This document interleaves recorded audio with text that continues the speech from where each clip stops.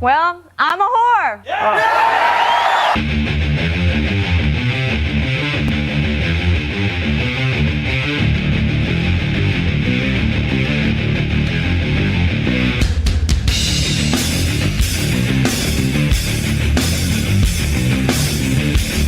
Yes, it started. Yes, it's live. It's not a premiere. Oh my goodness. Welcome. I see Sam Botell's already in the house. You guys ready to bow down? Ready to worship your women? That's where it all comes back to. Eventually. That's what we're getting.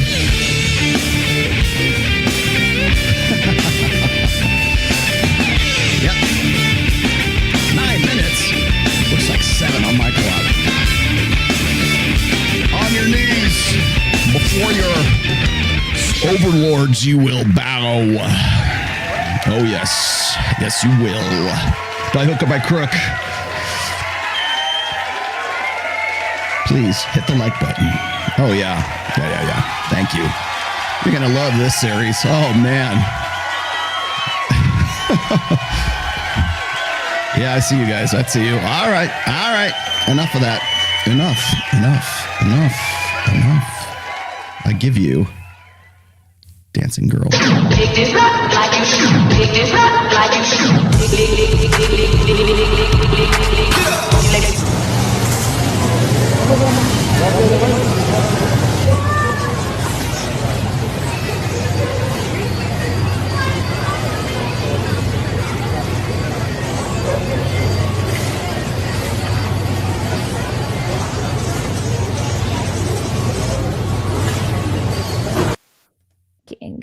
Is such a primal practice of releasing trauma and somatic blockages and emotions through our body, especially our hips. Our hips, now we know, is where we store emotions. Yep.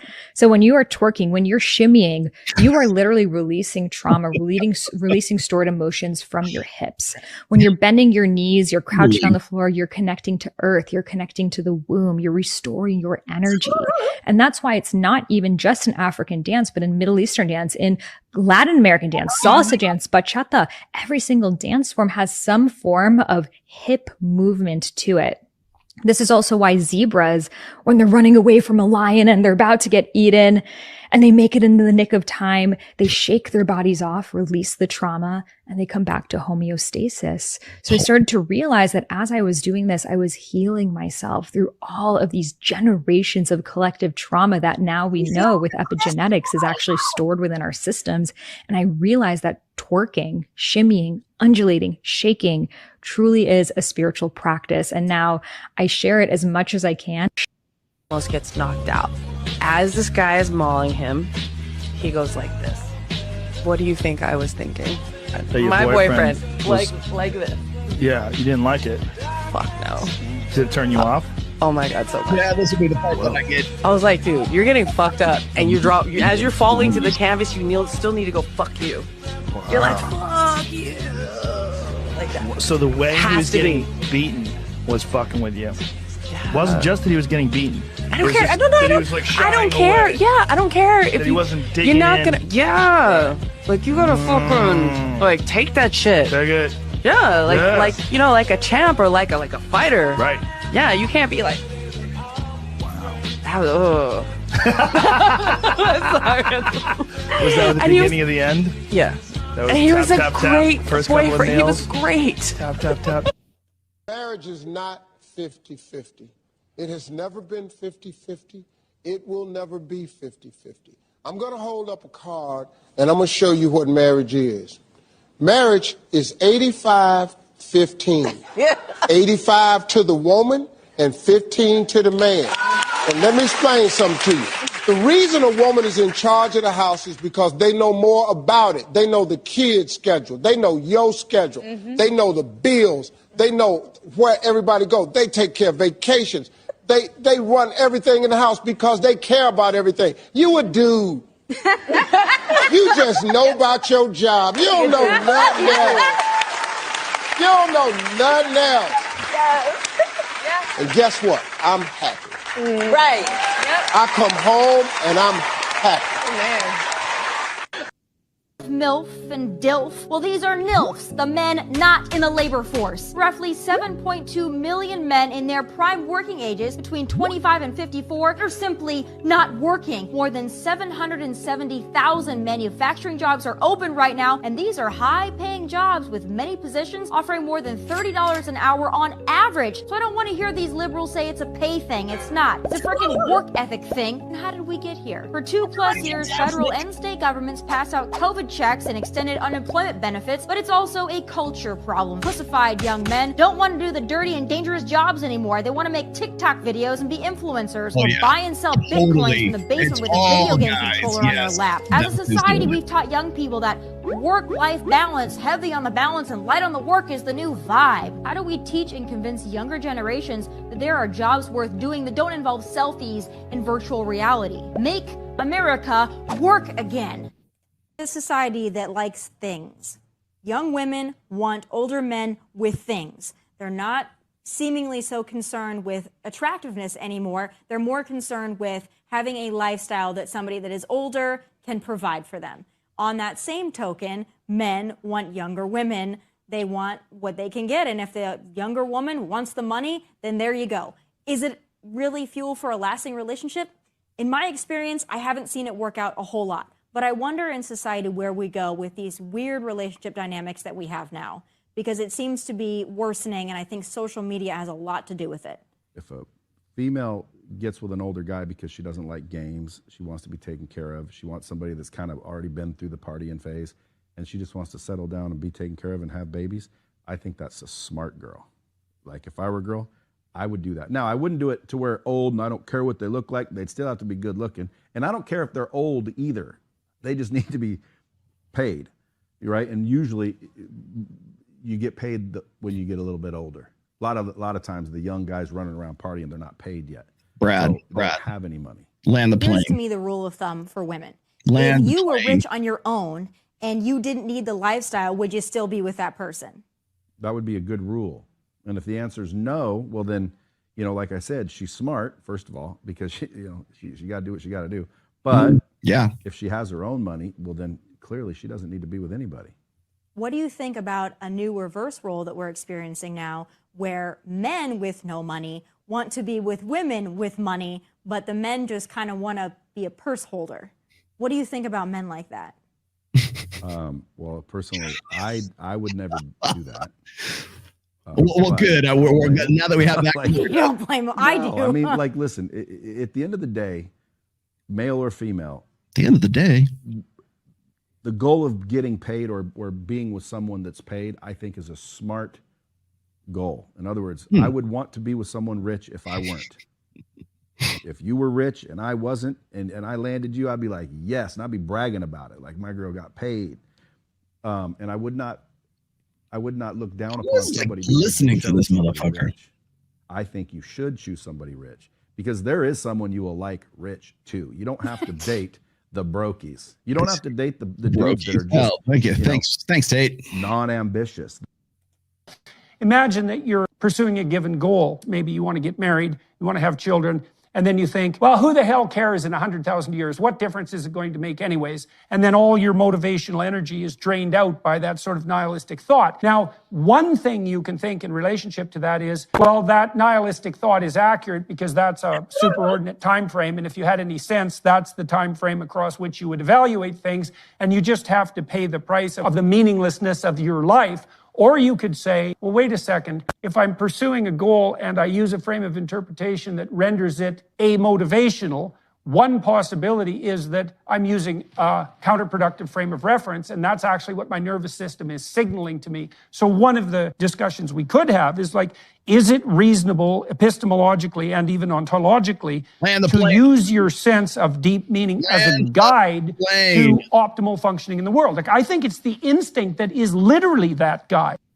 We were told that an entire society dedicated to authenticity and subjective feelings of well-being, this was going to create record levels of happiness, mental health. Everything was going to be fantastic. It turns out that just the opposite has happened. According to brand new data from the CDC, teen girls are now experiencing a record high level of sadness and suicide risk. This, of course, accompanies new data showing that young boys are doing really poorly as well, dropping behind girls by nearly every measurable aspect of American life. So yes, isolation is a factor here. Yes, obviously, increased social media usage is a factor here. But there is a set of values that undergirds both of those things. And that set of values is atomistic individualism that suggests that there are no rules. There are no social stringencies. There is no community to which you belong. There is no role for you to play in American society. You are simply supposed to find your true happiness within. And as it turns out, no one can find their true happiness within. That is not where happiness lies. Happiness lies in obligations to others. Happiness lies in obligations to God. Happiness lies in obligations to communities. It lies in the ties that bind you to everyone around you. And when you sever all of those connections, and when you say to people that the truest sense of joy lies in your sense of sexual self-satisfaction, and you are talking particularly to teenage people who are hormonally chaotic, then what you end up with is widespread dissatisfaction, unhappiness, and suicidal ideation. None of this is a giant mystery. All of civilization was built to prevent this sort of thing. So it turns out that when you destroy civilization, when you destroy all of the ties that bind us together, it should not be a shock that what you end up with is a chaotic wasteland. According to the Wall Street Journal, girls are particularly vulnerable to anxiety and depression, according to mental health experts, given the high rates of harassment and discrimination they face compared with boys. Again, now what we're going to do is we're going to claim that somehow over the course of the last 10 years, there has been widespread mistreatment of girls wider than there was in 2011, which cuts against pretty much everything we know about the levels of actual mistreatment in society of girls by boys in American society. So this is a self-reported survey. And there are certain things when it comes to self-reported survey. I just wanted to make sure that you guys picked up on that. Reporting data. People do a really bad job of assessing how they feel or what's happened to them. Very often they're just wrong. And when you've also incentivized a system of victimization, a sense that your victimization grants you heroism in American society, which is certainly true, that you get more attention by claiming that you've been victimized by others, you've been victimized by society, you're going to get a lot more of that. And always, subsidization of human behavior increases that behavior. This is something that Jonathan Haidt has written about in The Coddling of the American Mind. The idea is when you create safe spaces, when you create this idea that no one should ever be offended, people look for a rationale to be offended because it grants them some sort of credibility and leverage in the social circles in which they move. Therefore, it's unfalsifiable.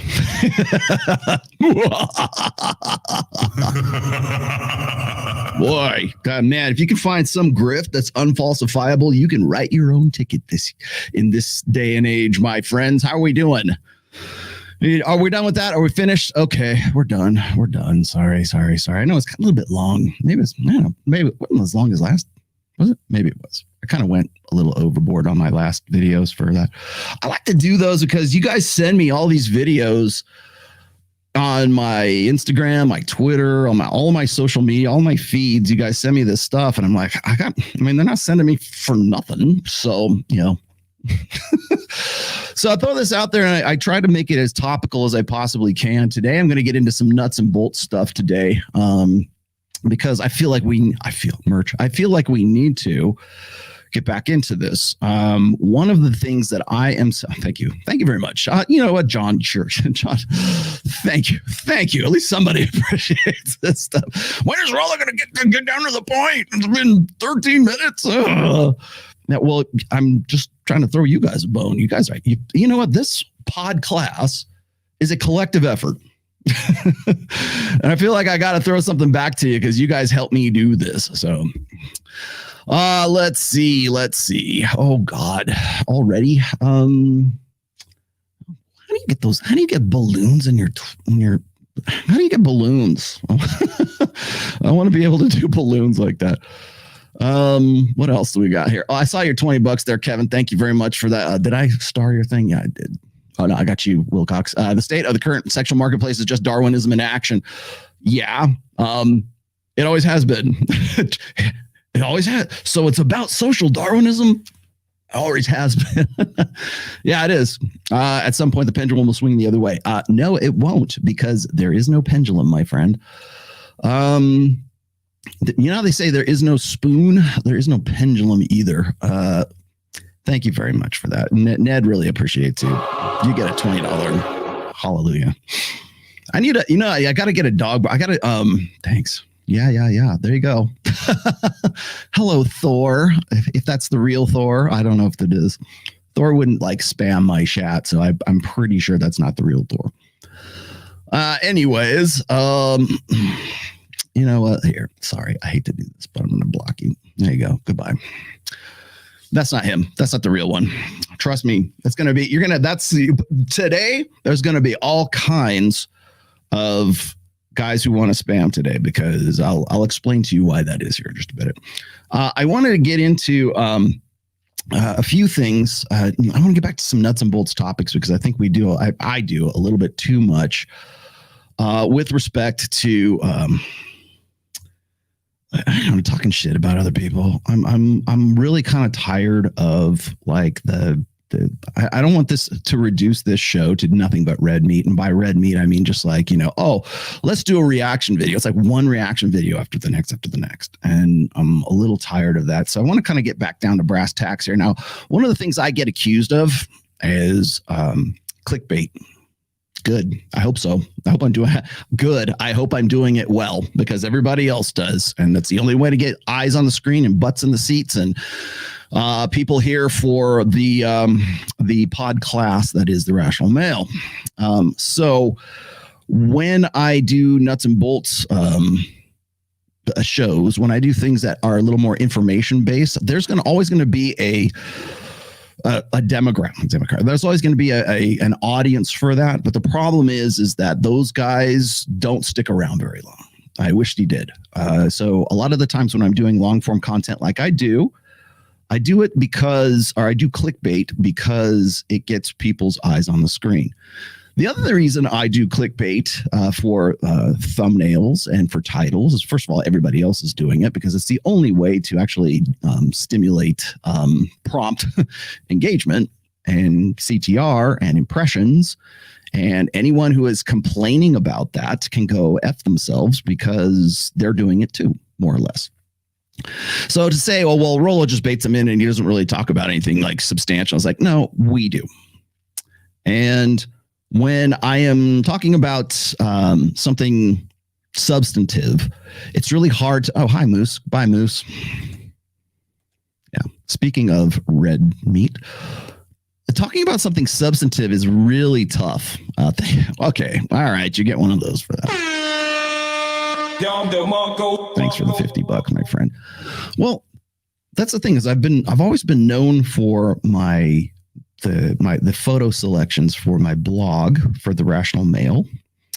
And I also, I'm going to take a victory lap here. A lot of people really like thumbnails that I do. And a lot of times I push the envelope with those things too, man. I get to the point where I have had like shows like banned because of the thumbnail before I even started the live stream. I should probably put those, I have a collection. That'd be a fun little side note. I have a collection of banned thumbnails. And it'd be kind of fun to like put them up as like overlays and say, this one got banned because of this. I could not do the live stream because of the thumbnail.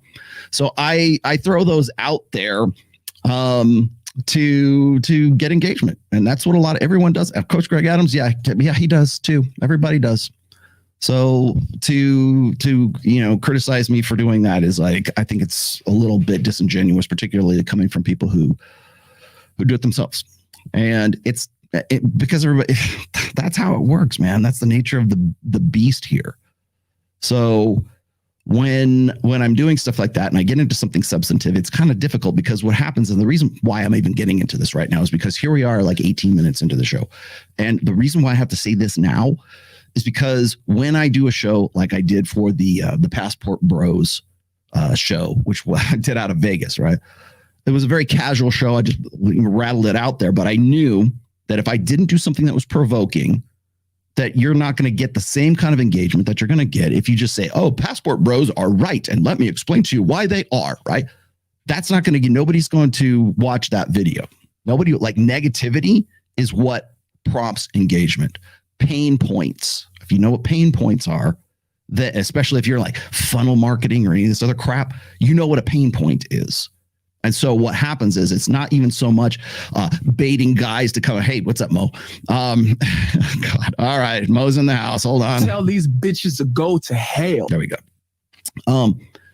That pain point sparks it prompts a click. It prompts them to go and look at it. Now, I wish I could say that it was universal, because what happens, the reason why I do that is because I bait you in passport bros, incels, black pill doomers, MGTOWs, whatever. I bait you in. I do this deliberately. Okay. I am all above board with my marketing. Okay. Because you are too. So when I do the passport bros, title, when I do the passport bros thumbnail, that is shining the mirror, or that's facing the mirror back on you, because 90% of those comments did not watch the video. They didn't even watch the first 5 minutes of the video. They didn't even get to the point where I'm talking. I had to go and here's where this part starts.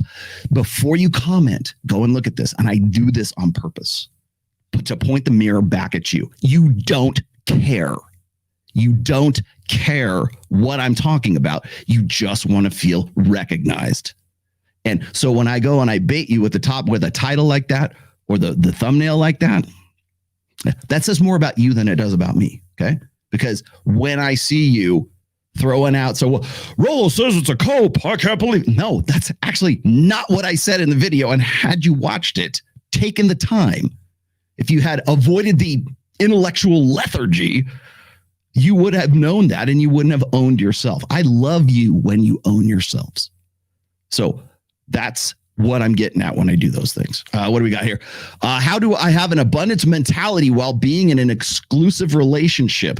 I've always had abundance when I was going on 3 dates, but now that I'm committed, I'm too afraid of losing her. That's your problem. That's why you don't have an abundance. That is why you fail. You care too much. That's why. Quite honestly, you know how you have an abundance mindset? You develop options. Opportunities, options. Your confidence is low because you have no options. She is your only option. And you know this. That's why you're sending me 50, whatever AEDs those are. Right? You always had abundance. Yeah. When you were single, now that she is the sole focus of your life. What have I said? Go read my first book. Okay. What is it? Women should only ever be a complement to your life, never the focus of it. She's now the focus of it. That's why you don't have an abundance mindset. The end. Oh, what do we got? I gave you this already, didn't I? Yeah. This is the Rational Mail, where we read super chats on the fly. Any new Evo Psych book suggestions? Yes. Stay right here.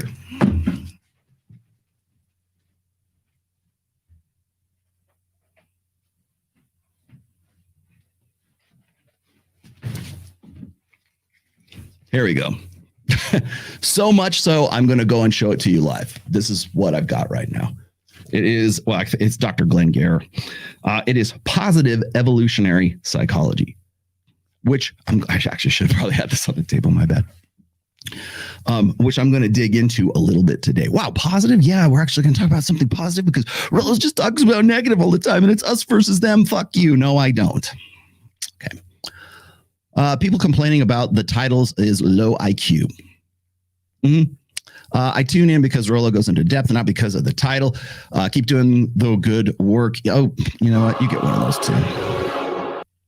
All right. Yeah, I will do my best. The problem is like, you don't get the same, like you want to know, like people will say, well, how come Pearl has 1.5 million subs and you don't? Well, first of all, she buys those subs. Second of all, subscription, like subscribers, followers are vanity metric. If you know anything about the business of YouTube, you know what I'm talking about. And third of all, I don't do short form,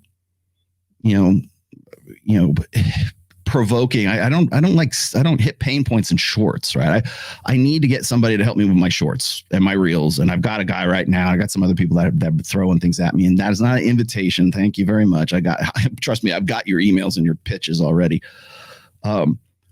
But I don't do inflammatory stuff like in shorts. I think what's interesting is like I get criticized for doing like clickbait titles and everything, and like sort of like trying to provoke some sort of adversarial, situation between men and women. I do a 4 to 5 hour long podcast every effing Sunday, dude.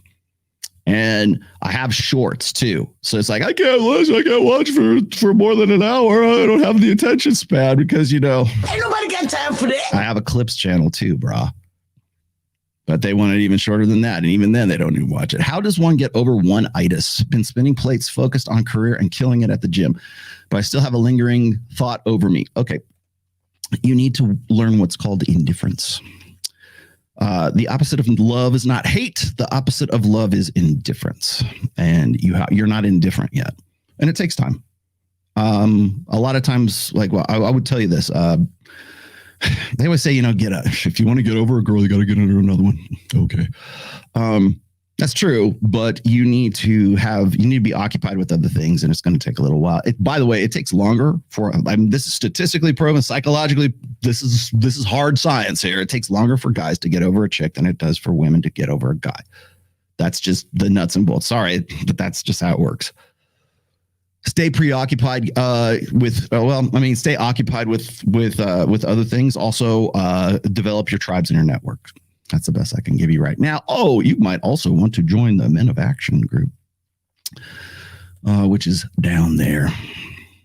Here's the things. I don't like it when people start talking shit about Pearl as her looks anyways. I don't have a problem with her looks. I have a problem with the fact that she's like shilling on other people's stuff. Let's see. What did you say? Rollo, why have you read Myron's book and why does her... Wait. I got to read it in caps lock hustler voice. Rollo, have you read Myron's book?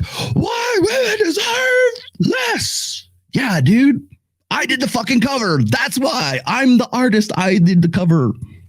Yes, trust me. I knew about this a very long time ago. Oh, yeah, you're the man. Thank you very much. Thank you, Speed Freak.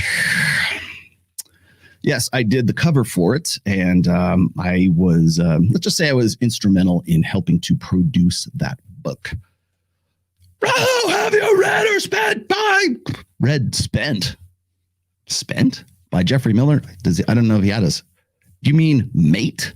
Or rent, or what the fuck are you talking about? I don't think there's a book called Spent. Oh my goodness! Tell these bitches to go to hell. Yes. Oh, are you? Yeah. Mo. By the way, Mo. I think you're doing the read, right? I think you're doing the Audible read on it right now. Yeah. I'll tell you what's funny is behind the scenes, low key. I'm not going to give away the farm, but a lot of people have sort of been helpful in producing that book. I know it's Myron's book, but I would say it's definitely a collaborative effort between myself, Aaron Clary, Mo, a lot of other people, and I'm happy to see Myron finally be a quote unquote published author.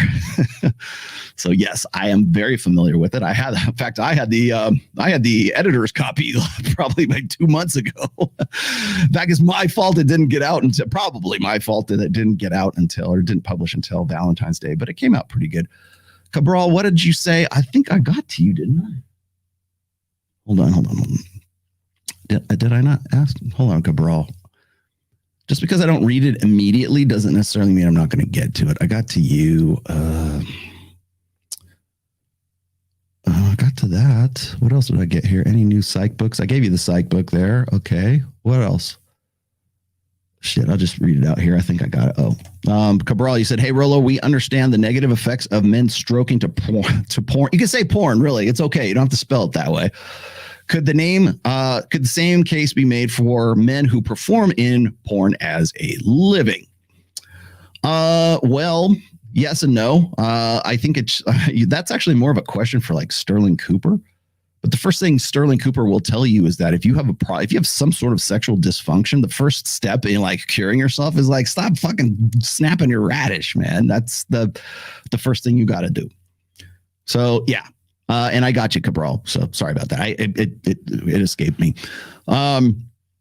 Yeah, I mean, you could say the same thing, but again, there's a difference between stroking one out and actually nailing chicks left and right. Because there's a qualifiable difference between actually having physical sex with a woman, or two or three in Sterling's case, and then the virtual experience. So I'll tell you. Okay, you know what? Let me give you a really funny story that I read one time.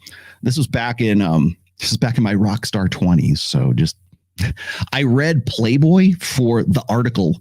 Seriously, this time I actually did. Okay.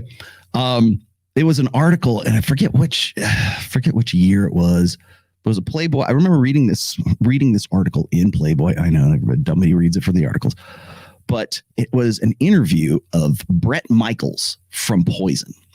And they were asking him, of course, about his it's Playboy, right? They're asking him about his sexual habits and everything. And one of the questions that they asked him was this. They said, Bret, like, how many times in one day have you had sex?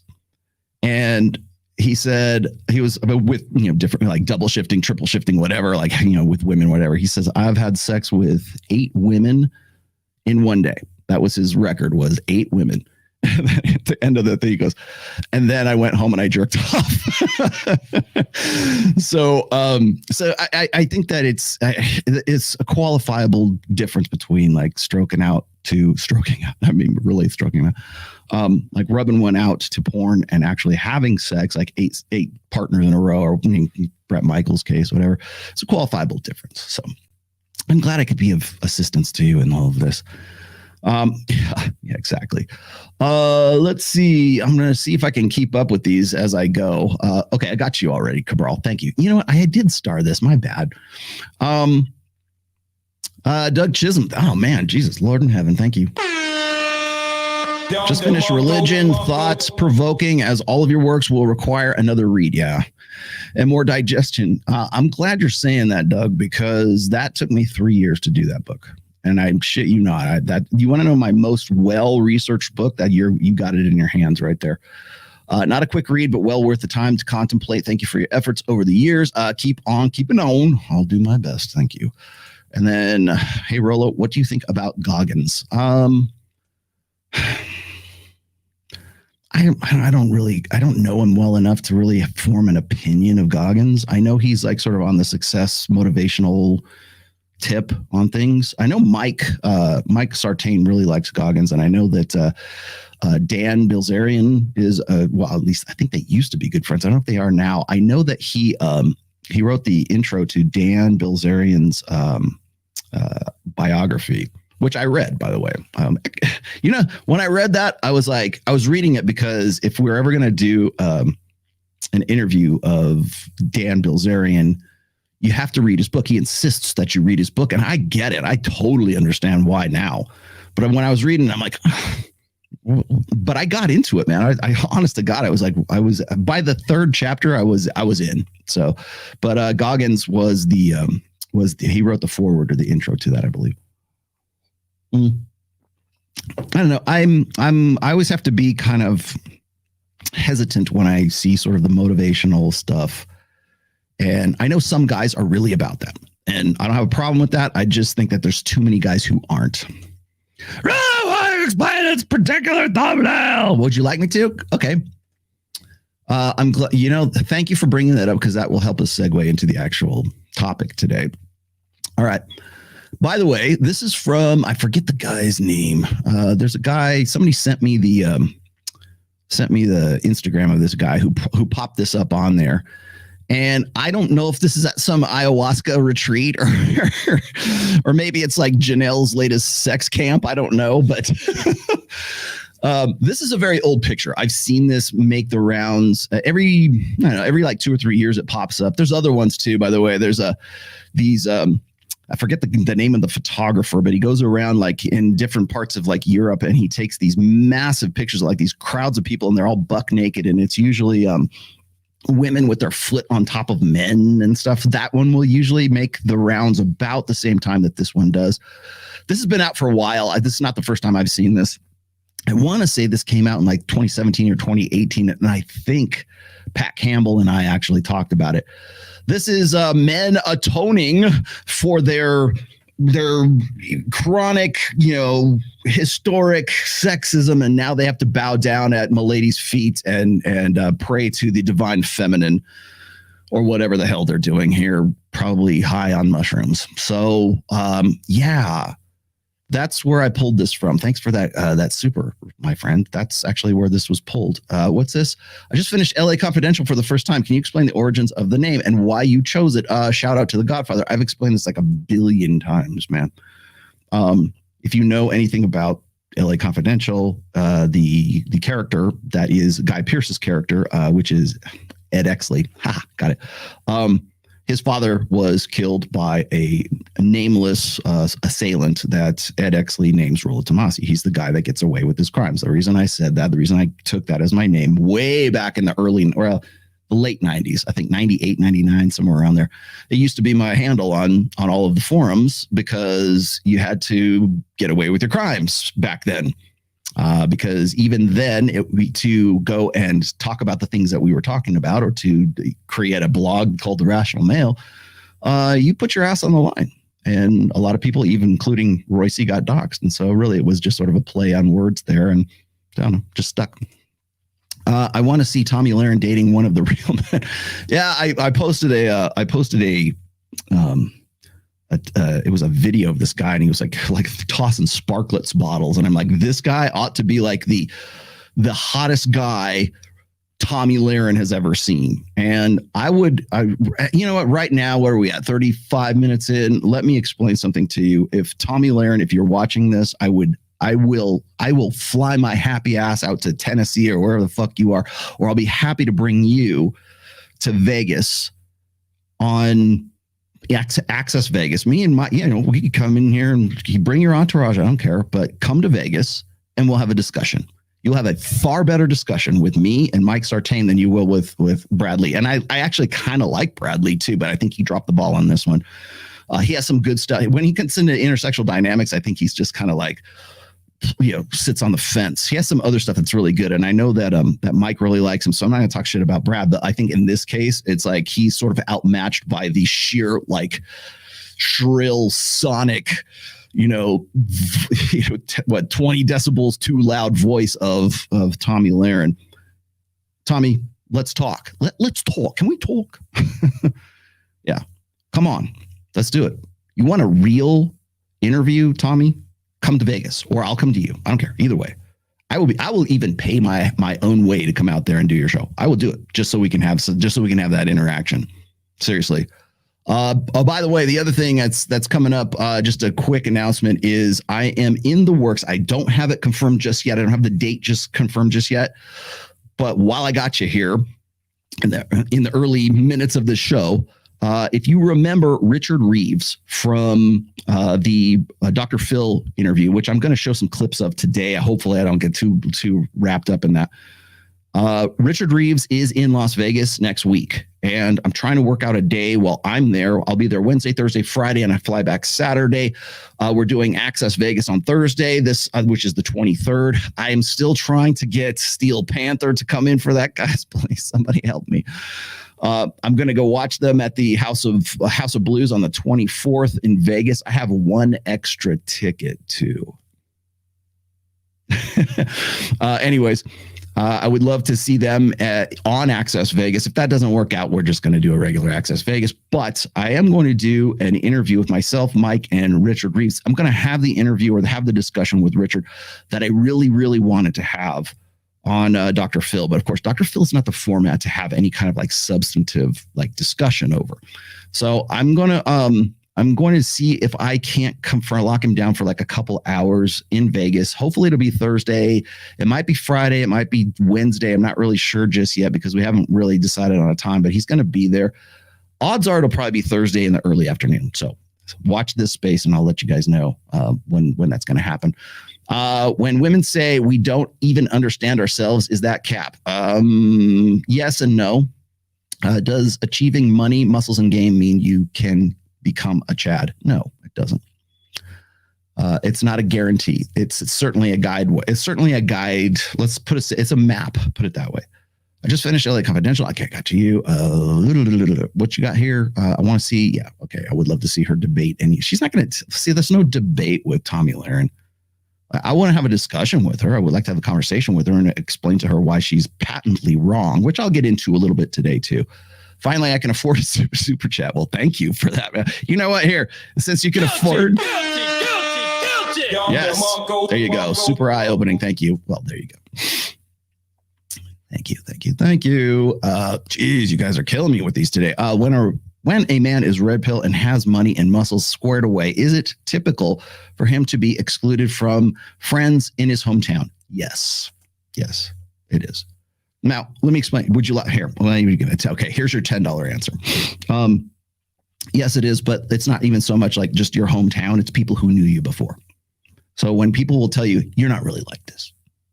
You're trying to be somebody you're not. Yeah, you're Say my name, goddamn right. You're goddamn right. You're goddamn right. I'm trying to be somebody I'm not because who I was wasn't working. And so now I want to get to God forbid you would actually want to improve yourself so you're not who you used to be and you can become something better than you were.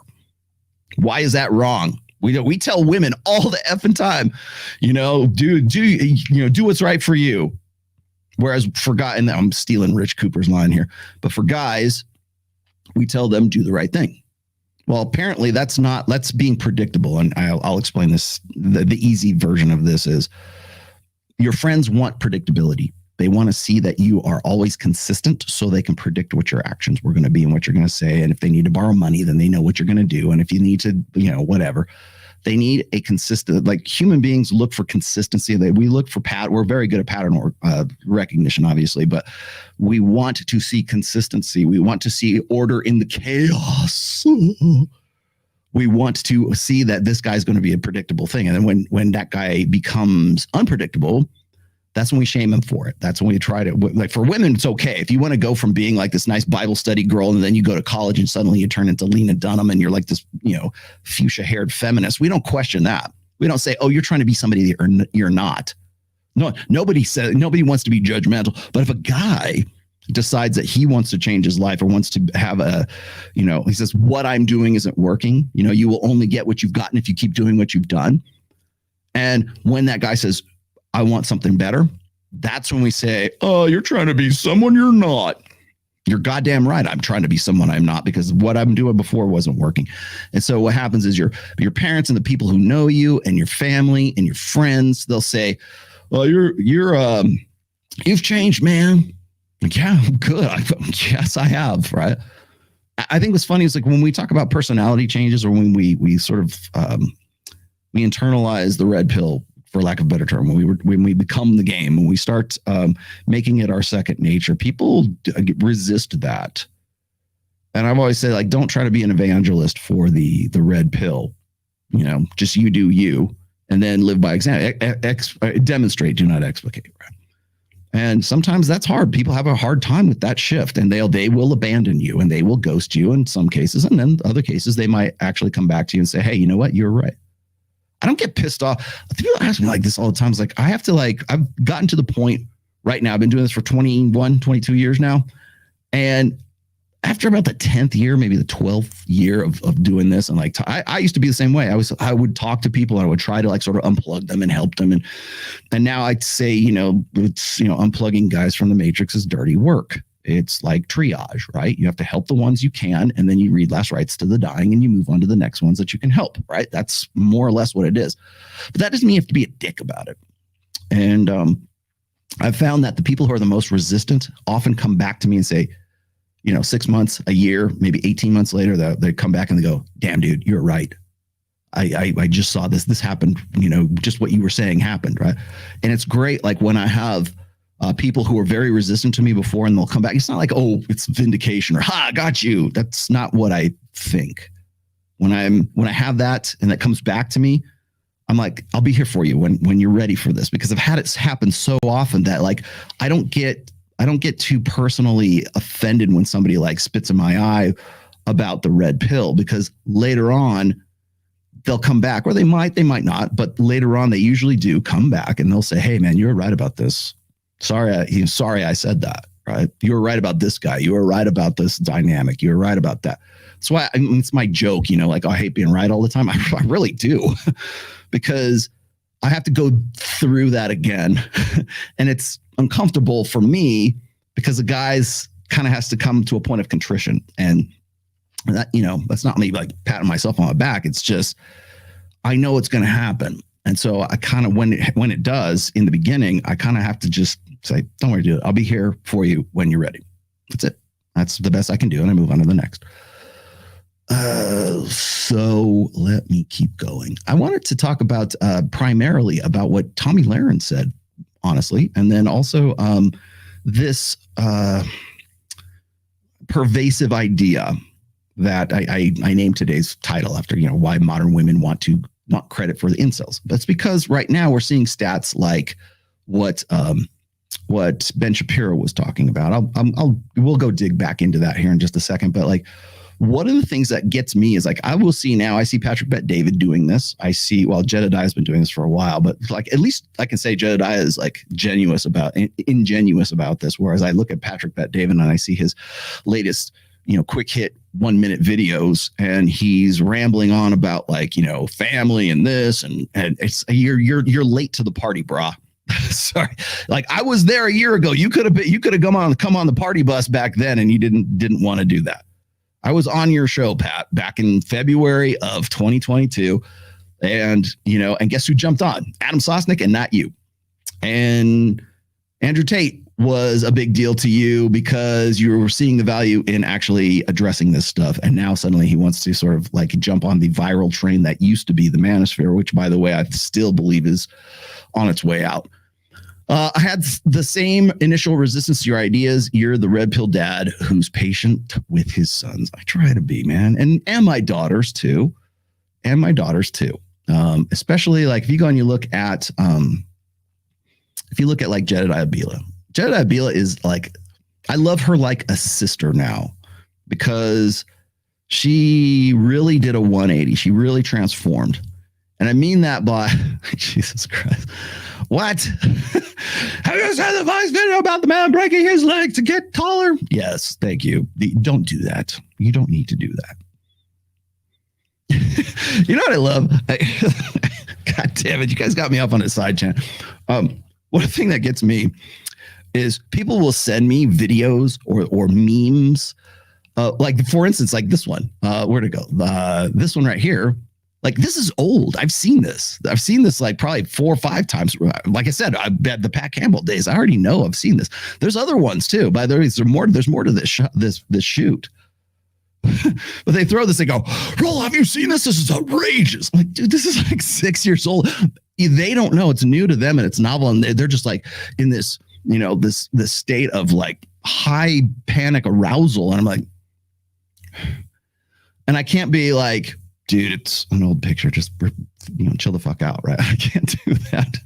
So I have to kind of like, okay, thanks. Or they'll wonder why I didn't use their video on my intros.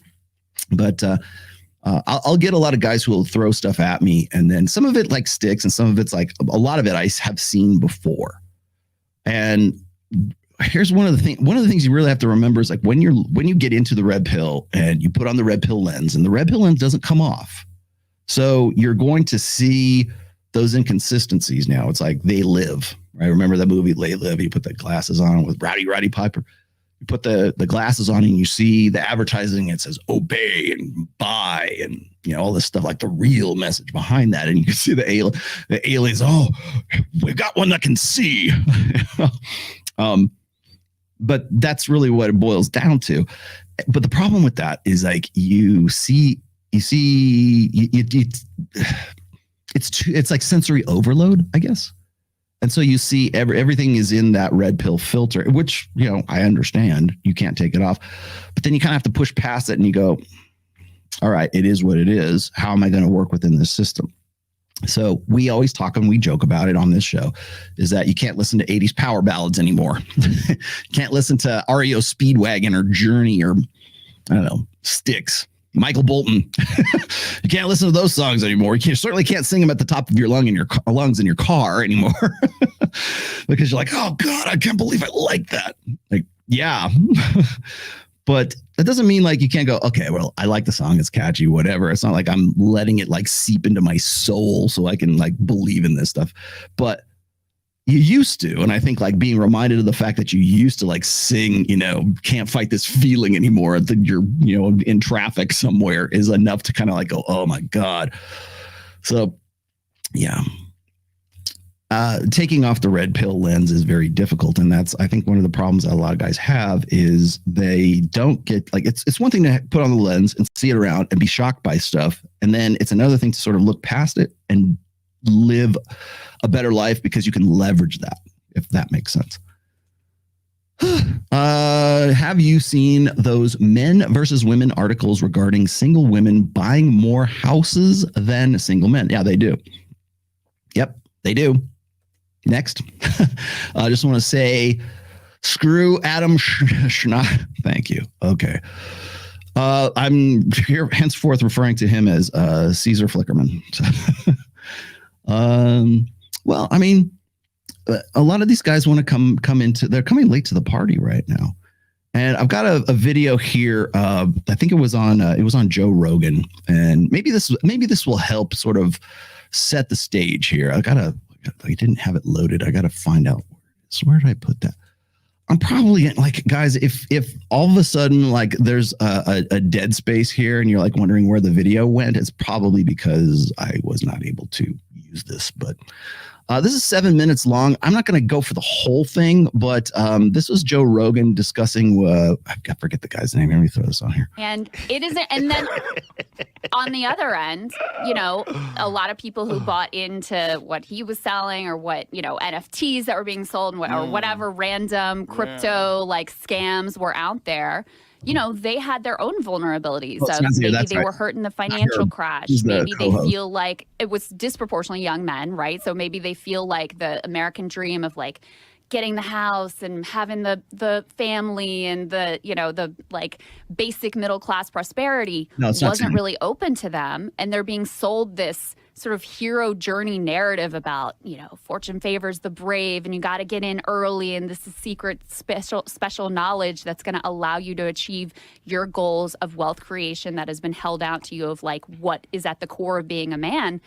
It's a very seductive story.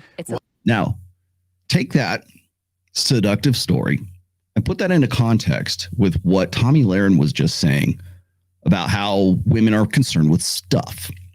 So I want to point out the contradiction. It's like cognitive dissonance, but it's like between it's across the board, right? So you've got women or like Tommy Lahren, or you got these people saying, men need to get back into the workforce, make money, blah, blah, blah. Yeah, men need to man up and level up and stop being manginas, because if they don't, women won't be able to get the stuff that they want. That's essentially what it boils down to. And now here we have this chick who is the co-host with, I forget the guy's name. I want to say it's not Nasir. He's in this too. Talking about, when guys actually want to do that, then they're insecure in their masculinity for wanting to do something like that, for wanting to live a better life, drive fast cars, make a lot of money, and attract women as a result of that. Why is it all connected to the manscape? The manscape and crypto. Just say it, man. The manosphere, Joe. Sorry, there ain't no bloody way in hell I'm ever going on this show. So let me just explain something to you. Like this is another example. Let me come back. This is another example of guys who want, they see the virality of intersexual dynamics. They see, that's why Tommy's jumping on this. That's why Patrick David's jumping on this. That's why Joe Rogan is the manoscape. Dude, Jesus, Lord in heaven. You've had Hotep Jesus on your show twice. He's already talked about the red pill and manosphere on your show, dude. Like let's catch up a little bit here. I know maybe the weed's affecting you. Yes. And NFTs. Because it all is this whole. It's interesting. Some of the most viral content that we've done in the last several months is just problems with men. Like we did this video. It's like the problems of boys and men with an author, Richard Reeves, who's actually fantastic. He wrote a great book on this. You'd have a great conversation with him, actually. Viral. And he talks a lot. He's like, look. Did you catch that? It went super viral. Yes, because these topics are going super viral. This is what people want to talk about. This will increase you want to build a brand? Jedediah will show you how. Adam Sosnick will show you how. Now Patrick Bet-David's late to the party. This guy goes and has Richard Reeves on. They start talking about this. Boom, everything goes crazy. Wow, it's almost as if those guys in the manoscape have been talking about something that actually has some fucking validity to it for, 10 or 20 years right now. I understand. He's like, I'm not an anti-feminist. He's like, what we are talking about, though, is in the last 2 decades, we've had a crisis amongst young men. And something we talk about on the show is what Crystal's getting at with the decline of the American dream, like the idea that you were going to do better than your parents. And that's just not really true anymore. Even if you went to school and you have a shit ton of student debt, even if you're working class in terms of wage growth, upward mobility, people who are graduating from high school, who are men and working working class having much more trouble actually finding a mate. So there's a big college imbalance right now where a lot of men are dropping out of college. They no longer feel accepted, and you're reaching almost 60-40 splits of women and men in college, especially who are graduating. A lot of women who No, Cigar, actually, it's more like that's the enrollment. That's not graduation. Graduation is actually higher than that, and at higher degrees as well, like at postgraduate degrees. Look at, before we go inside, like I hate it when people start throwing out numbers like, oh, it's 60-40. Yeah, well, it is for enrollment across the board. But who's graduating is real. It's not who's enrolling. It's who's graduating. And what are they graduating with? So you can't just like throw it out there and go, oh, it's 60-40. Like that almost like buffers it a little bit. You go, well, at least there's 40% of guys, right? No, look at postgraduate degrees. Look at the gender shift in postgraduate degrees. Doctors, lawyers, master's degrees, doctoral degrees. Look at those. You can't just look at one little data point and say, oh, well, this is who's enrolling. Useful, but it doesn't tell the whole story. So people really need to look at that kind of stuff too, because men will enroll, but they also drop out of college at much higher rates than women do. Also, you want to know why the student debt right now is somewhere hovering around like $7 trillion? $1.7 trillion is because it is primarily women who are taking out those loans. Okay. So who gets to pay those loans after they get out of college, doing whatever they're doing? I'm going to go full Aaron Clary on you here right now. Well, you're looking at a woman who's already anywhere between $60,000 and $150,000 in debt, depending on how long she spent there in debt, before she even gets to the point where she can find a guy who wants to get married. You're asking because people say, well, that's her debt. Okay, it is. But when you get married, now it's community debt. And it's not like he's on the hook for that. Like if they get divorced, maybe that's, they can separate that way. But the thing is while they're married, he's still helping her pay off that debt and the credit cards and everything else that went along with that. So there is that aspect of it. There's the money aspect of it. It's not about like, I think what happens is when guys like start talking shit about marriage and stuff, it's like, it's so much more than just like, I'm going to lose half my stuff. No, it's way, way more than that. There's way more involved than that. Who have college degrees don't actually want to date somebody who doesn't have a college degree. And so there's this big imbalance in the dating market. Now let me explain a few things to Cigar here, because this is a point. This is like a hard point, I think, that I'll have to bring up with Richard Reeves, assuming we get to the point where we can have that discussion. The problem with this is it's not like, oh, well, women don't want to marry guys who don't have college degrees. No, the thing is that guys who actually do have college degrees, guys who have the guys who actually stick it out, they're educated, they get a doctorate, or they're partner in the law firm, whatever, they get a law, they pass the bar, whatever, they're high value men, at least by society standards anyways. Those guys don't want to have anything to do with a woman who's got $60,000 to $160,000 in student debt, who's got a bug up her ass. Like Tommy Lahren, she was just saying, like, if you're a high value guy and you're like, say, I don't know, 34, 36 years old, whatever, and you're like starting to hit your stride, it's not that, women don't want to date guys who are like not as educated as they are. No, it's the guys who would be acceptable are very few and very far between. So but listen to how, and this is not his fault because a lot of other guys do this. Listen to how the conversation is framed in a pro-female way of delivering that information. You get it? So it's not that men who are qualified, who are eligible bachelors, right? Those guys who are high value men with a college degree, educated, have money, blah, blah. It's not them. It's women don't want to get with a guy who doesn't have that lower, and which is true, but that's where you start. That's where he's starting from. It starts from the needs and the needs of women, the prerequisites of women. That's where his mental point of origin is. This is great. This is a very good example of mental point of origin.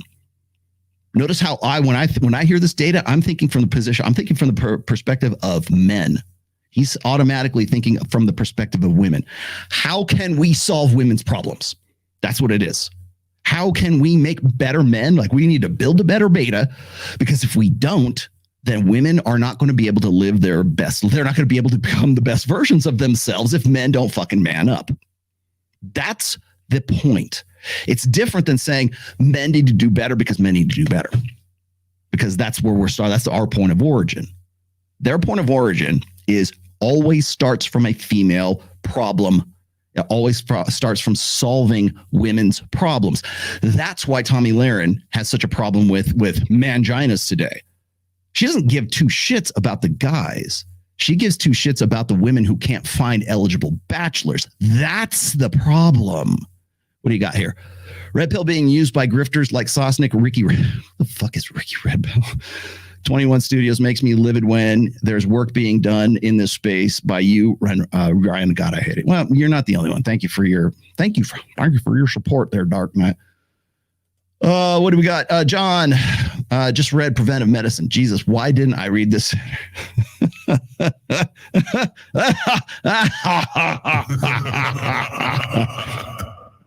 That's why I wrote the book, dude. That question right there is why I wrote the book.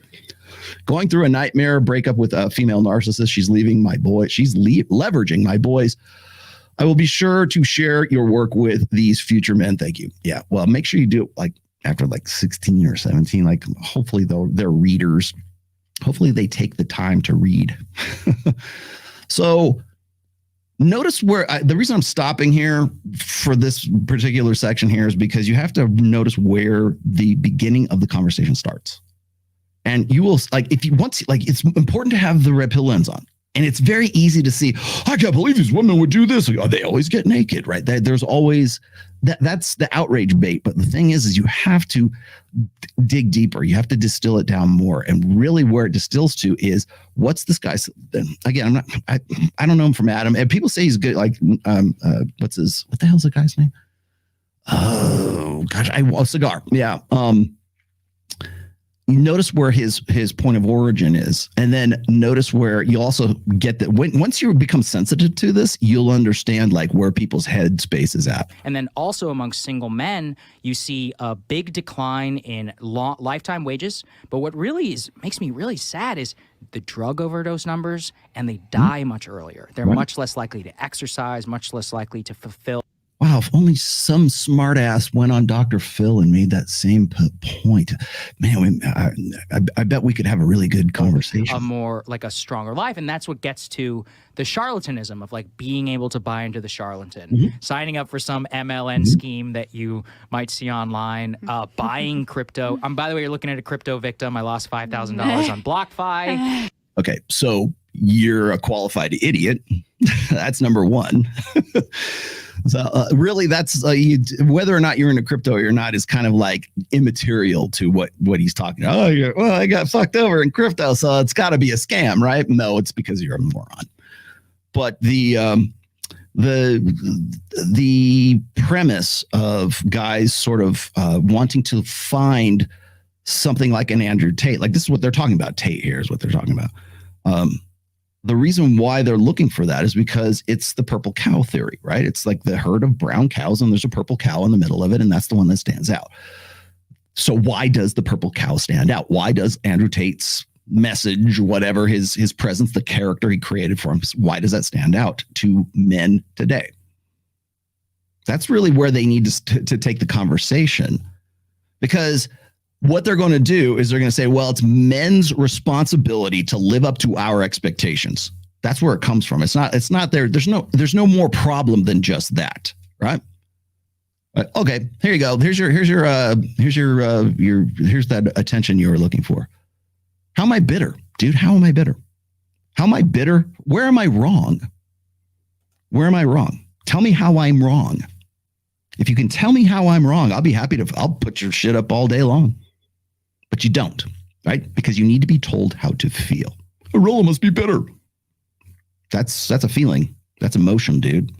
So it's not about emotion, man. Let's see.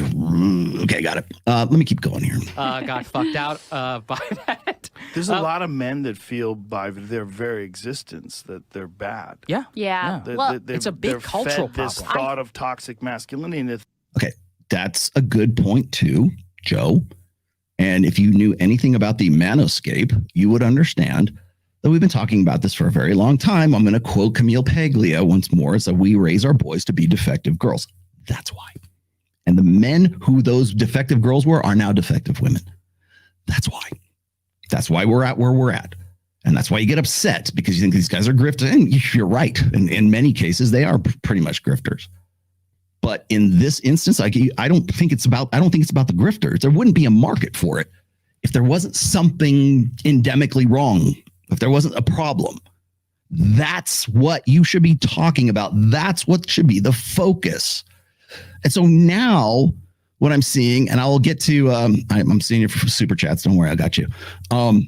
Now what I'm seeing is this push, as I said, where I showed you Ben Shapiro here talking about, men are suffering, men are falling behind, men aren't living up, men aren't enrolling in college, men aren't working. Thank you, Tommy Lahren. Women most affected. Now they're depressed. Oh, these poor women, they're all on SSRI, or they're all on antidepressants, right? Oh, poor women, they will never be able to find the right man. Yeah. So what are you going to do about it? Are we going to just sit there and just say, hey, men, you need to take responsibility or man up? That sells. That's just as endemic as an Andrew Tate. Hey, let's all get together and join the liminal order. Let's all get together and whatever the fuck Hafiz's thing is. Let's all get together and wearing sports suits and go down to men's warehouse and get fitted. And then we'll feel better about ourselves. Right? It's this, everybody's selling masculinity. And I have done God knows how many different episodes. I've done clips anyways of about what I call the metal of masculinity, right? So you have this three technically, but two generations of guys who are either confused about masculinity or they look at it as Joe is talking about here, as toxic, as self-loathing. Oh, I'm a guy. Oh God, I can't believe I was born a guy. I'm like Quasimodo, all right? He said this, to be a man is to be negative. To masculinity is not toxic masculinity. It's masculinity is toxic. That's where we're at right now. And then they're finally the angels sing. Where do we go? Here we go. The angels sing and the lights shine down, the clouds part, and the big shaft of light comes down on the mainstream. Oh, it looks like our boys are having problems. Look at this book by Richard Reeves. How can we solve their problems and still not seem like we're misogynists? Because we got to dance around that shit. That's what they're doing. They're dancing around the misogyny tag right here. So that's why they got to recognize what they think is toxic masculinity. But the problem is that the generation that they're talking about right now, the guys who aren't enrolling in college, the guys ain't working, Tommy, those guys, they don't have any incentive. They have no purpose because they don't see any point. Their juice ain't worth the squeeze. And I don't mean that in terms of like the black pill doomer side of things. It's just going to college is the juice and it ain't worth the squeeze. Going and doing anything but the bare bones minimum ain't worth the squeeze. It's not even going and getting laid anymore. It's just why even bother with it? Because if Tommy Lahren is the apex of what I can get if I bust my ass and like get all the material things that women want, and that's what I have to look forward to, fuck that. I'm out. Passport bro. There's your endorsement, Passport bros. Of course. There's no incentive, but they're not having this conversation. They don't want to have this conversation. But Dr. Phil sure as shit didn't want to have the conversation. But that's the whole thing. Toxic masculinity. Well, the reason why we even have that as sort of something that's sort of been pounded into our heads over 4 generations is because we need something that's going to in some way, temper or buffer the beta male so they don't get big heads. Because if they get big heads, then they look like Andrew Tate. Then they start selling you something, right? Then they start here's your way out of the cave. Here's your way out of the matrix. Thank you for that. But they don't want to talk. They say they would rather recognize, if anything, they reinforce the idea of toxic masculinity. There's no such thing as toxic masculinity. There's only masculinity. And then there's the aspects of it that are convenient to female gynocentric society. Sorry, but that's where we're at. Sorry if that sounds adversarial to you, but that's where we're at. And then there's the parts of masculinity that are very useful, like when the floodwaters rise, or we need the toilets plumbed, then, oh, that's okay. Go run into the burning building and save the baby. We like that masculinity. We don't like anything else. We don't like anything that doesn't serve a female imperative, which of course is why we think of these. That's the mindset that begins with women in mind. That's the mental point of origin. The reason why I can even talk about this is because my mental point of origin is about myself, and it's about what's best for me, and then I sort of extrapolate from there. That's where I think a lot of guys need to get to, and it's really difficult to do that. I'm sure after this show, people go, "Oh, how do I get mental point of origin, Rollo?" There's a book for that. Anyways, but they're outlining the problem pretty well here, especially Joe. Like, these guys they think that masculinity is bad. Yeah, because for the last 3 generations, that's all they've got. You can't ask a generation of men to man up when for 4 generations, you've been telling them to man down. And now you suddenly want them to man up. And why? Because you want to solve women's problems. You want better men for women so that they can live a better life. Fuck you. Sorry, there's your habanero. There's your habanero pepper. Rollo, would you consider writing a book breaking down the methodology you use to both logically and creatively connect the dots? It'd fly off the shelves. Yeah. I think I kind of did, didn't I? I mean, isn't the first book that way? How do I think? Tell me how to think, Rollo. I can tell you how I think. God forbid you would learn how to think from me. What do you got? Extra Steel Panther tickets I have 1 extra. I have not decided who it's going to go to yet. Just settle down, Chris. We're going to talk about that at the end of this show. Stick around. Joe's right, though. Joe is right. Guys today are either confused or they're self-loathing when it comes to their masculinity. They don't know, they make it subjective, or they hate themselves because they have a dick. Or they hate other guys because they're not, you get into this intrasexual competition. But the long and the short of it is like guys don't know how to be guys anymore. And what are you going to do about it? I don't see any solutions coming out of any of these things that they're attracted to. They think they've been told are stupid, or that they're evil, or there's a thing about being a man in this world today that I think we have to look at all human beings as just human beings. Yeah. And you can't help that you were born a man, and you can't help the things that you enjoy. Like if you enjoy going to football games. Well, God forbid. Hey, we just need everybody is everybody. No, men and women are different, Joe. That's really where you're getting. You want to know why you have this confusion? Is because you're trying to square the circle of the blank slate with the evolutionary realities of the fact that we're different, men and women, and we're more different than we are alike. Provable, scientifically provable, biologically, psychologically provable. We are more different than we are alike. Get that through your head. And I'm not just picking on Joe. There's a lot of other people who need this message too. You enjoy getting loud with your friends. This idea of toxic masculinity. It's like, yeah, there's toxic aspects of men, and that's real. That's a reality of being a male human being. If you look at the history of war, it's all started by men. Men did all of it. Men do all the raping. I had this guy on the podcast once. It was hilarious. He goes, actually, statistically speaking, men get raped more than women do. I go, yeah, by other men, you fucking idiot. I go, it's not packs of cheerleaders raping football players. The fuck is wrong with you? The problem is 100% men. That's the problem with Manosphere, is that there's grifters in the Manosphere that aren't actual real men. Yes. And by real men, I mean they don't have resolve. If you took them on a hike, they would get tired. They would sit down. You would have to leave them behind. Let me explain something to you, Joe. I will put myself up against your physique and your physical conditioning any day of the week. I am 54 years old. Me and Ned go hiking every freaking trail, whether I want to or not. We go you would get gassed.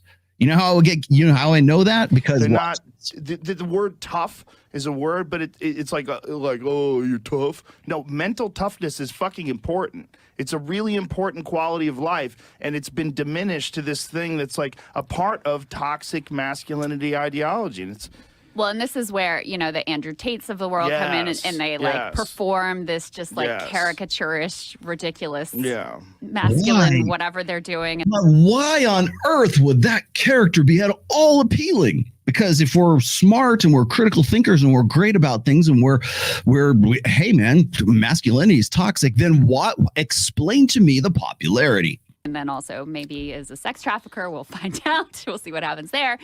But it again speaks to the fact there used to be a really clear sort of cultural narrative, right or wrong, about what it was to be a man.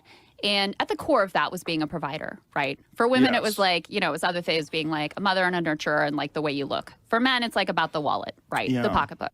Okay, so now we're clarifying terms here. Thank God for her honesty here, because it's the same honesty that we saw displayed by Tommy Lahren earlier. It's all about the bag.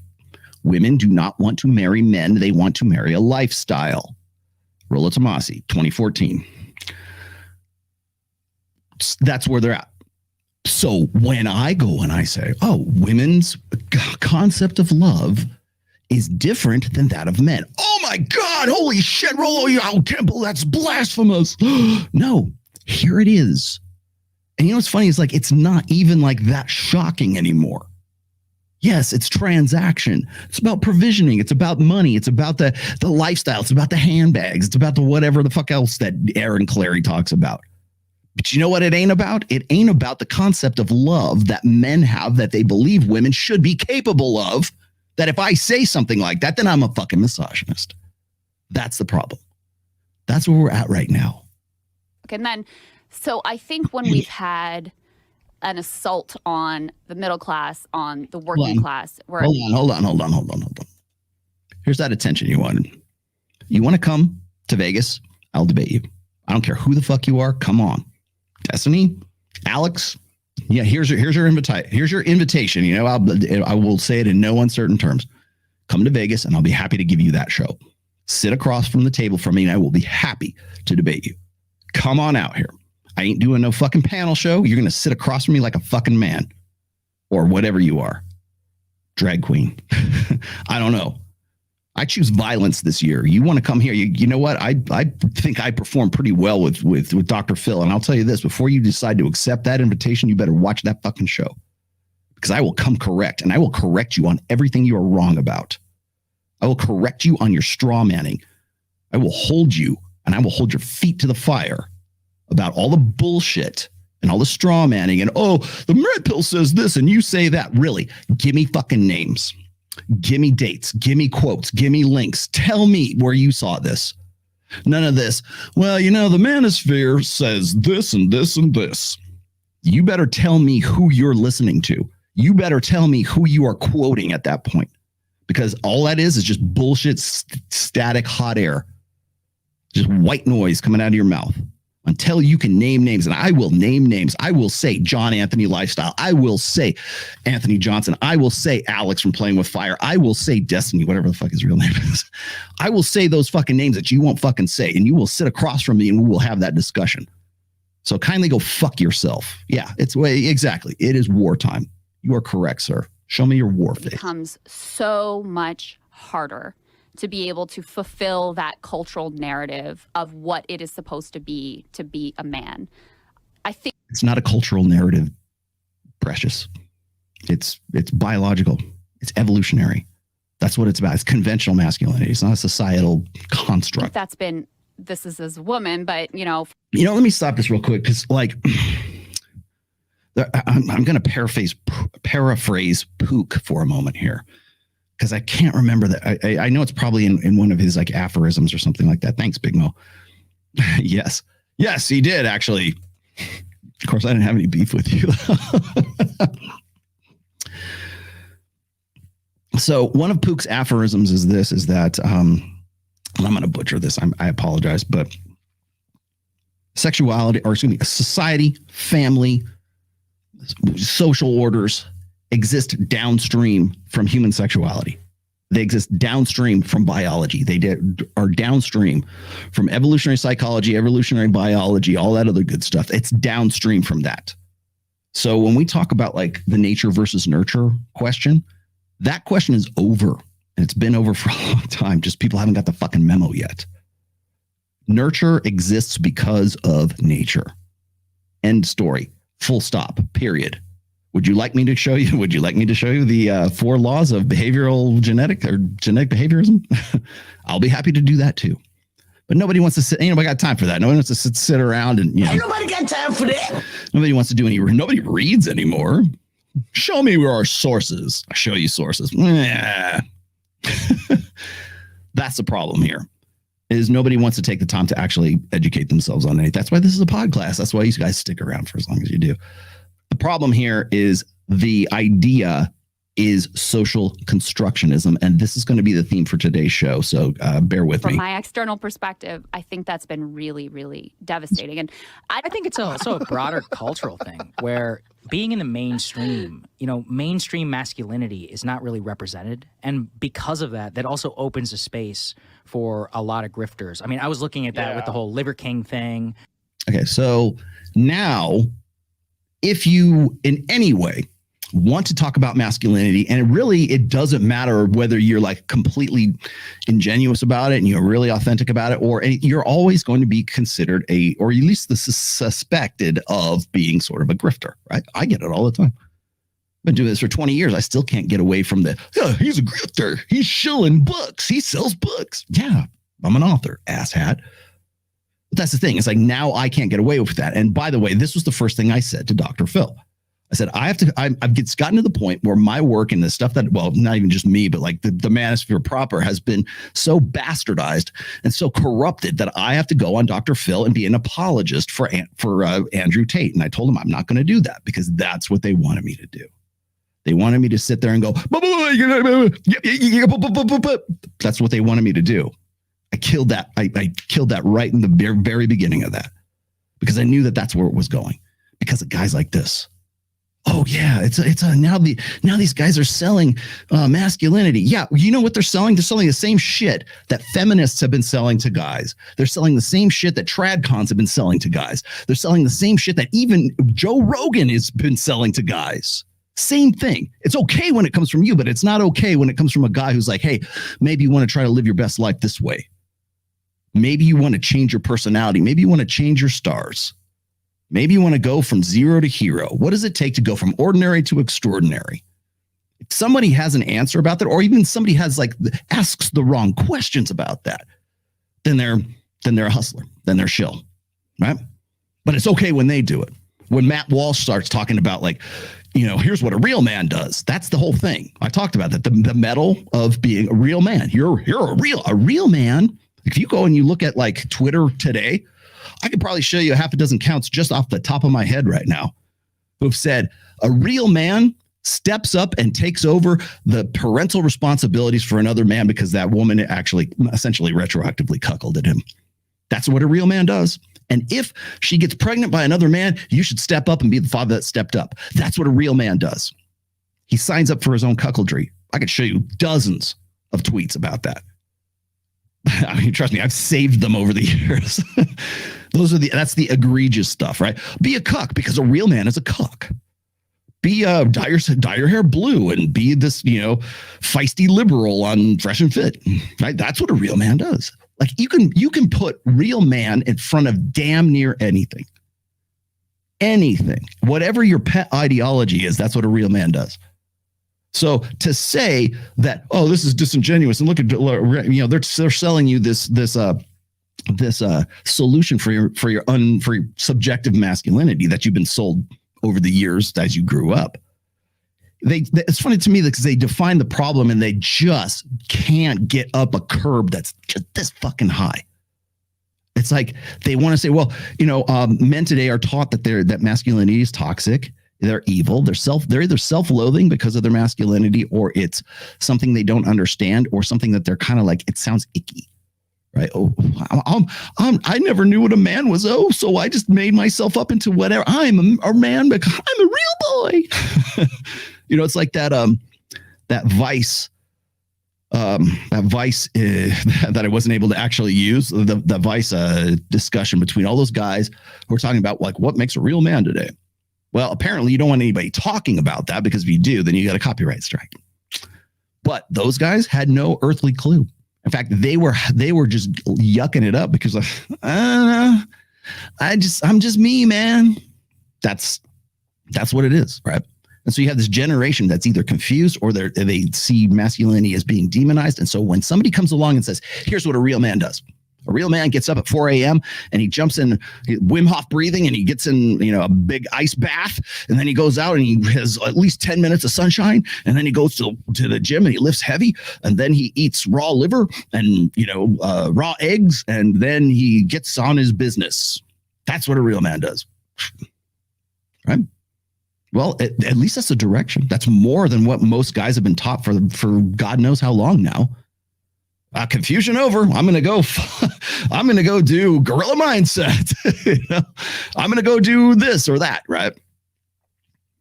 What's this? Yeah, learn game, make money, make muscles, learn game. That's a solution. Is that not a solution? Those are solutions, right? Came to the sphere to contribute positively and appreciate your books, Positive Masculinity, and your guidance on the hustle versus truth. Keep me honest. Thank you very much. But that's where we're at. So you got disingenuous guys building fucking brands, engagement media brands right now on the back of the same confusion that they're feeding themselves. Which I know you covered there you go. quite a bit, but I saw something. Well, I called it. Yeah. I didn't Oh, cover did you? it. Yeah, I called it.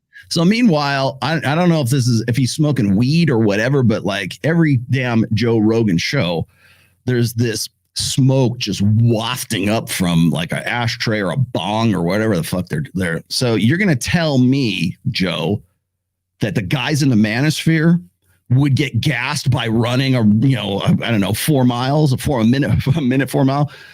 They're going to get gassed by going to the gym and lifting heavy weights. Meanwhile, you're out there, you're smoking weed every goddamn show. Get the fuck out of here. I will put myself endurance wise. I will put myself at 54 years old. I will put myself up against Joe Rogan easily. And I will outlast him. And I know a lot of other people who would do the same fucking thing. So to belittle guys because of their message about like, here's masculinity. Everybody has a masculinity product. Patrick Bet David has one. Jedediah now. Sosnick has one. Matt Walsh has one. Fucking Candace Owens. Go look at anybody on fucking Daily Wire. They all have masculinity products, and so do you. And apparently that also includes smoking weed when you're in the middle of a show. The way in advance. I'm like, that guy's on the sauce. Just from looking at him? Well, whatever, either way. Yeah. So you just don't naturally get that way? Yeah, you can naturally get that way if you have superior genetics and you're in your 20s. Yeah, right. Like if you're in your 20s, this in his 40s. He's like 45, yeah. He's carrying around too much mass. Like you would have to be in your, by the way, in your 20s. All right, that's enough of that. I'm going to pull him out right now. They're going to get into the Liver King thing. I got to the part that I wanted to get to. Is Liver King selling, like, is he in the Manosphere? Would you say that Liver King is in the Manosphere? Let's see. Oh, you really think so, huh? You really think so? Go look at my Instagram right now. Seriously, go look at my Instagram. I bet you I can outlift him right now. I bet you anything. I certainly have more endurance than he does right now. Guaranteed. Is he? Do you think so? I don't know. I don't know if he's necessarily. I don't know if Liver King is really somebody who's in the Manosphere per se. He's Manosphere adjacent. Is that what you're saying? Yeah. Thanks for it. Maybe he is. I don't know. Let me get these before I get on to the next thing. Will we get a show on Evil Psych and the recent rash of articles disproving many red pill things, e.g. dual mate hypergamy? Yeah, you want that right now? I'll be happy to give that to you right now because we've already done that episode. Me and Ryan Stone already did that episode. So yeah, well, let me explain something else to you. You're probably talking about date psych right now, and it's like it's been his Christian duty to try to find, like, trying to massage whatever data sets he can find to sort of like either debunk the red pill or else to in some way like build up the side that really benefits women.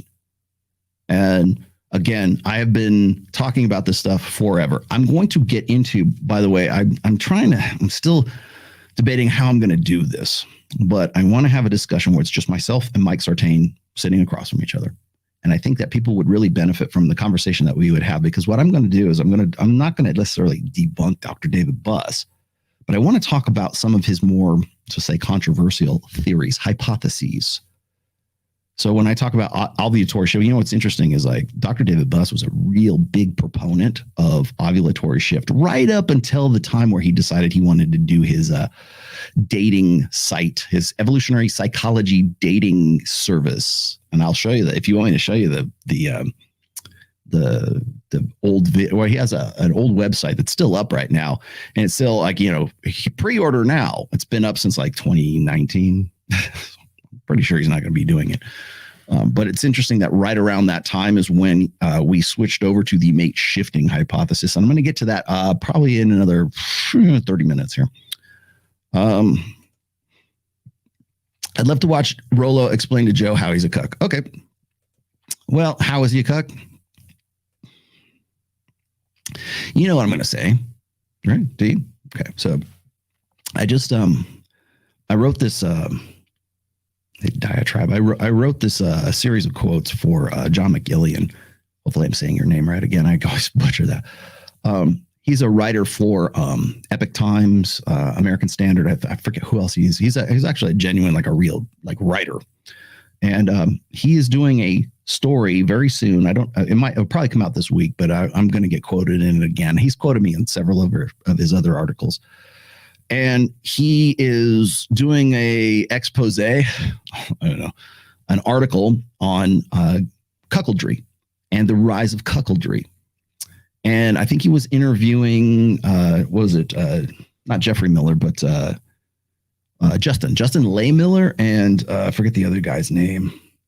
Anyways, proponents of how great cuckoldry is for guys, and they should just let their wives get like hammered by their bulls or something like that. Like that's the whole, like the rise of cuckoldry, like openly cuckoldry. It's not even poly anymore. It's just like, go fuck my wife, go fuck my girlfriend.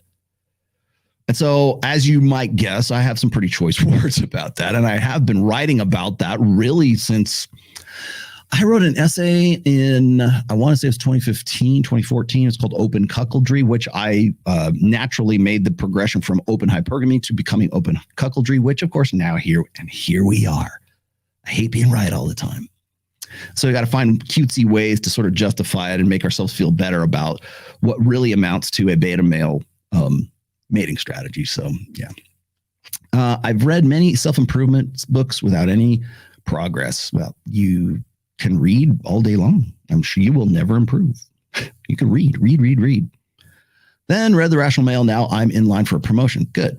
It's scary just how intersexual dynamics are intertwined with almost everything. They are, actually. But you have to do things, and thank God you're doing something. Sorry, I kind of jumped the gun there. You have to do. So it's not enough to read. You have to put it into practice. You have to get punched in the face, right? Was it, everybody has a plan until they get punched in the face. Yeah, the reading is the plan part. The punch in the face part is actually going out there and doing it. Ryan Stone, not Ryan Stone, Ryan Stone, and Paul from Apex. His name is Paul Benjamin, for fuck's sake. Paul from Apex Mindset are the most informative and have the most useful, applicable info after you, Rilla. Well, thank you. I'm flattered, but they're really actually pretty good in their own way. Do you think Amin Danya? Oh, damn, dude, that's pretty good. Thank you for that. Do you think today's mothers are raising their sons to be subservient to women, to a woman-led society? Will they succeed? Find out on next week's exciting episode. Do I think it's a deliberate thing? No. Do I think that it's a social engineering? You could make a case for that. I don't think that here's the funny thing is, let me explain something to you. I mean, speaking of Paul from Apex Mindset, there was a time when, I think it was in 2021, story time with Rolo again, sorry. I was at Rebel Capitalist in Miami, and Paul and I were, it was just like wasn't a mixer, but we were just hanging out after that day's, I don't know, convention. And we're sitting there and I think we're having like nachos or some shit. And I couldn't even get a nacho in my mouth because I'm sitting in the lounge and I had, people one after the other coming up to me asking me to sign a book, or they wanted to ask me a question about something. And several of these people were women, and they were mothers of sons. And one in particular that I remember, and I don't remember her name off the top of my head, but Paul was there when this happened. And she said, I am fearful of the world and how it's going to treat my boys. And I don't know if she was actually a really legitimate widow, but she was like basically raising these kids, her sons, on her own. And she sat there with me for a good 30, 45 minutes. And I mean, she's kind of monopolizing my time. I don't care. But, at that point, I don't really care. Just let me eat my nachos. But so we're having this discussion, and her concerns are something that I have heard over and over and over again. Women become way more red pill when they have sons, and they realize what the fuckery that's going on. And that's when they take my work seriously, or Rich Cooper's work, or Ryan's work, or whoever's work. That's when they really kind of like, maybe there is something to this. They might have been a dyed-in-the-wool feminist when they were in college, but when they have 2, 3 boys, sons, then suddenly they ain't no feminists no more, and they start looking for me. So I would say that, are they raising them to be subservient? I think maybe some of them are, but doing so without really knowing. Like I was asked earlier, do women actually know what they're doing? Some do, but most don't. It's just something that comes along. It's just they're responding to societal stresses. Like this is the way everybody does it. We're doing the right thing, right? By turning our kids into cucks. Joe has not been the same ever since he got canceled. For those who follow his public apologies, know what I'm talking about. Yeah, and I know what you're talking about. Rollo, ever since I took the red pill, I can't seem to find good quality women. No, it's just the red pill lens. They're there. You're just looking at them through a much more critical eye. They all have a bad history. Where is a good place to look? Church. Let's see. The Turning Point USA. Yeah, that's the ticket. The Amish Dutch country in Pennsylvania. Yeah. Where's a good place to look? Barnes and Noble. That's where the good girls are, right? Stop trying to look for a good girl. Stop trying to find, like, I keep saying this and people still just don't want to listen. But and I see a PP. Thank you very much. Now I got to go back in time to go get PP. Sorry. Touch your PP. Hang on. Oh, let's see. Learn game. I got to you. What do you got? Okay, I got to you. I probably missed some. Did I miss any? I don't think I did. What did you say? I wonder if Joe watched Cam Haines' podcast with Justin Waller. I don't know who that guy is. I think that might have shown up in my feed not too long ago. Derek, I have church friends saying as a man that it's okay to cry. Okay. You know what? I'm going to star this because I got to come back to this later. I am actually, that's actually in my show notes today. So, yes, I have some advice for you, but you're going to have to wait till I get to that section. So give me a second. Let's see, man, you know, what's funny? I'm going to tell you something here. Big Mo, like the video else, man, marriage. Okay. God. Okay. You know what? I know that the boys are in Dubai right now. This is when you should have come. You know what? You should fly out to Reno. Come to Vegas on Wednesday. When are they coming back? When are Myron and Fresh coming back from Dubai? I know that they're there. They got to be there for at least a week. They got to make it worthwhile. We're going to Colombia. You're not going to Colombia. You're going to fucking Dubai. That's where you're going. Don't give me this bullshit. There can be a modern definition of masculinity because there can't be a modern definition of masculinity because all the proposed definitions, like provider, for example, e.g., can just as easily be applied to women. Yes, thank you for that one. Even having an XY sex chromosome is being contested. Yeah. See, that's okay. So, Will, what you just brought up here It's exactly what I was getting at when we teach men about masculinity, the lack of teaching men about how men learn about masculinity is they either are self-loathing because they're male and they have a systemic education as why they're bad or why they boys need to be good humans. You guys remember that? I'll bring those up if you want me again. So men aren't good humans unless they can be, to be a better human, to be a better man is to be more like a chick, to be more like a woman. You guys already know this. I got quoted, or I had an article written about me when I was on Dr. Phil. And I mentioned that the only time we celebrate masculinity is when we see an example of a man acting feminine. Then we say that's positive. That's not toxic. Dress up in a tutu. Dance with your boy who's also dressed up like a little girl and go and dance to the theme from Frozen. That's celebrated. What is not celebrated is guys who actually act conventionally masculine. And there are traits that are attributable to human males. That's it. But can't women do those things too? Yeah, they could if you believe in the blank slate. If you believe in social constructionism as your religion, whether you realize your epistemology. Thank you very much. God damn it. I got to put this up again. Imagine that you're pursuing a given goal. Maybe you want to get married, you want to have children, and then you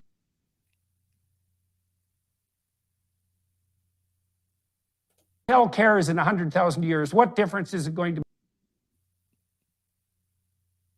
And then all your motivational energy is drained out by that sort of nihilistic thought. I don't ever want to hear you guys give me shit about what I'm wearing. I never want to hear that again. Ever. Never. I don't look like Danny Elfman from Oingo Boingo circa 1985. Good job, Jorkayla. Good job. The problem here is that you can apply, this by the way will be, this is the subjectivity that I was telling you about before. You can eat, like, demonizing masculinity, that's easy. We can point to that all day. But when you subjectifize it, you make it relative. Like I got put on the spot. I don't know if this maybe someday this will actually show up in the second part 2 of the Dr. Phil interview. Which I'm not really optimistic that it's going to ever happen. But there was a part in there where I was asked by the audience, which all of those are planted questions, by the way, about what's a real man? What's a real woman? Right? Do real women wear dresses? I'm like, oh God, it's that's a fucking minefield because of exactly this subjectivity. Well, I'm a woman and I'm wearing pants right now. I decided that I am. Well, that's an example of the subjectiveness with which we want to apply to gender. We think gender is a social construct. It is not. It is a biological construct. It is what it is. There are only 2 genders. There are only 2 sexes. Would you like me to show you the data sets and the research that has been done on all of this? We can go back to the 4 laws of behavioral genetics. Same thing. I can go and bring that up and ride that to glory. But nobody has the time and nobody has the patience and nobody has the intellectual lethargy. But the problem here is that you can say, well, women lift weights too. Women can be firemen. Yeah, they can. If you turn them into guys, yeah, they can. If you stack them up with tren and, build them up so that they can get the muscle mass of the average dude. Yeah, you could do that, sure. With the very rare, exceptionally few women it can be done. Does that mean that, and you know what? They're masculine because that's what we reserve for the masculine traits and masculine behaviors, masculine ways of thinking. They just describe this in Joe Rogan. Well, guys want to get laid, right? Guys are more interested in sex. Guys are more interested in things. Women are more interested in people.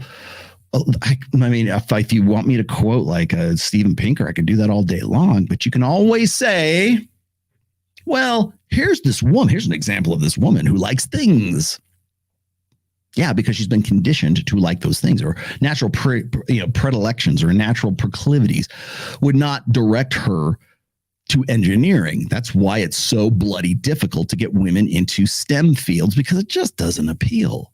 If you would like me to show you the of the women who do graduate and the men that actually are graduating from college, you can see that the majors that they select reflect their values or their biological predilections.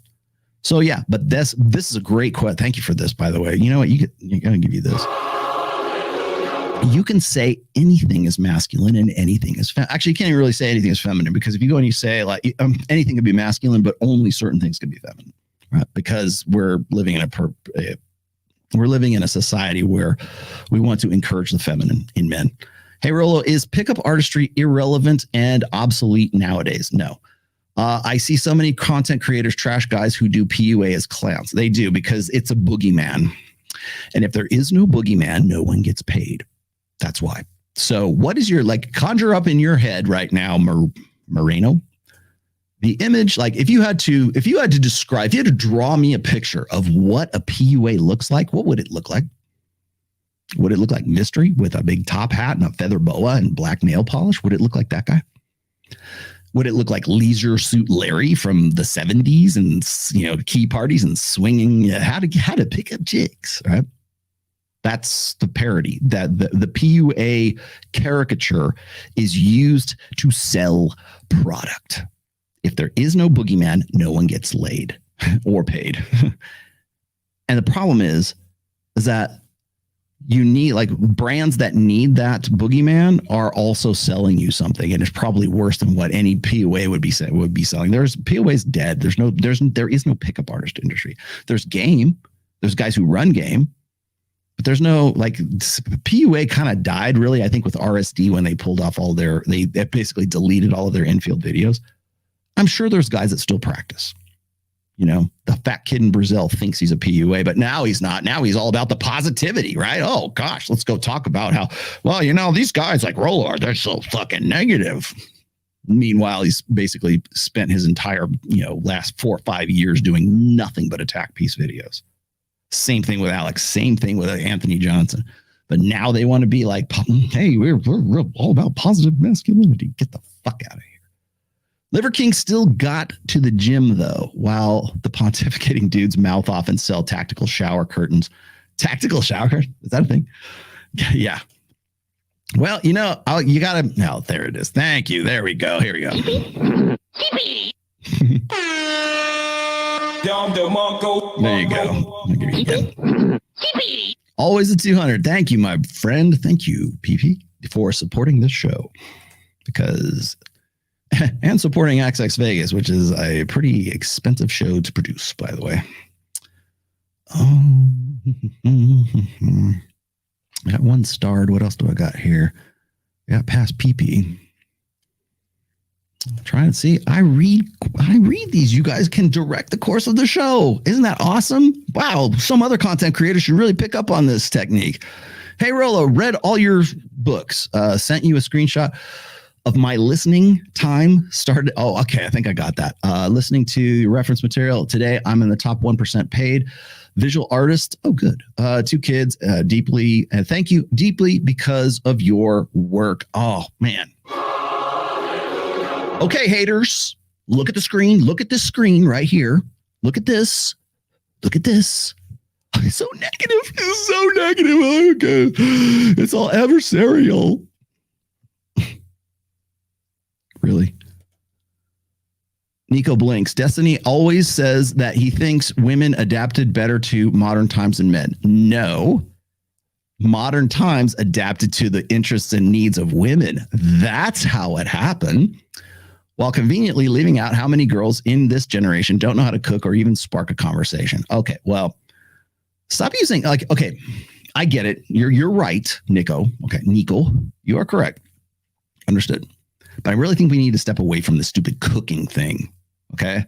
By the way, you can go get HelloFresh and, like, you could convince me, like, any chick could convince me that she's a great cook. She's just got HelloFresh and, like, oh, I made up enchilada Suisse today.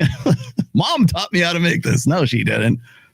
Like it's kind of irrelevant at this point. I think one of the reasons why we keep coming back to like cooking for, how come women don't cook?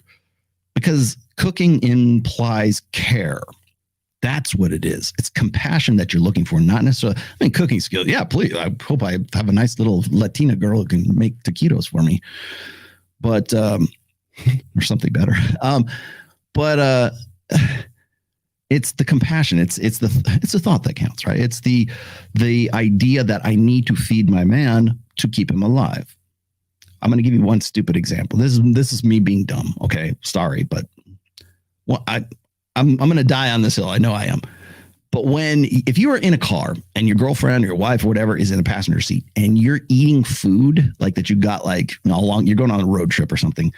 If your girl feeds you food as you are driving along, like literally puts it in your mouth kind of thing, when you could very easily like eat it while you're driving as well, that to me anyways implies like a concern, a care. I think women who are into their dude, there's like almost this compulsion, it's like my subconscious compulsion to feed their man, like hand feed their man. I care that you stay alive. Please stay alive. Honestly, I think that's really part of the cooking thing that guy, like, what if she cooks like mac and cheese and can heat up like, I don't know, lasagna or something like that? Does that count? Or does she have to be like this, like Anthony Bourdain? Does she have to be like, Hell's Kitchen? Does she have to be that good? Because honestly, I think it's really more about the compassion than it is about actually cooking skills. Because yeah, you're right. Most women don't have cooking skills, but neither do guys. So Google banned from seeing Beat the System Boom. Okay, I don't know who that is. Norway? What flag is that? What flag is this? It's not Norway. Forget. I don't know who that is. Someone explain that to me because I'm now curious. All right. So anyways, that's let's see. Okay. So that's the Joe Rogan part of today's show. I want to jump back into this just real quick as a precursor to the next thing. We were told that an entire society dedicated to authenticity and subjective feelings of well-being, this was going to create record levels of happiness, mental health. Everything was going to be fantastic. Who told us this? Where did this come from? Who are they, Ben? Let's start with that. Who are they? Who told us this? Turns out that just the opposite has happened. According to brand new data from the CDC, teen girls are now experiencing a record high level of sadness and suicide risk. Okay, so this is where I want to start with this today, because this is what you're saying. We already saw like Tommy Lahren whole shtick about like, NILFs or whatever, men not working or whatever. Okay. But why is this popular now? Why are we having this discussion now? Why is this important now? Because at least since, I don't know, November when I shot the show with Dr. Phil and Richard Reeves was doing the round. And Richard Reeves from the Brookings Institute was doing the rounds with Chris Williamson, who's still ducking me. Bill Maher. He was on Bill Maher. We've been talking about the state of boys and men, the Lost Boys for a long time. Well, now I think what's happening, honestly, and even at Daily Wire, ostensibly conservative, big con Daily Wire, now they don't want to talk about the state of the Lost Boys generations, because there's two now. Now we got to say, okay, men are purposeless, unemployed, listless, lazy, and uneducated. Women most affected. And here's how they're being most affected. Oh, they're depressed. This, of course, accompanies new data showing that young boys are doing really poorly as well, dropping behind girls by nearly every measurable aspect of American life. So yes, isolation is a factor here. Yes, obviously, increased social media usage is a factor. Did you catch that? It's almost like an afterthought. Oh yeah, but men are like, they're way more suicidal than women are. But let's go and focus on the little ladies right here. But there is a set of values that undergirds both of those things, and that set of values is atomistic individualism. Okay, so where we go with this is value based. It's judgmental. It's tell me how to feel about this. Here's the data. Let me tell you how to feel about this. And to Rob Henderson's credit, he had a quote, and I'm gonna give credit where it's due. It's not enough to give factual information people need to be told how to feel about it. And when you put like talking heads like this, you put influencers like this, whatever you want, I don't even know what to call the guy. When you put this into perspective, that's what he's doing. Here's the information. Here's how you ought to feel about it. What that says to me is that the priority is not on the information. It's on how should you feel about that. So for all these sons of bitches talking about the feels before reels generation and emotionalism, this and that and everything else, you do it too. You just don't know that you're doing it. You're focusing on, here's what we ought to think about this. Here's how we should feel. Here's how we should interpret this from a feeling, emotional based way of looking at it. Just that there are no rules. There are no social stringencies. There is no community to which you belong. There is no role for you to play in American society. You are simply supposed to find your true happiness within. And as it turns out. Okay. This part I agree with. I do understand that. But once again, what did I say in the last feed? And I will say this right now. And by the way, it's in this. That's why I bought this book. You guys asked me about good. It's positive. See, look, it even has the word positive on there, right? That's where I derive. Well, actually, where Rob Henderson derived it. And then I had to go and read the actual whole book about this. That's how we understand happiness right now. We think that happiness is something that is a sustainable, maintainable state. It is not. Ben Shapiro. That's the problem.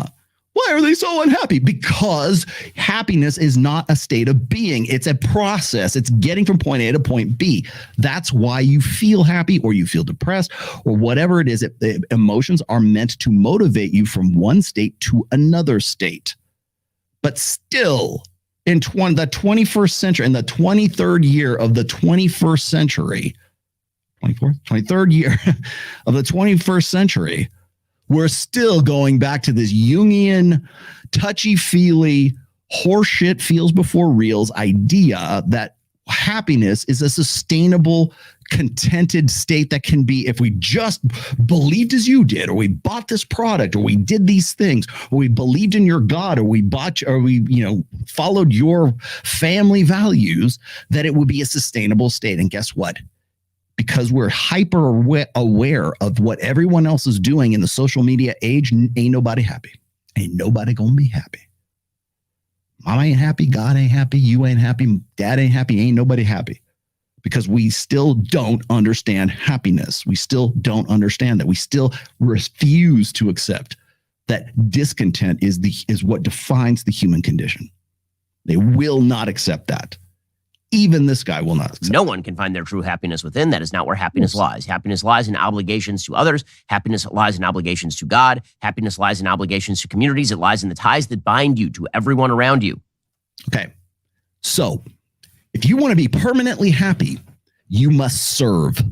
You must be a slave. You must be an indentured servant. You must believe as I do. If you want real, true happiness, then you would believe what I do.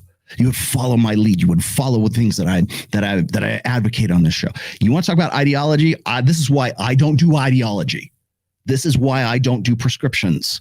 This is why the red pill needs to fundamentally be asocial, a-religious, apolitical, a-racial, whatever. It needs to be neutral on all of those aspects, because you need to be a factual absolutist.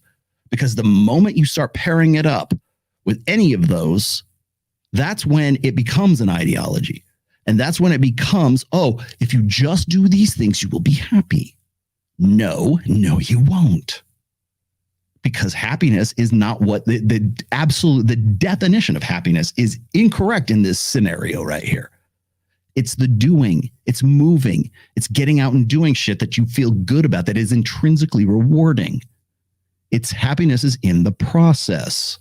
It is not in some sustainable nirvanic state, however you define it. When you sever all of those connections, and when you say to people that the truest sense of joy lies in your sense of sexual self-satisfaction, and you are talking particularly to teenage people who are hormonally chaotic, then what you end up with is widespread dissatisfaction, unhappiness, and suicidal ideation.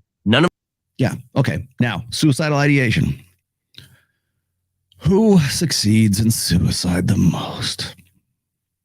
Is it? Well, I mean, hey, Tommy Lahren was just saying that the reason why guys don't want to get a job is because they're busy playing with themselves on TikTok. And they're doing dances like that girl in the beginning there. And by the way, I thought that was Home Depot. It's not. It was a Costco, I think, or something like that. Big warehouse store here in the U.S., if you don't know what Costco is. But that's this chick who's like basically gone viral as a result. Or remember the girl who was in the gym? I don't have it queued up, but the girl was in the gym and she was doing that video for her TikTok, actually for her OnlyFans. And she goes in there deliberately knowing that if she wears these tight ass yoga pants, that guys are going to like sit there and go, damn, I'd tap that. And therefore you make them famous and now you're gone viral. And basically what you're doing is funnel marketing. Thank you, Jason Hartman. It's funnel marketing for women to funnel, interest to her OnlyFans. And everybody bought into it. Everybody just gulped that bait down and the fish was hooked. It's not about, oh, I can't believe these girls are doing this at the gym. Yeah, why are they doing it? God damn it. Can we just like push one step beyond the I can't believe it and go, why?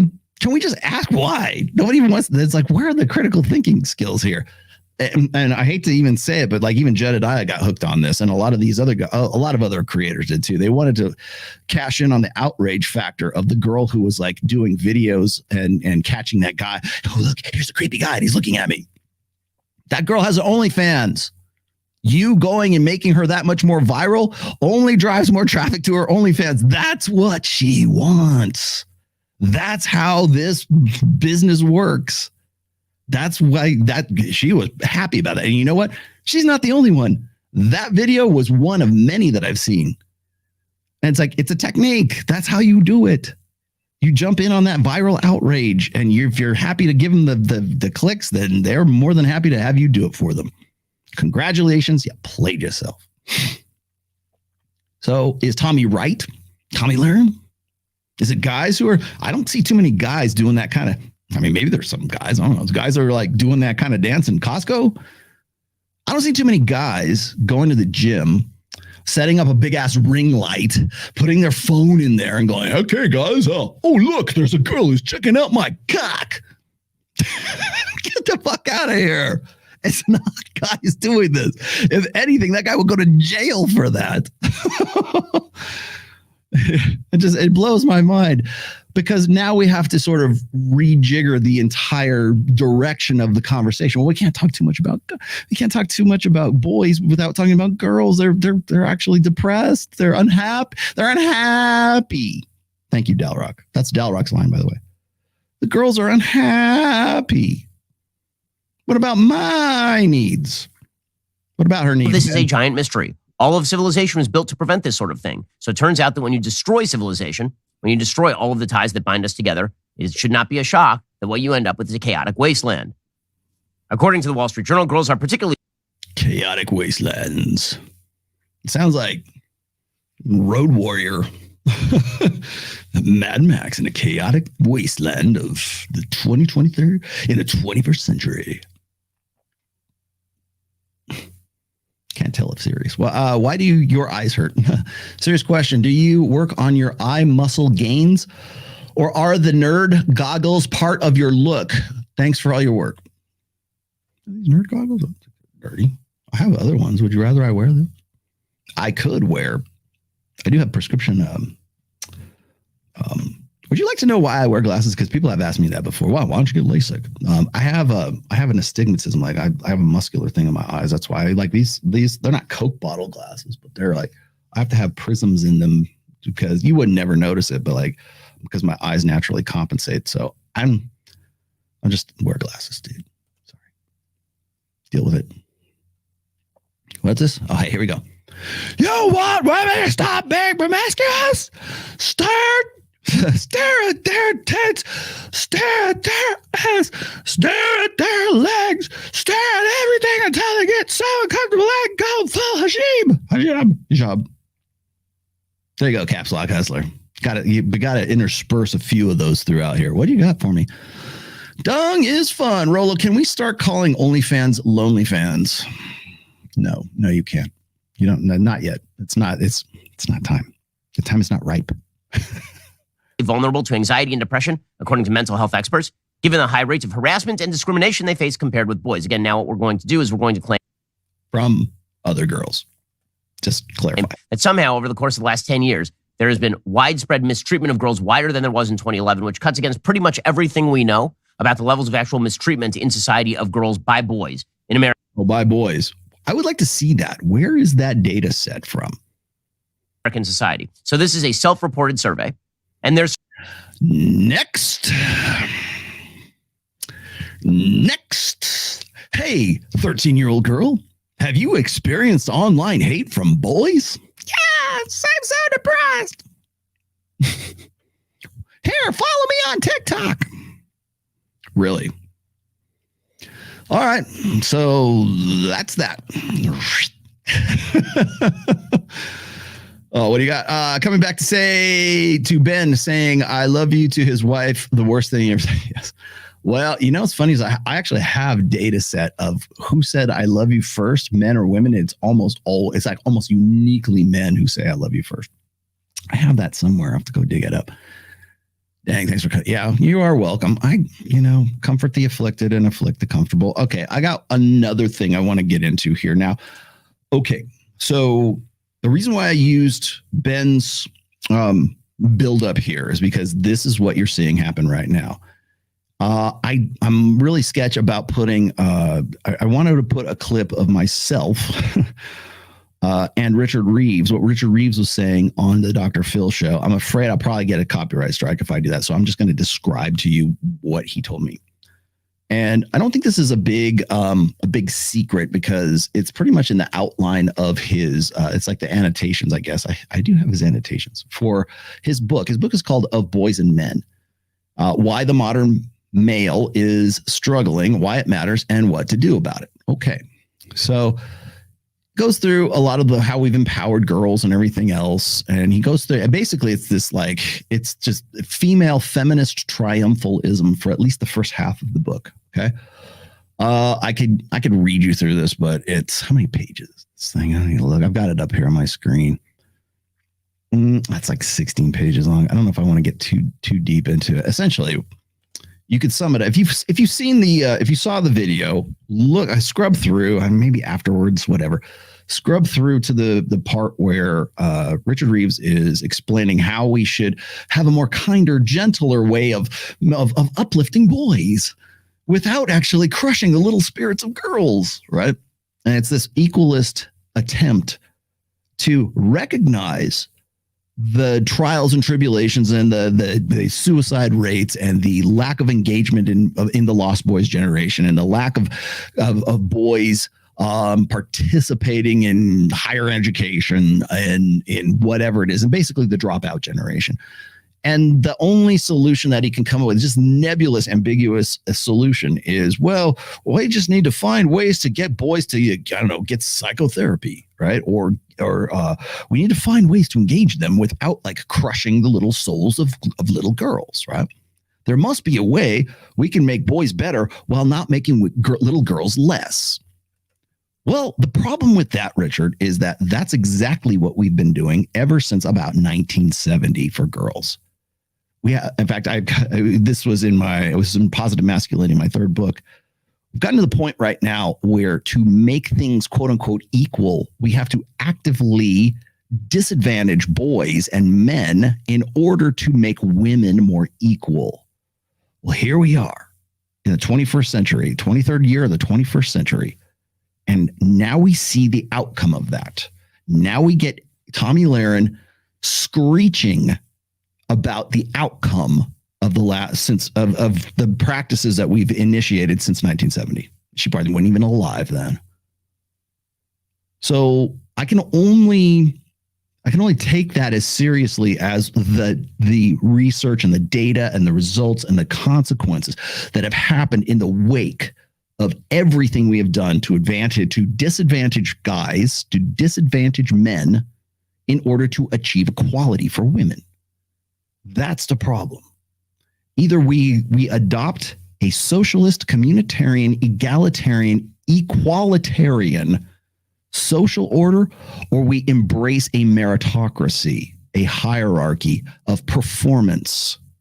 You want to know why Megan Rapinoe and the rest of these female soccer players, and God knows who else, are begging and whining for like equal pay? Well, because they believe in equitability, right? It's that you should get the same pay for the same job. That's not the same job. And convincing them that it isn't is next to impossible. So what do you got? What am I looking at? Oh, Tobago. Oh, that's Trinidad Tobago. That flag. Sorry. Oh, okay. Trinidad. There you go. Big ups to Trinidad. Thanks. I got Sam in the other line over here. Oh, hey, Big Mo. I see you. There you go. You should come out to Vegas, Big Mo. I wish you would. I got some other stuff to talk about here, but I wanted to also point out the fact that we're now at the point where when a guy like Richard Reeves, and again, I got nothing against him. I really want to have this conversation. Thank you, Richard, for like accepting my invitation. And I really want to have a talk with you. Yes, they don't pull in the numbers. Like, my joke is, I'll say it again.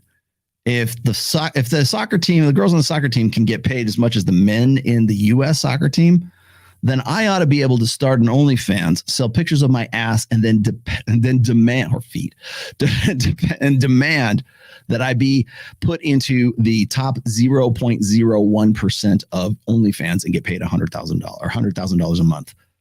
I demand right now, because there's such a sexist, endemically sexist, hegemony, right, of women who control OnlyFans. It's an old girls club, and I damn well ought to be able to sell my feet pictures and my ass pictures on OnlyFans and make as much money as Amaranth, or whatever the fuck her name is. I demand that right now. Ayala, I demand that I get paid as much as she does for my feet pictures. How dare you? It's endemic sexism against me because I'm a guy. Therefore, I should, and my feet are just as sexy as hers. Why should I not be able to have that? Are you against men? Don't you know about our historic enslavement when it comes to feet pics? We've been disadvantaged for far too long. I want $100,000 a month. That's not too much to ask for justice. That's why. It's not about that.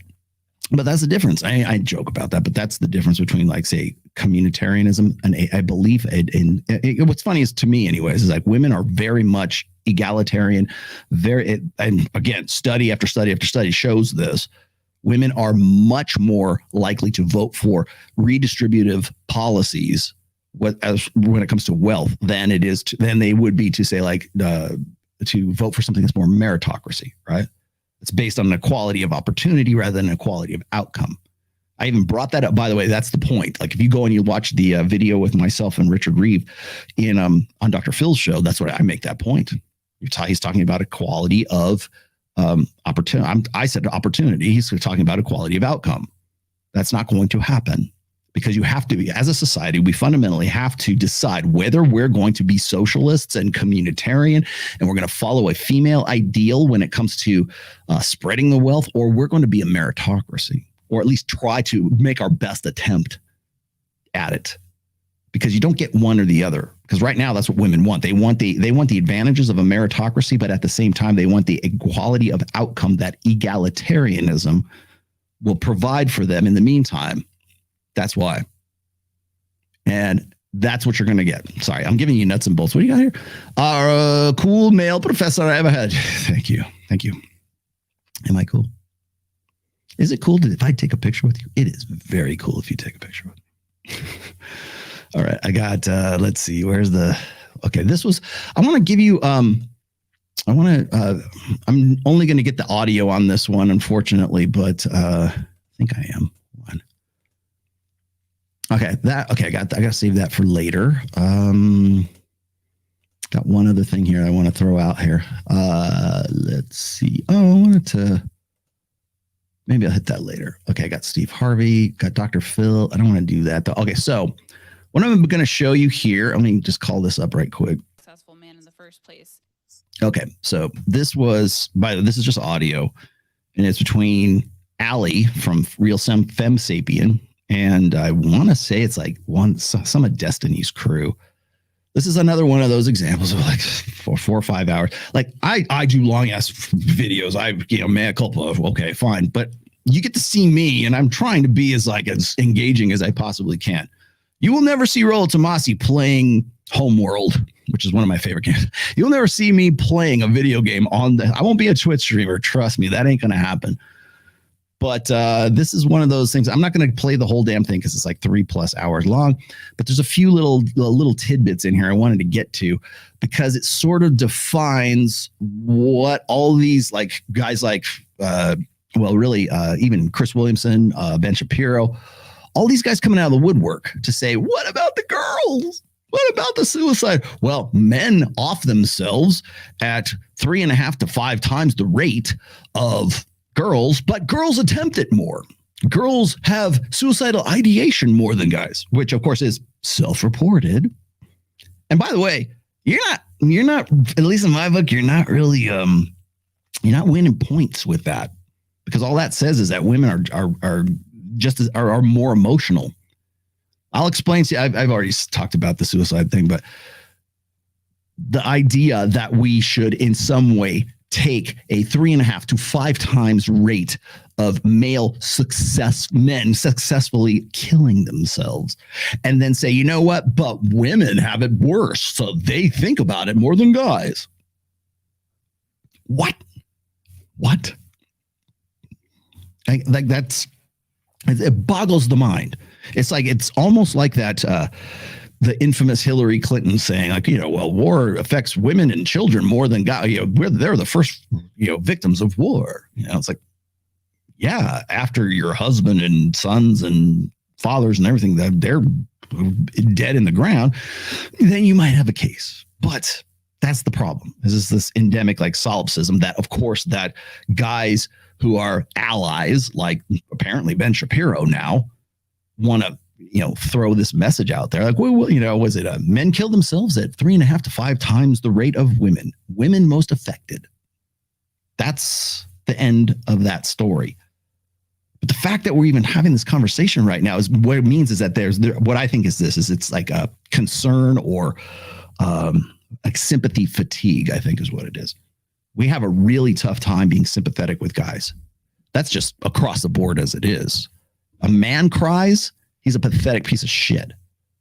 A woman cries, then, oh, what's wrong? What's wrong? Oh, how can I help? How about some dick? It was Every time a man's being nice to you, all he's doing is offering dick. And right after she starts crying. Guys can't cry, period. I'll answer that question too, because I know I'm going to get that later on. Well, you say the Manosphere says don't be vulnerable. Shut the fuck up, please. Can you just can I just give you some kind of accuracy in this? And I'll come back to that. I actually, it's in my notes. I'll come back to that, the vulnerability side of things. And by the way, the only thing you would have to do to really understand, at least from my perspective, and I think probably Myron and Fresh's perspective as well when it comes to vulnerability, you could have just simply read Positive Masculinity, or you could have even just got it for free from hey, I wonder what Rollo has to say about vulnerability. Let's type vulnerability in the search engine on the Rational Mail and see what 4 or 5 returns. Wow. Maybe we should actually read what he has to say about this instead of, oh, well, they say boys shouldn't cry and you should just be emotionally unavailable. No, that's not. But that's the caricature that you want to create of the Manosphere, just like Joe Rogan apparently too. Okay, so why am I showing you this? Okay, this is a discussion between Allie and I want to say I don't know if it's his girlfriend. I don't know if it's Destiny's girlfriend. Later on, he comes in the show too. I don't know what the hell the image is right here. It's probably a game of some sort. But the conversation's kind of interesting, and I wanted to point out a few little things about this. So. Not a successful man in the first place, because immediately everyone goes to the high status professions, and it's no. There are men that are earning less than 6 figures that are considered. Do you disagree with Robert about what, dude? Like if you want some recognition, YOLO, I'll give it to you. Just can you throw me a bone? Be more specific. Thank you. Competent in whatever hierarchy they found for themselves. So I think that's really interesting that we have to go to, it's just the small pool of arrogant, domineering men that we low-key kind of find attractive because we don't necessarily want to be dealing with the men who would just say yes to everything and everybody. But this is one of my issues with when we're lost in kind of trying to define what female and what male are, is that as we've kind of already defined that there's different people in different material circumstances, right? So pre-industrial society is not necessarily going to have the same expectations on the individual, and that's going to change how people relate to their gender roles as they're prescribed. And I think likewise, even in a single country, you're going to have. All right, did you catch that? Because what you're about to hear is this entire diatribe, which is like, land the plane, please. This entire diatribe is premised on one thing. Well, I shouldn't say two things. It is premised on emotionalism and social constructionism. What has Professor Rollo Tomasi told you guys over the years? Hello there, children. How's it going? If you want to destroy any leftist, wokesy, feminist, whatever, if you want to counter that ideology in any way, shape, or form, attack emotionalism, social constructionism, and the blank slate, and maybe subjectivism too, but those three for sure. Kick out those legs of the stool and anything comes crashing to the ground. Oh, gender this, gender. No, it's not a social construct. I can show you. Would you like to start there? That's where I will go with a conversation like this. Now, Allie is completely woefully unprepared for this because she gets into kind of gets apologetic in this as well. Completely unprepared. Allie, if you hopefully maybe you'll listen to this one. Who knows? If you really wanted to have a good showing, if you wanted to actually have a conversation, by the way, it's already starting disingenuous on something like this, but let's just say for sake of argument, you're having a genuine conversation here. If you want to destroy that, every point she's made, all you have to do is kill off social constructionism because everything she says is about that. People at different classes, they're going to have different gender roles thrust upon them because of those classes. And so I think when we try to make these like mass generalizations, we just end up it ends up sounding kind of conspiratorial. And I think also it ends up telling people who they are when they're standing there saying, that's not my experience. And I think it's so much easier to just imagine us as having different experiences.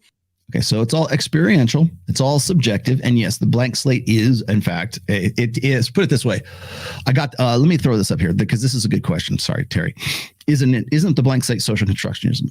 It is an outcome. Well, social constructionism is the ideological outcome of the belief in this blank slate. That's the difference. Okay. So if I say, well, and again, we're going to go back in time here and we say, oh, all men are created equal and everybody is the same. And all that really creates a personality or creates a person is their social conditioning to become who they are. It's essentially what's called hypo agency versus hyper agency. Okay. Hypo agency, the world happens to you. Hyper agency, you happen to the world. Everything out of this girl's mouth is hypo agency. You're just the product of all these things, and you happen to be born in the North American landmass, and that's why you think you're a girl, and that's why you gravitate towards pink instead of blue. No, it's not. And we can prove that in the 21st century. Now we have the studies. We have plotted the human genome. Imagine that. We can actually figure out personality traits, not by one gene, but by combination of many little genes. I'll throw up the just to make my point, I'll put up the 4 laws of behavioral genetics. Yes, there is something to gender. I think what kidology reminds us is, I think for me personally, gender is co-created, right? I think there are really affirmative, like existentially affirmative experiences I can have with gender. And those are often created with other people and how I feel in relationship to them. But I think gender as this assigned category to essentialize a single person is always going to kind of fall a bit flat. And you're just always going to be making these very vague generalizations that don't really help us address some of these crises, which we all see. We all seem to agree that there are these certain crises. Okay, so people who subscribe to social constructionism tend to be, well, I mean, we have a word for them. They're snowflakes. Okay. Everyone's a special individual. We're all just, who knows? We can't, generalizations don't really help us. No, they do help us. Matter of fact, we're here because of generalizations. The scientific process depends on generalizations. So the problem that this mentality has with generalizations is that it defeats subjectivity or relativity, right? I can be whoever I want to be, right? Well, no, you can't, because there are certain genetic aspects of your personality that were determined for you. Simple as that. If you don't believe me, well, let's just bring this up right now. Here we go. 4 laws of behavioral genetics. First law, all traits are partially heritable. Identical twins reared apart are more similar than fraternal twins reared apart, who are more similar than non-relatives reared apart. Law 2, the effect of the genes is larger than the effect of the shared environment. Okay, here's where your generalizations, that's not a general. No, this is where it falls down. By adulthood, identical twins reared together are little or no more similar than identical twins reared apart. Ditto for adopted siblings.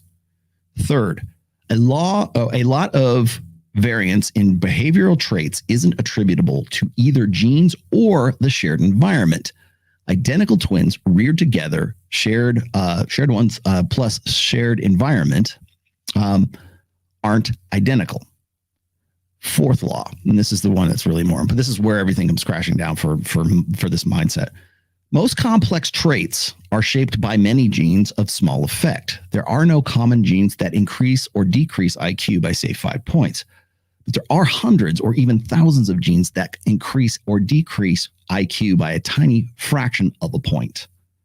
So when you look at it from this perspective, and when you look at like the number one thing that this mindset, the number one problem that they have with me or what I'm explaining here, being a factual absolutist defeats this subjectivity. They are just as invested in a belief as any religious person that you would think of, because all of this hinges upon the subjectivity of their personal experience. It's all anecdotal. Their entire life is anecdotal, and your personality and who they're dealing with is all anecdotal. It's all about what happened to you. It's all about the conditions. It's all about society. Whenever I hear someone say, society taught you not to cry, that's bullshit. Because it couldn't possibly be the fact that you have a evolutionary firmware that predisposes men not to cry or not to be as emotional or to process emotions differently. That's the problem. So when we talk about the blank slate, and we talk about when I'm saying, to defeat this kind of mindset, all you really have to do is kick out the legs of social constructionism, the blank slate, emotionalism, which is really the religion of all that. And I'm on the fence about adding subjectivity or subjectivism to it as well, because that's where it comes down. That's the lived experience. Everybody's special. You can't put anybody into a category. That's racist. That's sexist. That's whateverist. No, you have to make generalizations. You have to. That's how we learn shit. The reason why we can develop predictive frameworks is because we rely on generalizations. I will guarantee you that if I was saying this stuff, she'd say, well, that mindset, those guys are just like that. That's a generalization. Because if that's the case, you want to look at me as an individual rather than as a species or a tribe. It's like, that's the funny thing is, like, for this mindset, generalizations are just fine as long as it supports their ideology. That's not really how it works. So let me keep going. I like that idea that gender is co-created, and I'm kind of actually, Allie, kind of responding to your initial point, like your way back point at this point. But I find these conversations about the woman experience really interesting because, again, I am a person who lacks, for instance, the reproduction instinct. No, you probably don't. And if you did, that would be a genetic disorder. Okay. I think, Allie, if you're watching, here's how you win this argument. Nurture exists because of nature. She just made I don't believe this for a second, but let's just say for sake of argument, she's correct. I lacked the reproductive instinct. Okay, well, if that's the case, then your genetics and your physical biological condition is defining your life for you. That is biological. That is what's driving the bus there. It's not some outside. We're all creating gender. No, your condition. If you believe that you lack this reproductive instinct, that's what's driving your personality, not anything from the outside. What's right here, blood and guts. That is what's driving it. Congratulations, you just proved the point. They don't even realize this. I lack that instinct. And I chose a fabulous partner. I'm engaged, and I chose that partner partially based on Partner, there it is. Oh, let's use my language. Again, this is the language of the woke, the language of emotionalism versus the language of empiricism. And the fact that in our lifestyles, we don't want to have children. And so this idea that we are... And why do you not want to have children? Because you lack the instinct. What you're saying is you lack the hardware, you lack the hormone, you lack some sort of material bit of your brain. And therefore, that's what drives you. You know what? That sounds very general. So would you agree that people who also lack that and are suffering from the physical condition of not having that instinct, which I think is bullshit, but let's just go with it. Therefore, that general truth would be that those people would choose a different life path and would have a different personality as a result. Boom. Checkmate. Fuck you. That at least traditional women are choosing people based on their success as their individual gender is just, I don't even have a question for it. I just find it really fascinating to hear. Funny. We get that on the tail end of Tomi Lahren. We get that on the tail end of study after study after study. In fact, you know what? Let me throw this out there real quick because I do have this. I've got this already queued up. Where to go? I hope I'm going to, this might not be it. Hold on. Here we go. Rolf, thank you. Rolf comes through one more time. Hypergamy, the practice, and this is in the traditional sense, the conventional sense of the term. Hypergamy, the practice of women marrying a husband of higher social status than themselves, has not been diminished in the slightest in Norway, the most gender equal society in the world. Although Norway is the most gender equal society in the world, substantial gender differences in pay and employment patterns remain. We have offered one explanation as to why the gender employment earnings patterns may persist. Hypergamy implies that couples match such that the man on average has a higher earnings potential than the woman. Women marry a lifestyle, they do not marry a man. We're seeing that in living color, in deluxe color right now. Hypergamy implies couples match. Okay. Distribution of earnings potentials are exactly the same. The mechanisms that cause hypergamy in the first place, the competition for female patron gives men an extra incentive to invest in future earnings potential. We have, which is why you get Tomi Lahren, who is very visibly upset that there's not enough guys with that future earnings potential, right? We have presented empirical evidence that hypergamy is an important feature of mating patterns in Norway, one of the most gender egalitarian countries in the world. That's why they keep going to Scandinavia, by the way. And we have shown that there are no clear signs of decline. It may appear surprising that general trend towards gender equality in the labor market, as well as in the society, more generally,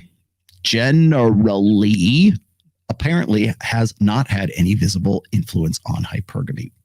Perhaps because it is a biological evolutionary function of women's mating strategy. Once again, society is downstream from biology. Society is, I'm going to quote Pook one more time. Society and family exists because of evolved sexuality, because of human nature, because of that shared, that coevolution, the dualistic mating strategy. That's why your personality is being, we're just all the same. Well, you could never know. We're just forces of nature. No, bullshit. That's okay. So that's number one. Well, let's see what else we got here. Oh, okay. I want to get to that later. Here we go. No, that's not it either. Hold on. Wait, was that it? Gender equality. Okay, so this is good. Men and women are less alike, especially in personality traits and basic human values in countries that have invested the most in gender equality. This is on the tail end of that Norway study here, okay? Based on the literature review, it can be seen that research supporting reduced gender differences in more gender equal countries is scarce and inconsistent. Research supporting a positive link between gender variances and gender equality measures appears to be more robust and consistent. Men and women are less alike, especially in personality traits and basic human values in countries that have invested the most in gender equality. Let that sink in. Lesson in there. Let that sink in.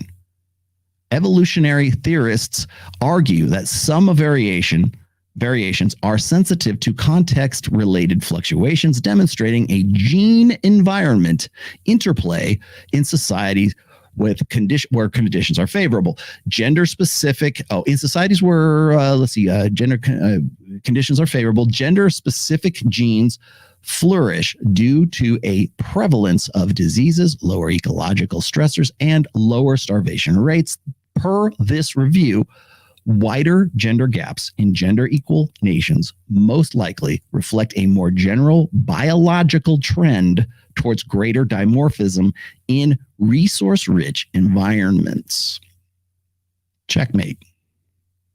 So if I can, I've made this point once before when Matt Walsh was on Dr. Phil, and he did that show with the bearded lady, the infamous bearded lady show, right? Where he's on there with this transgender guy, male, pretending to be a female.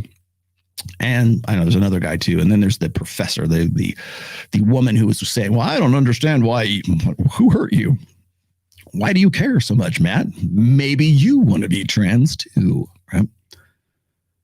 And I explained this at that time, and I don't think that, Matt could give two shits about me, but the reason why he would never get an answer to what is a woman is because that is subjective, and to give a concrete answer as to what is a woman would destroy a lifetime of identity building that the bearded lady had constructed for himself.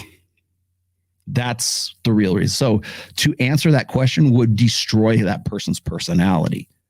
That's why I keep telling you guys, if you want to do something effective, if you want to, Rollo, how do we fight against the woke? How do we fight against the matrix? Right? Stop using their language. Stop using gender pronoun. Call it what it is. Use the language of empiricism, and it's going to sound like hate. It's going to sound like anger. I'm going to talk about anger here in a little bit, but it's going to sound angry because you're too used to listening to the language of emotion, which is exactly what this girl that is talking to Allie is speaking right now. These are two different languages. You guys talk about it. So I'm trying to understand your last sentence. Do you think you can repeat it? My last sentence because I'm trying to. No, she can't. It's not necessarily in my wheelhouse. So there's. Oops, where'd I go? Did I get this? A lot of us are just like, oh, clearly you just want this white collar doctor situation. Although that's kind of. Let me push this back a little bit. You guys talk about it. So I'm trying to understand your last sentence. Do you think you can repeat it? My last sentence. No. Because I'm trying to. These are it's not necessarily in my wheelhouse. So there's Oh, I guess the audio dies right there. Hang on, let me scrub through here a little bit. Play at night because I think it's gonna be so maybe that was the end of that. There's another part here that I want to get to. I think it's down around the 2. Where's it around? I gotta look. Hold on. Let me see where are my notes here. Where is this? Sorry.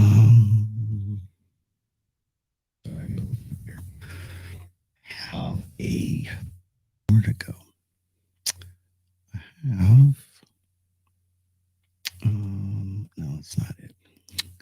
Dang it. I got a time key for you guys. I just got to look it up here. Just give me 1 second. There it is. Thank you for this. Here we go. Where did it go? Okay. There it is. Okay. It's 19. Hang on. I got you, fam. It's 19. Let me back it up there. Sorry, I should have had it written down, I suppose. All right, here's where it gets interesting. Sort of. As interesting as it gets. Never be a good relationship partner. Like, it is like a step-by-step guide to like, how can you be the worst partner ever and never be in a good relationship? But like, so many young men buy into it. Yeah, and it's hard because anytime you angle something even a little bit differently, like, people like lose their fucking mind. Like, if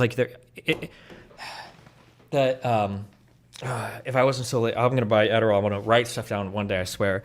There are so many things that red pillers say that like men should never do, and like in my mind, these are like the most manipulative tactics to like get somebody to like you. Like I gave the example before with like, don't ever open up emotionally to a woman, and it's like showing vulnerability in a manipulative way is one of the best ways to get somebody obsessed with you for the rest of their lives. Not if you're leading with it. So let me explain something to you, Destiny. So I'm gonna do this with a minimum of scorn, if I can muster that. Let's go to the rational male here really quickly, because I have, maybe we don't even need to do this. I have dozens, literally dozens of essays based on male vulnerability right here. Actually, I'll put them in, rather than go and dig it up. I'll just put it in the description there. Now, okay. So when you listen to this, it's disingenuous, let's just say, to presume that guys in the Manosphere are just saying, be these emotionless robots. Don't have feelings. Be Mr. Spock. First off, any guy in the Manosphere who's telling you that, who's worth his salt, would never tell you that. It's bullshit. It's guy at that point, I would agree with you. If you could find me a guy who says never cry, never give up, and never surrender, right? Never be emotional with women. Okay, I will show me that guy, and I'll show you a black pill doomer, guaranteed. Because those words have never come out of my mouth, and they've never come out of Ryan's mouth or anybody else who has really been in this sphere for that long. And I would even argue that like Myron would also probably agree with what I have to say here. So when we talk about vulnerability, the reason why vulnerability is an issue in the Manosphere is because guys lead with it. They think that the more vulnerable they are, the more attractive and more appealing they will be. Like he just said, well, the best way to get a girl obsessed with you is to be more emotional and be like a girl, be more like a girl. That has been something I've talked about since day one, since I started this shit back in 2002. Okay. It is what's called identity crisis. Are you that way because you're trying to get a girl to identify? Are you trying to be more like a chick because you think that that's what girls want? It's simple male deductive logic is what it comes down to. So like bonehead, like men are deductive problem solvers, and one of our problems happens to be reproduction. So what do we think? Well, I got to go and petition a bunch of these girls and figure out what do women want? Like Fresh Today still asks that as one of the lead questions on the After Hours show. What do women want?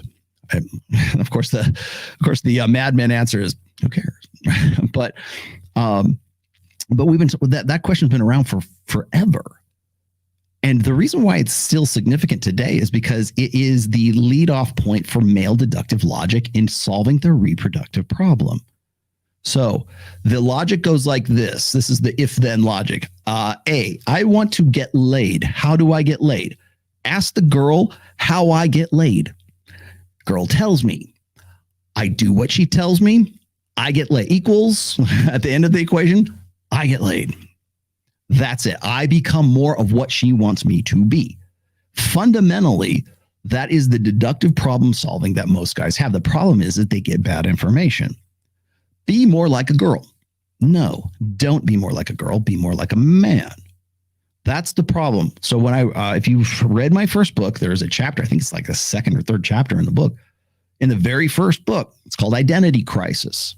The reason I called it Identity Crisis is because even to this day, but certainly back then, had nothing but guys trying to align themselves with becoming more feminine.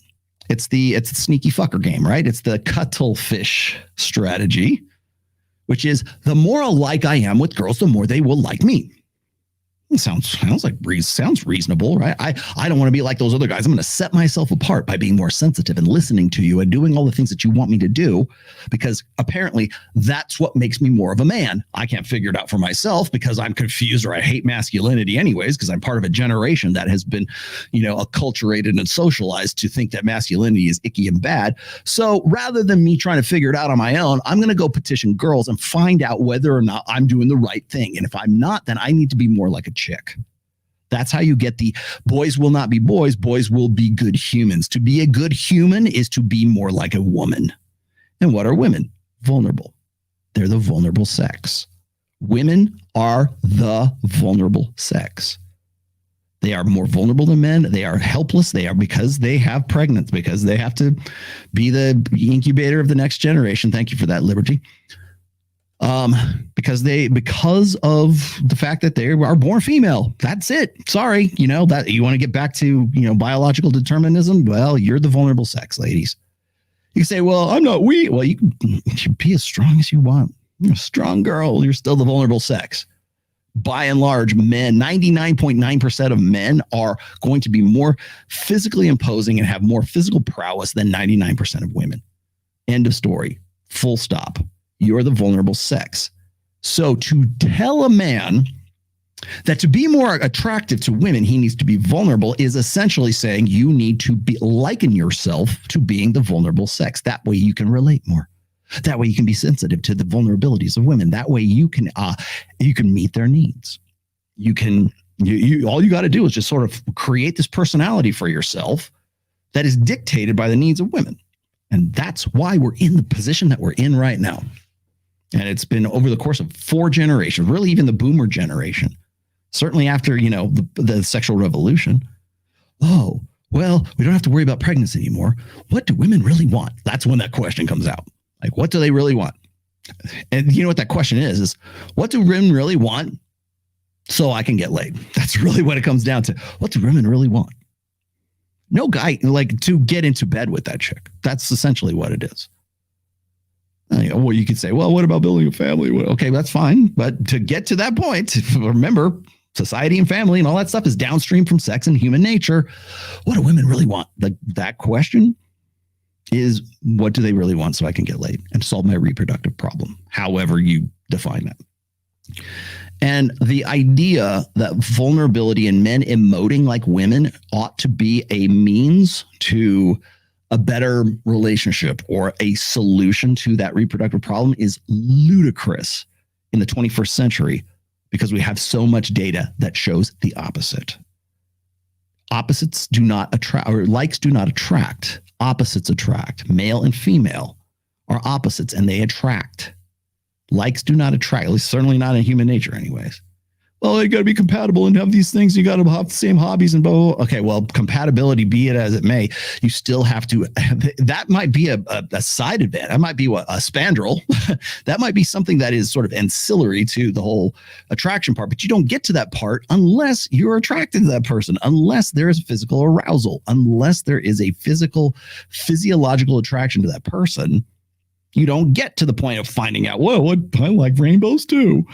I like Disneyland. I want kids. I want dogs. But you don't get to that point unless opposites attract. So when you say be more vulnerable, and when guys say vulnerability is not strength, that's the thing, is it's what's called, Jack Donovan came up with this. I don't know, maybe this is actually a term, but I heard it first from Jack Donovan. He said that's an example of transevaluation. And what that means is that you take a word or take a concept, and then you use that concept to be the exact opposite. And there's nothing more opposite than saying vulnerability is strength. No, it's not. That's go look it up in the dictionary. That is actually the opposite of what the definition of vulnerability is. But we still want to make it strength. And the reason why we call it that, and why guys like Destiny and again, I'm not running you up the flagpole because other guys do this too, is they they want to say vulnerability ought to be the way to make a girl really madly in love with you. Yeah, only if you're already attracted to that person. Only if your predominant character is being less emotional. Because if you're leading with that at vulnerability, and this is what guys do, this is why I wrote the essay on vulnerability in The Rational Man, is because guys think that because guys are like we're competitive, right? So if I go to girls and I'm blue pill, right, and I go to a girl and I say, how do I get laid? Maybe not with you, but with other girls. How do I get laid? And she says, well, you need more vulnerable and be sensitive to my needs and be soft and pliant and, you gotta be a good listener. Right? And I hear that. And then all of my competitions in the same town hear the same thing. Now it's competition. So now I've learned that vulnerability is the way to get in a woman's pants. So what am I going to do? I'm going to out vulnerable all the guys who are also trying to be vulnerable. And so you end up having this escalation of vulnerability. Oh yeah, I'm more vulnerable than that. I'm more in touch with my feelings than he is. I'm not like other guys. Purple cow, purple cow, purple cow. I'm unique. Get with me. It's a cuttlefish for the sneaky fucker game. I got it. But it's like this escalation competition between guys is who can out sensitive, who can out vulnerable the other guy. And as a result, then you get generations of guys who think that the key to getting laid and solving the reproductive problem is to be more vulnerable than any of the other guys. That's how you get emo and bad poetry and bad music.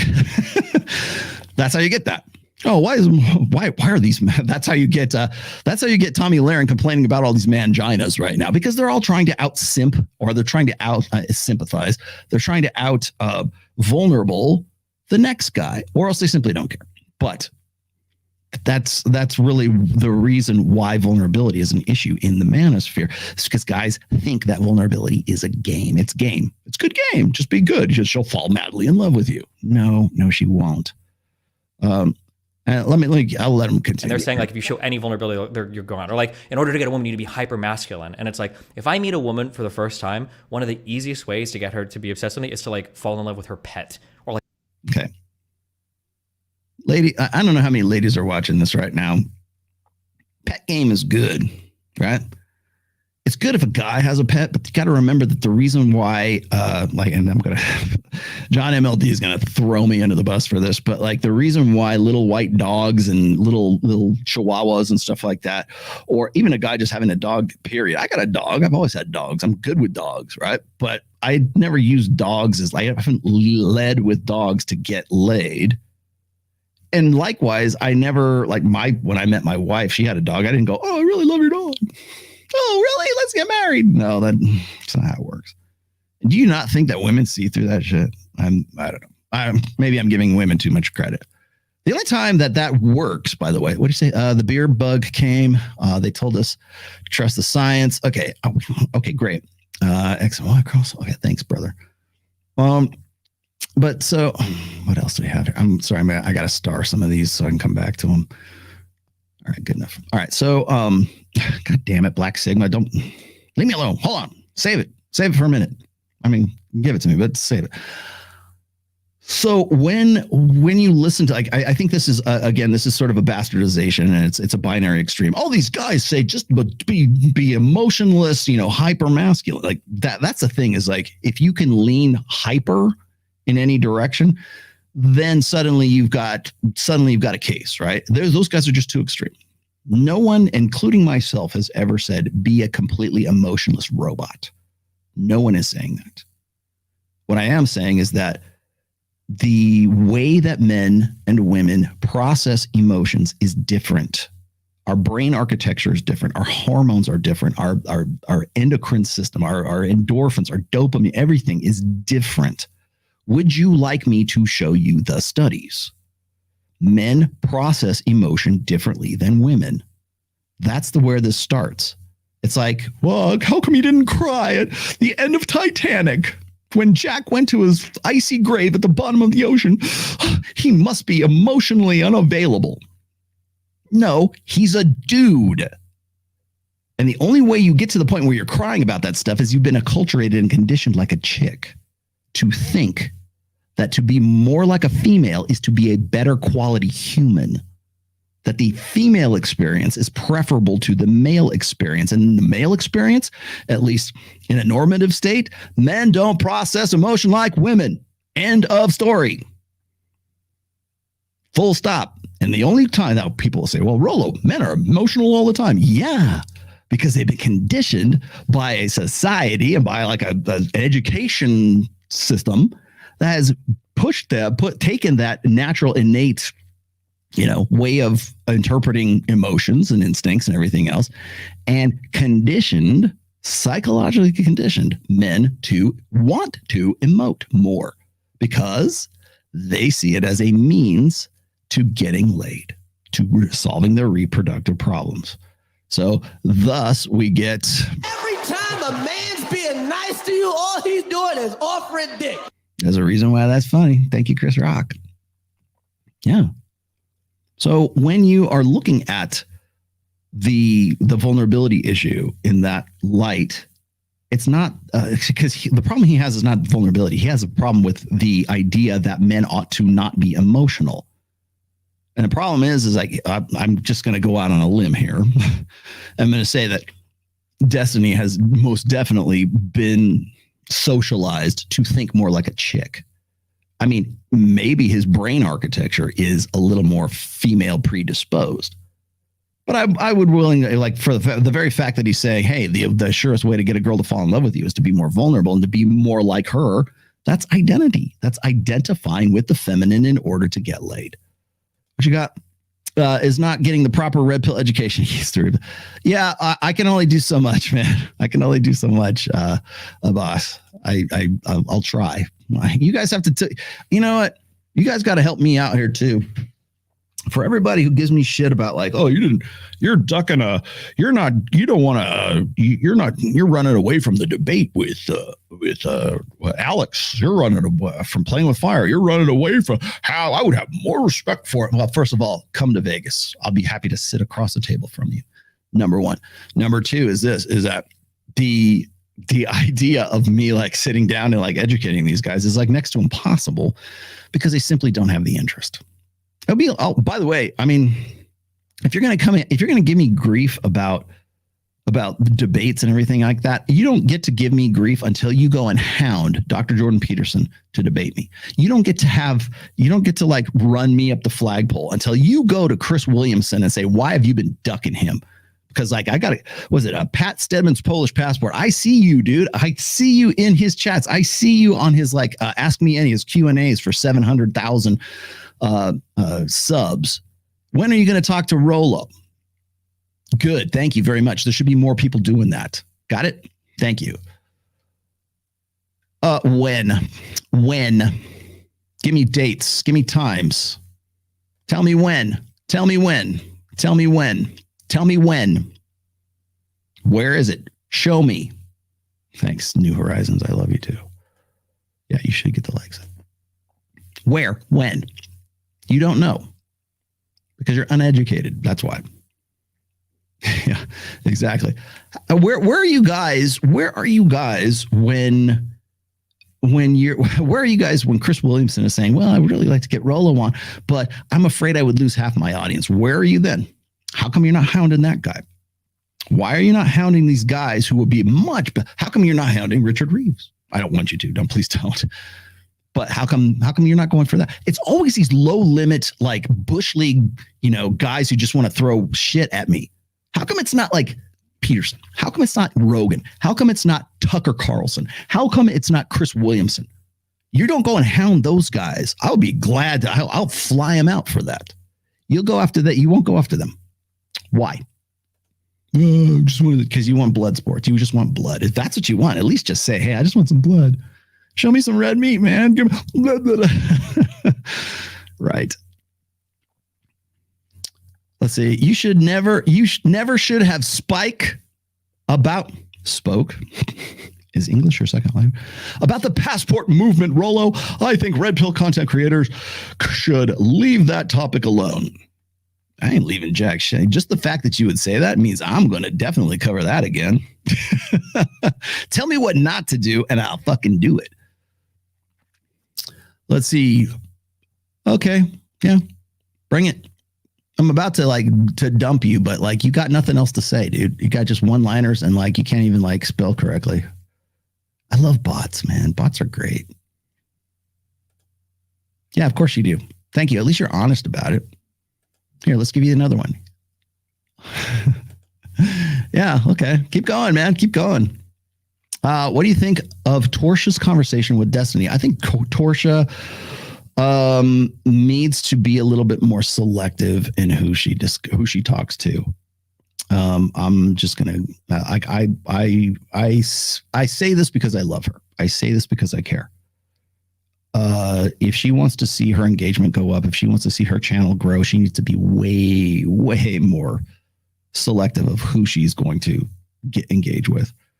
Destiny, I didn't think was too bad, but again, here's what I did see this. So my takeaway from this was that it was an education for Destiny, because it was her trying to, attempting anyways, her trying to clear the air, to say, no, that's not what the red pill says. No, that's not what the Manosphere says. Because what happens is you get a guy like this who other people build up as being some sort of authority in the Manosphere or intersectional dynamics or whatever else. You have these guys, and again, people say, well, Rollo, you just want your props. I don't care about props at this, certainly not at this stage. I might have before. I certainly don't now.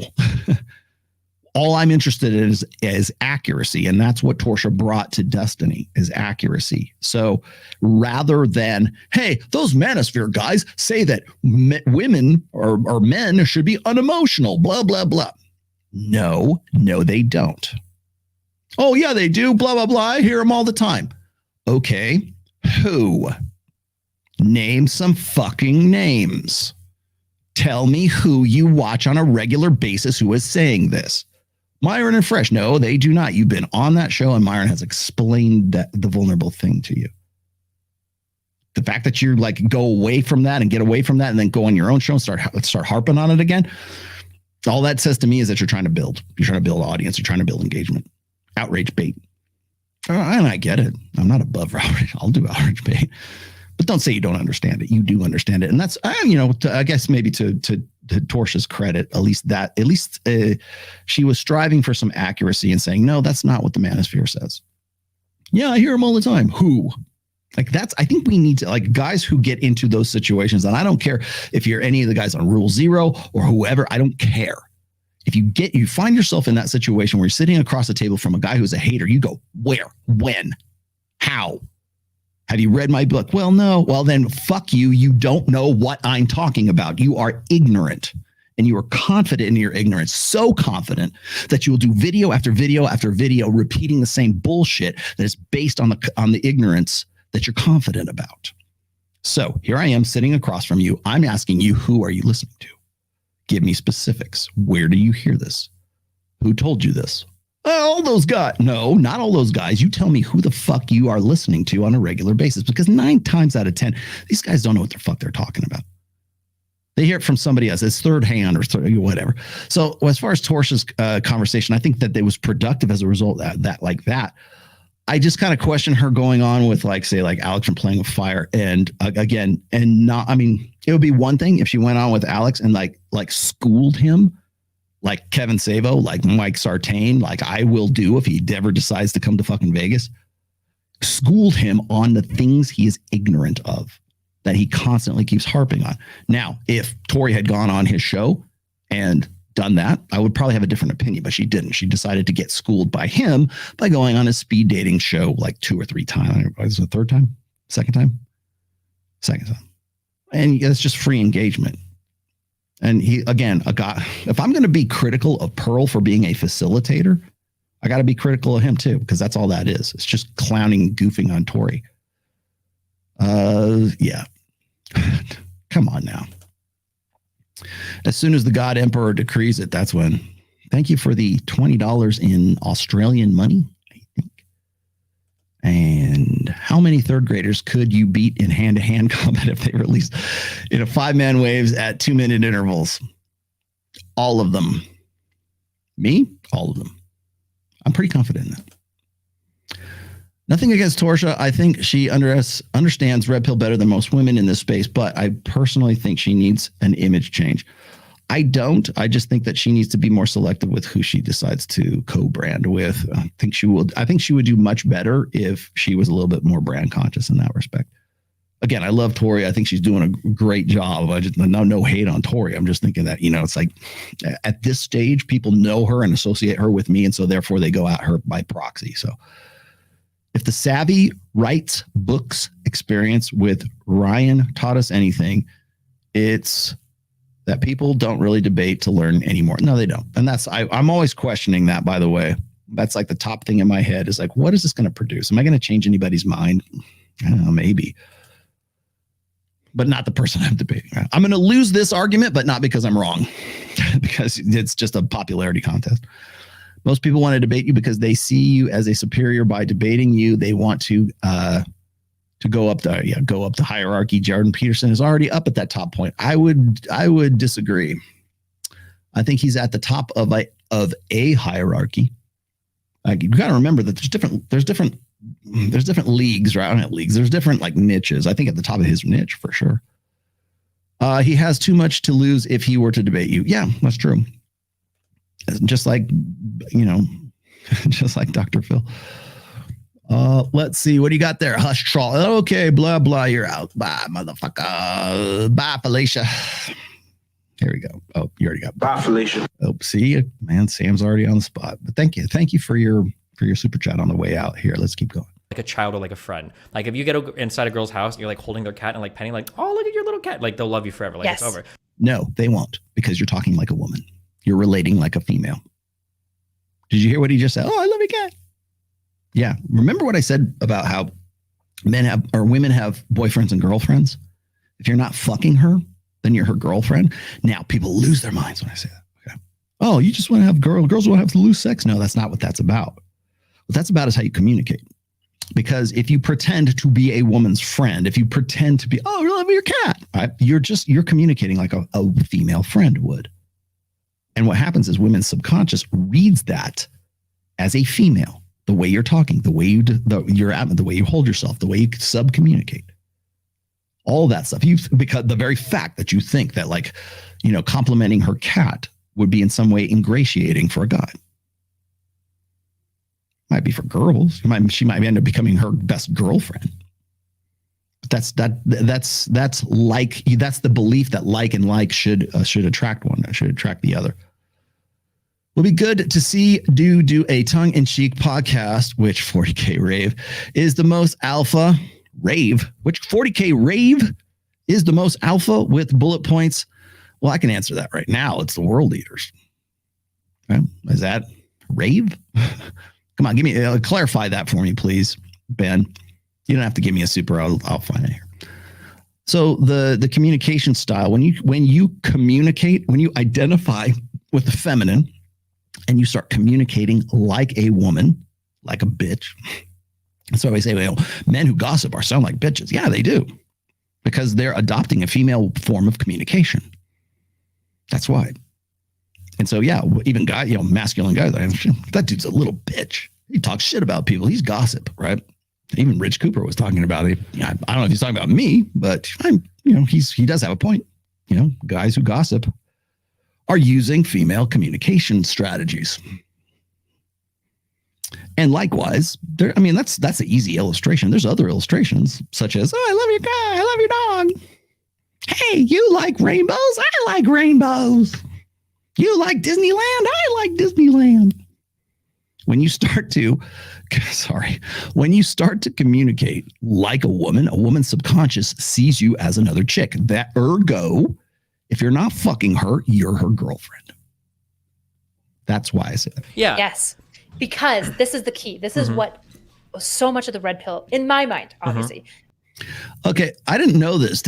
Is this confirmed? I'm going to hit up Donovan after. If Donovan's in the chat, I would love for him to confirm this. I don't know Is he? It ain't gonna be this week. I can tell you that because they're in Dubai right now. But I would love to see that shit. I'd even come down to see that happen. I'll do it. You want me to come down there? I got a trip. I got to do a trip in. What do I have to do my next trip there? I'm going to, let's see, I'm going to be in Miami, certainly for the Bitcoin convention. Me and Miguel and I think the other guys are planning to do that. We'll definitely be there for that, but I think we might get there a little bit earlier. I don't know. I would love to be, I would go do that. I don't think Donovan's a good opponent, but I don't know. Maybe I can work something out. If I'm going to be there anyways, maybe I'll do it. Oh, and by the way, I also want to, let me let him go first. Is missing, which is that the best leaders oftentimes are men. A lot of times men are extreme and rise to the top, but these men always embody some elements of femininity. They must, because all of the greatest men that we look at historically and everything, all of the greatest women occupy both of these things. So Alexander the Great, Hannibal, let's see, George S. Patton. Trying to think. Somebody give me some more examples of guys. Come on, give me some great leaders of the universe, right? Come on, guys. Don't let me down. George Patton. Let's see. Douglas MacArthur. Would he be a leader? Right, he's male. You got to be male. Clear. A Khan. Yeah, Genghis Khan. Well, God, hell, you know what? There you go. You're goddamn right. Yeah, don't give me the H guy. We know. You know what's funny is about that guy in 1930s Germany, the leader. Because you can't say the name. What was the chick? What was his girlfriend? Like he had a mistress for a while until he got married right at the end before he committed suicide. I'd say that's probably a bad example of what she's trying to say here as well. This is what gets me is there's always this presumption that behind every great man is a woman. No, there's not. No, there's not. As a matter of fact, women tend to be the downfall of those great men. Sorry, not sorry, but okay. Yes, Lionel, really? Okay, from Thundercat.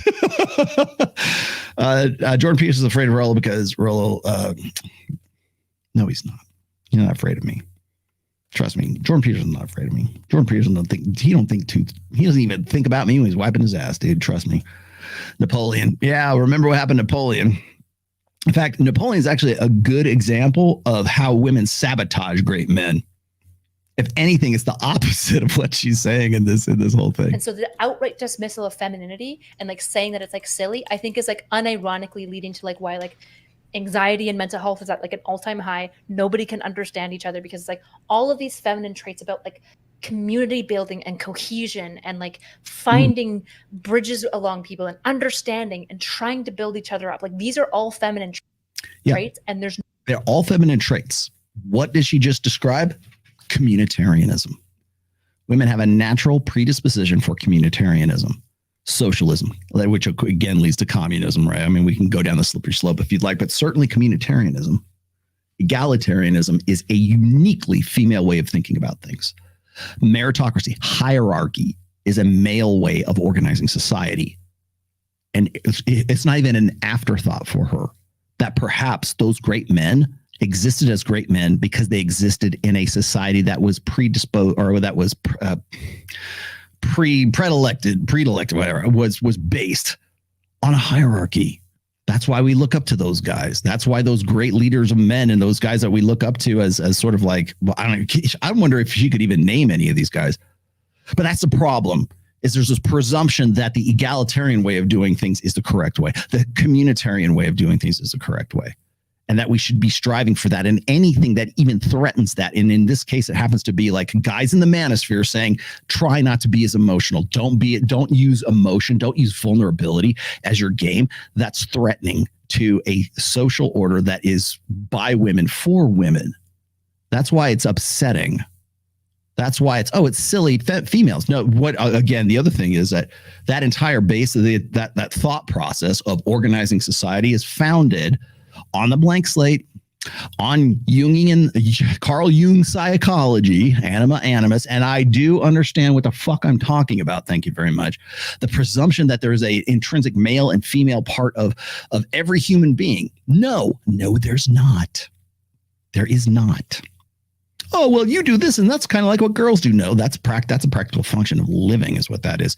In fact, I can prove to you that it's not because what did we just talk about? Well, anything that's a masculine trait can also be suddenly transvalued into something that is a female trait, right? Well, can women be strong too?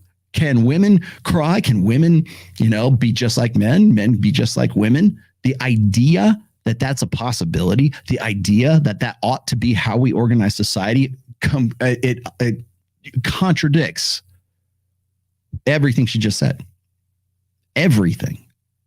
So the idea that the previous question was the reason why masculinity is so subjective right now to everyone, their manginas, whatever. The reason why it's so subjective is because we want to say that anything that a man that would uniquely define human males as being masculine, we can also apply that to women. If that's the case, then her entire argument crashes to the ground because it's, and again, based on the same premise of the blank slate. So if that's the case, if that's what we're going to believe in, then it doesn't matter, shouldn't anyways. Why would it matter that we need more women in Congress? Why would it matter? If gender is just a social construct, then why are we so dead bent on getting women into STEM? Why are we so dead bent on putting women into the Congress? Why are we so dead bent on putting women into the World Bank and the ECB? Why? It shouldn't make any difference because we're all just biological functionaries, right? We're co-equal agents. If that's the case, then none of that makes any difference. Like the entire argument is a moot point. But if we have unique aspects, if our brains are of men's brains and women's brains have a different architecture, are different, fundamentally different, then you got to reassess your entire worldview. And that's where she'll never go. So it's like, oh, well, we ought to have a more egalitarian society and leaders this and leaders that. Those leaders wouldn't exist in your utopian ideal world because it would be egalitarian. The guys who would win wars, the Alexander the Greats, the George Pattons, the Douglas MacArthur, whatever, I don't name the leader, don't exist in girl world. They don't exist in egalitarian world because war have been eliminated because we're reaching out across borders. No one in the world would convince me that they're not important. Yeah. They are important. They're deeply valuable. And we can't just steal these qualities from femininity and just call them masculinity. Okay. That's a point. And here's the other thing. She's characterizing emotions in a female context. Men emote. We do. We process emotions way differently than women do. And especially negative emotions. So when a guy gets pissed off and his default is to anger, that's toxic. We call that toxic masculinity. He's not handling his emotions very well. He got angry. He might hurt me. Yeah, it's dangerous. It's scary when guys emote. Hell yeah, they usually do it with fists. But he's expressing his emotion. You want him to be emotionally available. Here's how I express emotion. I go and beat the living fuck out of people, right? Or whatever. However you guys decide, right? Maybe it's depression. Maybe let's talk about mental health. The only problem that I have with that is well, we need men to seek out more emotional support, and that way they wouldn't kill themselves, right? By the way, that is the rationale you will hear from people when you say, and I got this, by the way, on Dr. Phil, when you point out that men off themselves in 3.5 to 5 times the rate of women, they can't let that lie. They can't just they can't let men have that. That's why they have to say, well, women attempt suicide more. Yeah, but men are dead. You want to talk about powerlessness? Here's the ultimate powerlessness is you're dead. How do you not see this? But that's the problem. You can't let them. Men cannot have that. They can't have standards. We know that. I'll talk about standards here in a minute. They certainly can't have that. But Your dead is dead. So whether you attempted it or you're like, it's a cry for help or whatever else, we talk about mental health this and mental health that. Well, the problem with that as being sort of this dismissal of why guys off themselves is because it's based on a female perspective of what mental health ought to be. Well, if you just sit there and you sit on the couch and you talk about your feelings, men are sexier when they go to therapy. No, they're not. They're disturbed. They have problems. You don't have anything. Women are not lining up at the therapist's office to fuck the guys when they come out after their appointment. That doesn't happen. Sorry. Especially if they're pathetic, right? Then you guys got. I mean, Chris Hemsworth cries, girl, oh, what's wrong? But if the average, like 65-year-old guy who just got fired from his job and got divorced and everything else, he cries, who? They don't have anything to do with that. Get the fuck out of here. They're not lining up at the therapist's office. Trust me. It's based on a female ideal, a female perspective. That's the problem. That you want to know. The biggest problem we have in mental health is that we approach it from a female specific perspective. That's why. What we really need, and I don't know how we do this, we really need professional psychologists to help guys out from an unapologetically, conventionally masculine perspective. That's how. A guy who understands how men's brains work, literally down to the neurological level. I don't know how you do that. I ain't going to do it. That's another 8 years in college, right? I don't know. But by the way, if you're majoring in psychology and you want to get into therapy or whatever else, I mean, consider that. Because I'm not saying we don't need it. I'm just saying that the way we go about it is incorrect. But, it's in one ear and out the other. I think a lot of the time the red pill is they won't call those masculine. They agree that they're not masculine. The problem is that they're so like fragile in their masculinity that they're afraid to even like touch anything that appears possibly feminine because they don't want to get called like gay or like something like that, which is like so pathetic. Like they have this shell of masculinity. Yeah. No, we don't do that, by the way. In fact, you will never have. In fact, I've specifically written articles where I said, don't kill your emotional. Hell, I'm an artist. I play music, for fuck's sake. I write lyrics. I paint pictures. You guys, I have an artistic side to me that like very few people get to enjoy. My wife does. My daughter does. Few people I do illustration. By the way, I did the cover for Myron's latest book. Like I'm one creative motherfucker, right? But I would never say kill off your emotional side and just stick to nothing but like Marcus Aurelius and Stoicism. And first of all, you can't do that. And second of all, I would look at a guy like that as being handicapped. Men are going to be emotional. Okay. You're going to be emotional, but men are not as emotional as women. Men do not prioritize emotion in the same phrase and the same sequence that women do. Instinct, emotion, and reason. That is women. Instinct is the number one. That's the fastest way of interpreting our surroundings. Emotion is next for women. How do I feel about this situation? And then they get to reason. How am I going to solve this problem? How am I going to do that? Men are the opposite. It's instinct, reason, and then emotion. So it's instinct. How am I going to save our fucking lives? How am I going to solve this problem? And then after I've done so, I got to figure out how I felt about it. That's the order of operation from women and men. Until you wrap your heads around that, you're just going, oh, men are just fragile. Yeah, they are.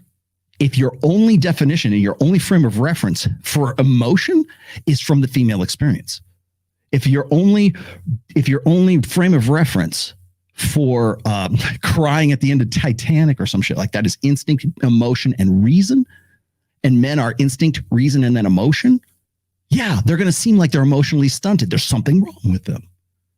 They can't emote like, you didn't cry. What's wrong with you? It's a movie. Because your reason says it's a movie. I can separate fantasy from fucking reality. I'm glad you like this. I'm glad you feel this way. I understand why romance literature is so popular, because it makes women feel something. And I like that. And then they get done with the book. They don't think, oh boy, that was really, they don't rationalize why they like it. They just move on to the next one, right?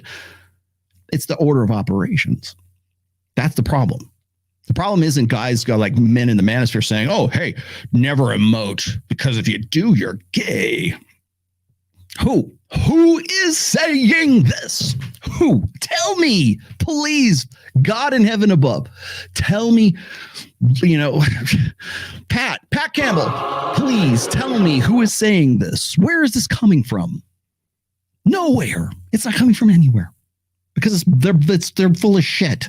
They're making this shit up as they go along. And the type of like ultra masculinity that they advocate for is like, it works if you're like a top 1%. Like if you want to be hyper masculine, fine, but you have to be like an actual giga chad. You need to be pulling like, depending on the city you live in, 150K, a year. 150K. That's all. Fucking hey, you guys got your work cut out for you. But that's, I don't know. You could probably manage that with the side hustle. More like for the average guy, like they're not. This ain't it. Funny because on every show he's on with Fresh and Fit, it's like the girls are saying, "Yeah, I need a guy who makes $500,000 a year for me to consider him as being like a long-term arrangement." Hell, even sorry, CJ Sparks, $5 million. I ain't got 5 million, so I guess I'm fucked. Yeah, you know better than that. And he actually does know better than this. He's just not. He's not coming like around. Being the ultra hyper masculine figure, unless you're literally top 1%. That's just not going to work for the average dude. Because like women don't. Because like an average masculine guy has already been achieved, I think, by like the average woman, right? Because an average masculine guy is a guy that can earn a paycheck, and women can do that now. So it's not enough anymore, Do you think that competence? Okay, so I do agree with what you said right there. Like, for example, when you look at women's mating strategy, hypergamy, there I said it again, everybody drink. Alpha fucks beta bucks. If women can take care of and be independent of men on the alpha or on the beta buck side of that equation, what's left? The alpha fuck side, right? So when women don't have to depend on men for their long-term security, even if it's perceptual, I'm not even saying all women can do that. They can't. But the idea is that it's not that every woman will, it's that any woman can. It's also the perception that any woman can. So when they say, oh, well, you got to go get your career together, girl, and you got to get your money together and grab the bag and da-da-da-da. And also, the best way for women to generate wealth is get divorced, have babies and get divorced. That's why you see the birth rate for unwed mothers as what it is right now. 43% of births in the United States are born out of wedlock. That was the last time it's probably more than that. I don't know. I could be wrong. It might be less, but I'm pretty sure it's at least around 42%. Those are the last numbers that I saw. Anyways, more to the point. When we're talking about vulnerability, men and women do not emote the same. We also have different order of operations when it comes to emotion, instinct, emotion, and reason. So, but we live in a social order, in a gynocentric social order that prioritizes women's emotionality as the normative state. That's why. That's why men seem emotionally stunted. That's why it seems like the pickup artists and the Manosphere guys, those red pill guys are, talking about how vulnerability and boys shouldn't cry. Oh, it sounds like 1950s patriarchy again. Oh, chauvinism. No, it's not. That hasn't existed for quite some time. But that trope certainly still sticks around because it's useful. You don't even know where you heard it. These are like, I don't know how old Destiny is. This girl sounds like she's maybe in her 20s, right? What is he, 24, 28? I don't know. So she was 2 when I started all this. You've been around that long. And you're mouthing words from Betty Friedan and Gloria Steinem from 1968. Do you ever stop? I wonder if chicks like this ever stop and go, where did I hear that? Why do I believe that? Why is that my first thing that comes out of my mouth? Oh, fragile male egos. Yeah, that's Betty Friedan. I believe. Might be Gloria. Certainly 70s militant feminism is where that comes from. Don't be so macho. That's what they're complaining about, guys. Oh, they just think that macho is everything, right? And so you got this, cuttlefish. You've got the sneaky fucker game right there. Yeah, man, I would never be like that, baby. I would never steer you wrong. So I will agree with one thing that Destiny. Okay, so let me find some common ground here. Okay, because I know that's so important. He is correct about one thing, which is you have to be Giga Chad. That's a little over the top, but the Manosphere, Red Pill, I've said this myself and the thing is like vulnerability and masculinity is, it's always seen as sort of like disingenuous as it is anyway. So you're fighting an uphill battle here. But when it comes to vulnerability, to my knowledge, nobody is saying never be vulnerable. They're saying just be less vulnerable. Just don't think of it as a point. Don't lead with vulnerability. We say don't lead with your wallet. Don't lead with vulnerability, like a lot of guys do, because they want to out vulnerable the next guy. So is it ever useful? Yeah, it is. And you can't just be this emotionless robot, which no one in the Manosphere is saying you should be. But if you are ever going to make that vulnerability useful, your predominant character has to be more emotionless.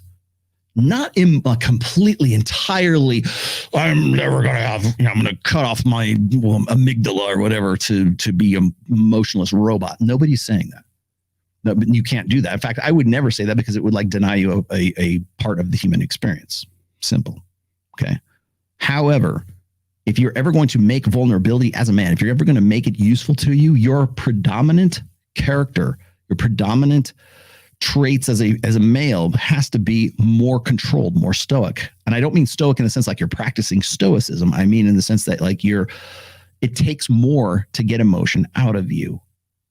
Because when you're with a woman, and this has to be pre-established already, this is not like part of the game or dating. You're already in a relationship, and that your predominant character is to be not vulnerable, to be more of a impenetrable, to be more, not emotionless, but like it takes a lot to prompt you and provoke you to an emotional response. So when you are more vulnerable with that woman, it's not about, oh, I really feel like let me talk about my problems. That's what we say don't talk about. But if you're an alpha and your predominant characteristic is being less emotional, let's just say, the moments that you are emotional are endearing. That's when it serves as a net benefit, but not if your predominant character is Mr. Touchy-feely,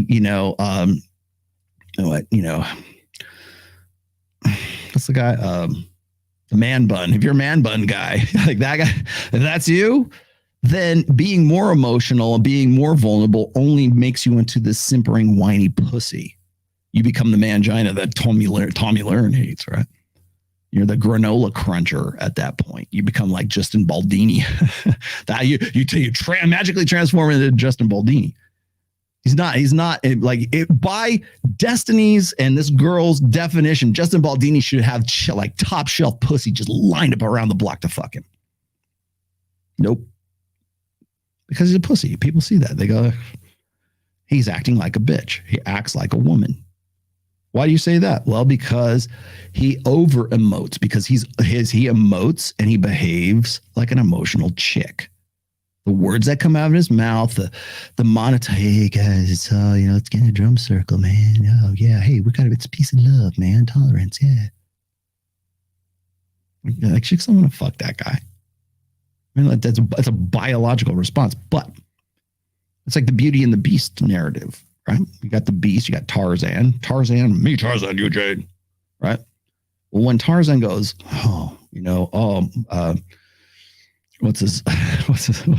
my pet monkey died. Ooh, like that right there might inspire that girl. Oh, he's only like this with me, right? That's why vulnerability from a strong, emotionless guy, when he shows those moments of vulnerability with a woman, the woman takes that as a compliment because she thinks she's the only woman that can drag that out of him. She happens to be there. Oh, he seems safe and comfortable with me. Yeah, that's endearing, but only if your predominant character is more alpha. You don't have to be Giga Chad. You don't have to be this caricature. You don't have to be Liver King. You just have to have your predominant character has to be less emotional than she is. And she has to, because anything that is had, and this, okay, law of power once again, anything that is too easily had is valueless or becomes less valuable. Anything that's common. Scarcity increases the price. I don't understand why that isn't like the first thing that you would think of in this situation. Scarcity increases the price. So emotional expressions of vulnerability, emotionality, whatever, that should be like fucking pirate's gold to your girlfriend. And she's got to be your girlfriend to begin with, right? You got to get to that point. So like anything that is easily had is cheap. It's valueless. So if all you're doing is going, oh, I'm talking about my problems and I got this goiter on my neck and I just lost my job and my parents hate me. Do you think chicks want to fuck that? No, they don't, because your predominant character is your fucking emotion. You're your chick. You've basically adopted you might as well just change your say. You want to know why gender is so fluid? Yeah, there you go. That's why. Women posture initially as open and gravitate towards hostility. Men start with competitive stance and then move towards camaraderie. Yep. You know, it's funny. If you look at the difference, I've written about this. I've got an essay. I think I put it in Positive Masculinity Day today, book 3. I talk about this in a comparison essay that I did of Titanic, the end of Titanic versus the end of Saving Private Ryan. And it's exactly what you just said right there. I hate to pat myself on the back, but I think that's probably one of the best essays I ever wrote. Carl Jung sold the idea of anima animus because he had female patients that wanted so badly to hear that, and he was at fucking them. Yes, he was, and left us to deal with his BS story. Yeah, by the way, Carl Jung pioneered sneaky fucker game for human beings. Just so you know. And, for people who want to like deify and turn Carl, like Jordan Peterson wants to turn Carl Jung into Jesus Christ, wants to make him into a Messiah. All you got to do, just go read the wiki page about his history and his childhood and where he was and how he came up from, how he was Freud was a mentor of his. Go and look at the history of them. You will have a much different opinion, and you will also understand why feminists gravitated towards him, because it aided in their grab for power. That's why. Again, is he a good example of a psychologist? He contributed. I'm going to go with Godsod's take on Carl Jung, as well as Freud, by the way, too. For their time, they made good contributions, but we've moved on. We had not plotted the human genome until 2001, 2003. We did not know a fraction of what we do now in the 50s, 40s, 30s when he was at his peak, right? He died in the 50s, I think. But we have more information now. We have better data sets from which to work so that we can understand the human mind. Why can't we just say, okay, that was good, let's build upon that, but that's not the fucking be all end all of psychology. Can't we just get to that point? I just don't understand. When people give me so much grief about you don't understand Carl Jung. No, I do. That's the problem. The problem is I understand it. I understand what's been built since then too. Can we fucking move on, please? That's all I'm asking. It's complete opposite. So we are so secure. We don't need to wear dresses. We need to be gay. It's worse than that, dude. Gay is boring now. That doesn't make you special. Hey, everybody's gay. You've got to be trans with a triple monkey backflip, CGA. whatever makes you unique, man. That's it. You're correct. Thoughts on Orion Taraban? I have no earthly clue who you're talking about. Psychologist from the YouTube channel Psy Hacks. He is interesting and his topics seem red pill. I'll look him up. What's the guy's name? Orion. Off to a great start. Does he sell Brazilian power crystals? Let's see. Keep going. Man, you guys are been very, very active. I lose track of oh, hey, Thomas. Women don't want emotional men. They want their own emotions to be increasingly prioritized. Yes. And I also should point this out too. I have not used this video. I know I'll get a copyright strike if I do. But there's a great video. It's called "It's Not About the Nail." You tracking with me? You guys, if you watch this, I've referenced this before. It's a little comedy skit. I think it's probably not more than 2 or 3 minutes long. It's this couple sitting on a couch and they're discussing something like some problem, right? And eventually, as the camera pans, you see that the girl who's on the couch with the guy, she's got a big old nail like stuck right in her forehead.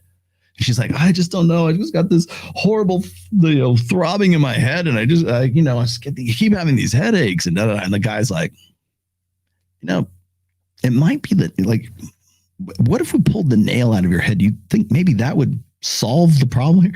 And it's funny, like back in the day, it was like super funny. Like people were like laughing their asses off. It's got to be it's certainly was a viral video. Still is probably a viral video.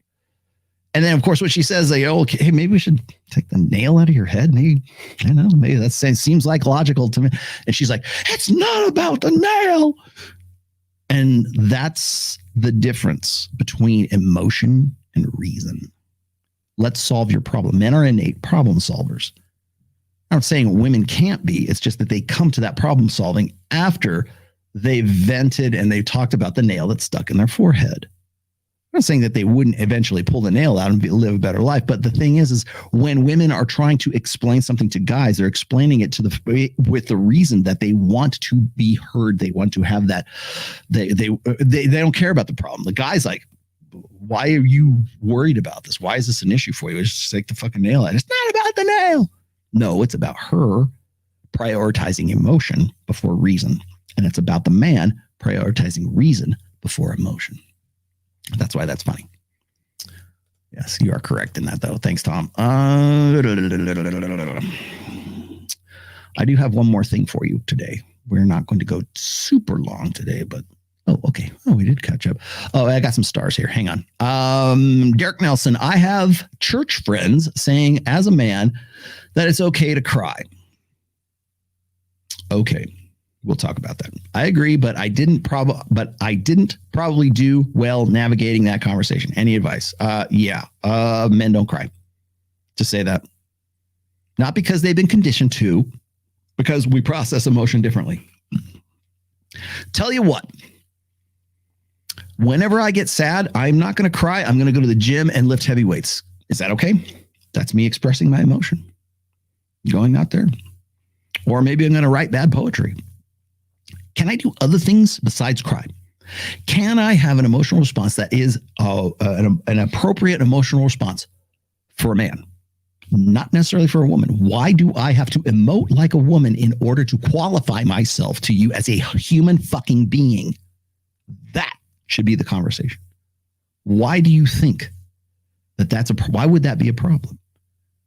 So so take that to its logical extreme. A man who can cry on demand ought to be the highest value man that women want. A guy who can just turn it on and turn it off whenever he wants to, like a great actor. A guy who can cry on demand should be the apex alpha amongst women, according to the criteria that we just heard a little while ago. Right? Oh, that's manipulative. You're not really into it. Yeah, but it doesn't matter because it's all about outward appearances. If I'm the one who's like, I can cry on demand and I can stop, then you should probably want to fuck me and have babies with me, right? No, you don't. I think Allie was trying to explain that to the who even knows? Kidology? I don't even know who the fuck. I can't even keep track of these. Kidology. Isn't she from South Africa? Or she's like one of these British chicks who hates me, right? Who knows? Get in line. I think there's 4 or 5 of them now. Sife Life. Okay. Any tips for a family seeking to offer an arranged marriage as a Christian in America? Who's doing the offering? Like, is it a Christian family that's saying, hey, we want to have an arranged marriage? I would question the legalities of that, quite honestly, in America, but maybe that's how you are. Seeking to offer an arranged marriage as a Christian in America. Oh, you want to do the offering. How old's the chick? Is she 18? Because she better be, right? Like, here's the catch, Rolo. It's an arranged marriage, but she's 41.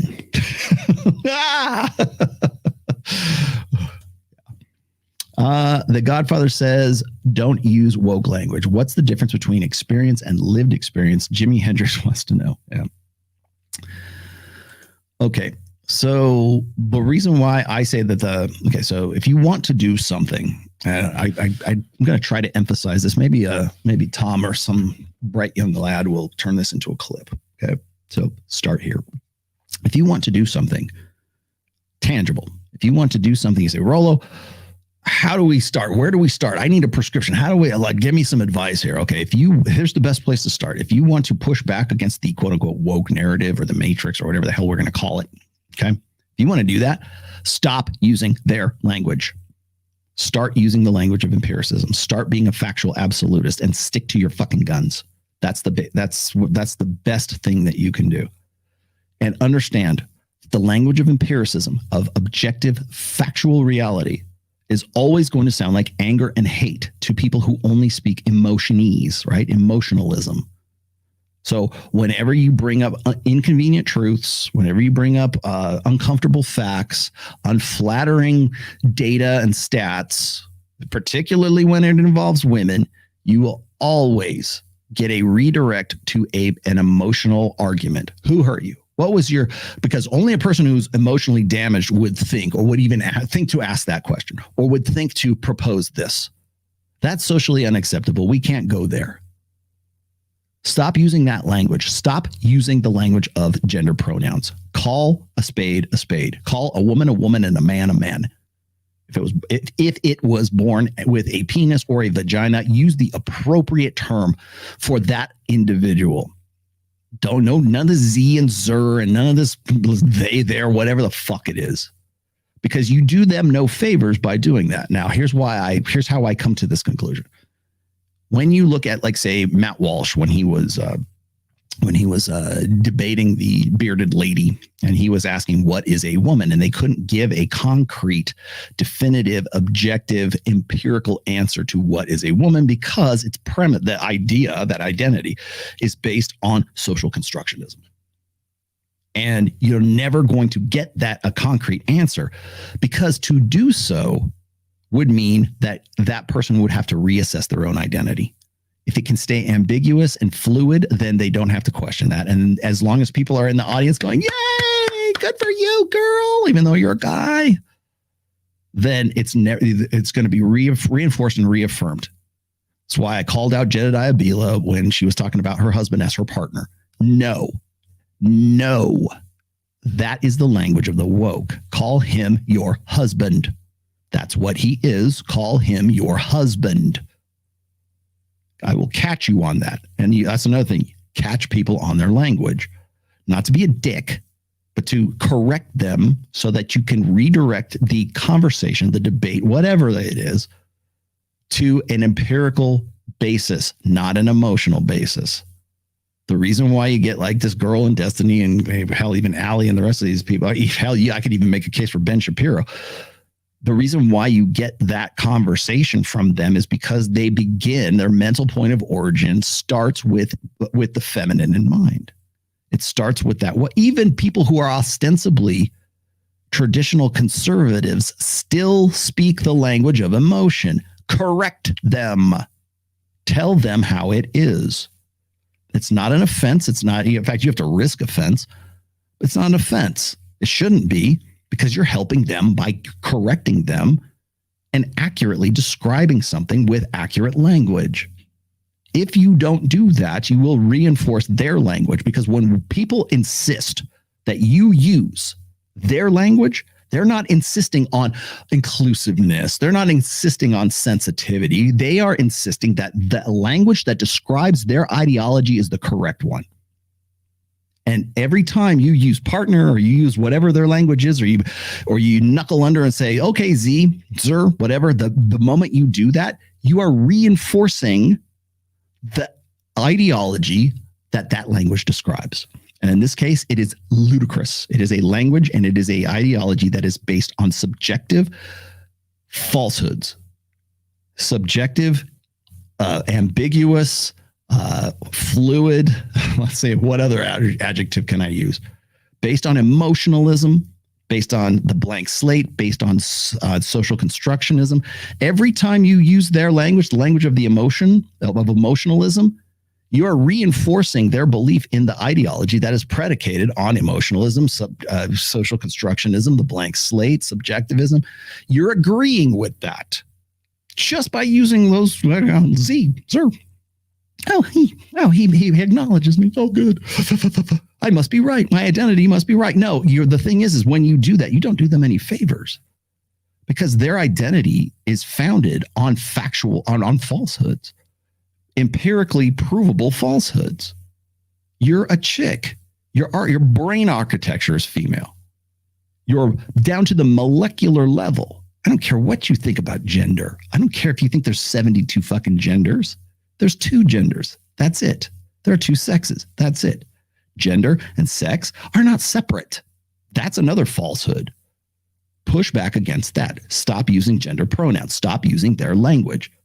Because when you do that, you will reinforce ideally, you will reinforce a new identity for that person based on the fact that they've got to confront the fact that you will simply not call them, a woman when they're a man, or a Z or a Zer, or and it doesn't have to be even pronouns. It's just using that language.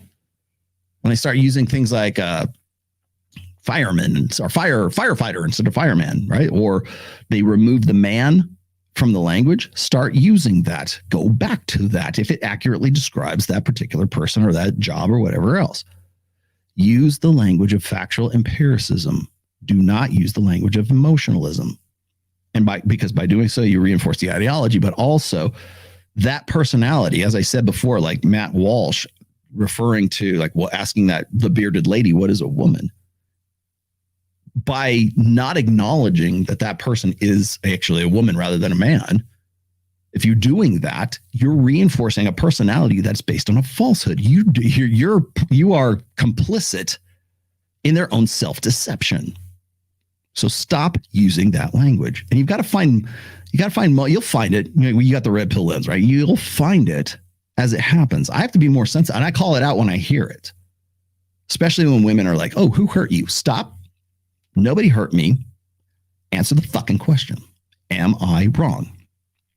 As I said before, like Rob Henderson was saying, people can't deal with factual realities unless you tell them how to feel about it. Catch them on that. Well, who hurt you? Well, have you ever been in love? What was your family like? That's immaterial to what we're discussing, dear. Tell me how I'm wrong. Once you see that emotional reframe, pull the fuck back. That's what you have to do. And do it with force, too, to shock them into realization. I'm not saying physical force. I'm just saying you have to be emphatic about it.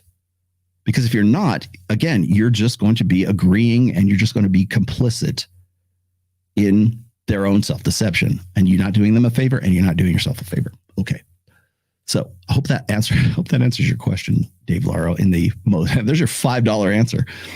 Hey, Rollo, I have 5 books. Are lesbians hypergamous? Yes. And is asking that question speaking their language? No, lesbians are hypergamous, which is why they have the highest divorce rate. And also the highest rate of domestic violence as well. Stew on that for a little bit. Contemplate that on the tree of woe. Sexual compatibility is key, and not just compatibility by itself, because the notion that you both are alike or like the same things is a fallacy.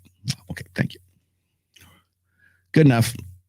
Jebediah, not Jebediah. Jebediah is a guy that plays a cigar box guitar down in the southern delta of Mississippi.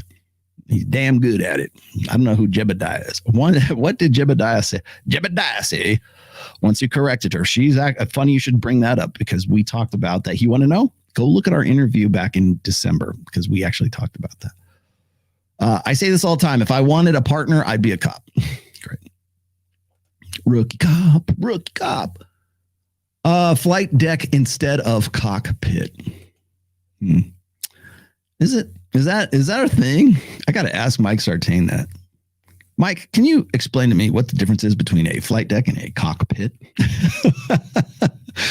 I got to remember that. Okay. woke ideology and instead call it what it is, how women would run society. Yeah, it is. But it's an ideological. When you use the language of the woke, when you use the language of emotionalism, all you are doing is reinforcing the ideology that language describes.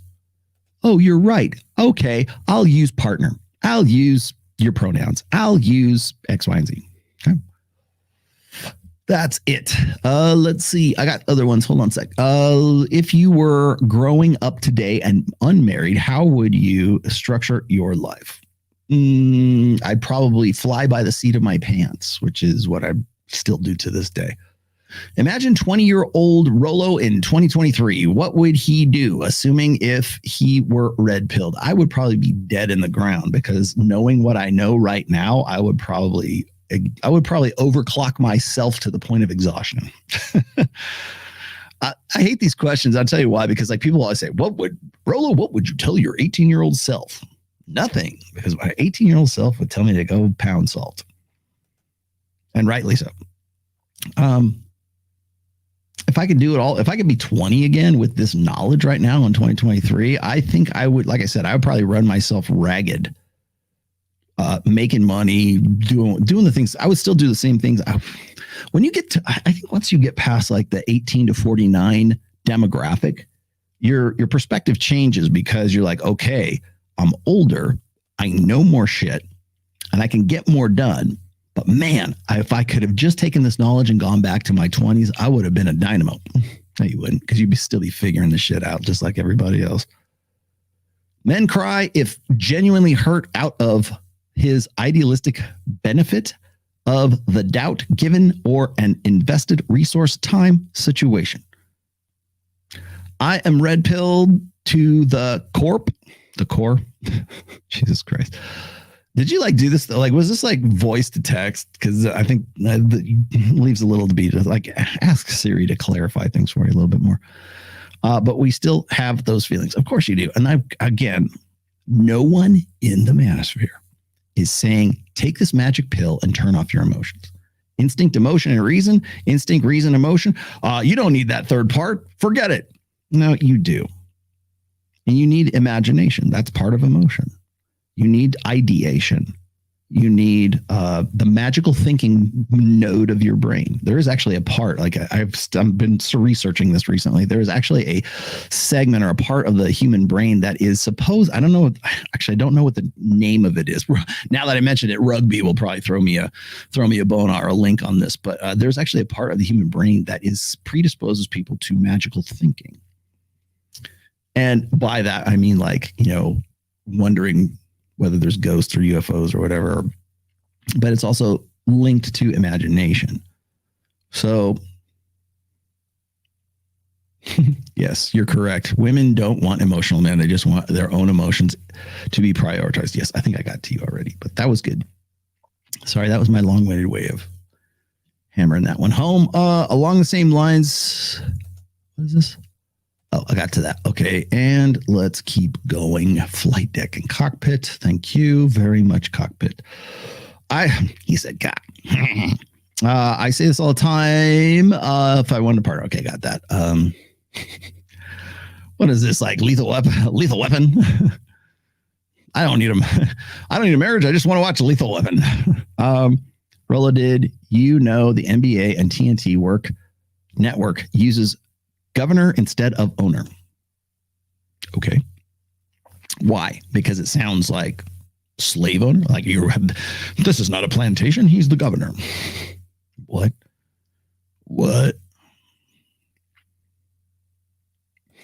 Thank you. Thank you. Hey, in case that wasn't clear, in case I hadn't, here's not 20. Oh, here it was. Oh, this is great. Okay, literalists, attack. Oh, he's giving me a compliment? No, literalist. Rolla's not 20, he's 50. Kill me, please. Remember that part in Aliens? Please. Kill me. I'm definitely 20. I thank you very much. I feel 20. Can I tell you something? before I move on to the next section here, I got one last little thing I wanted to throw at you.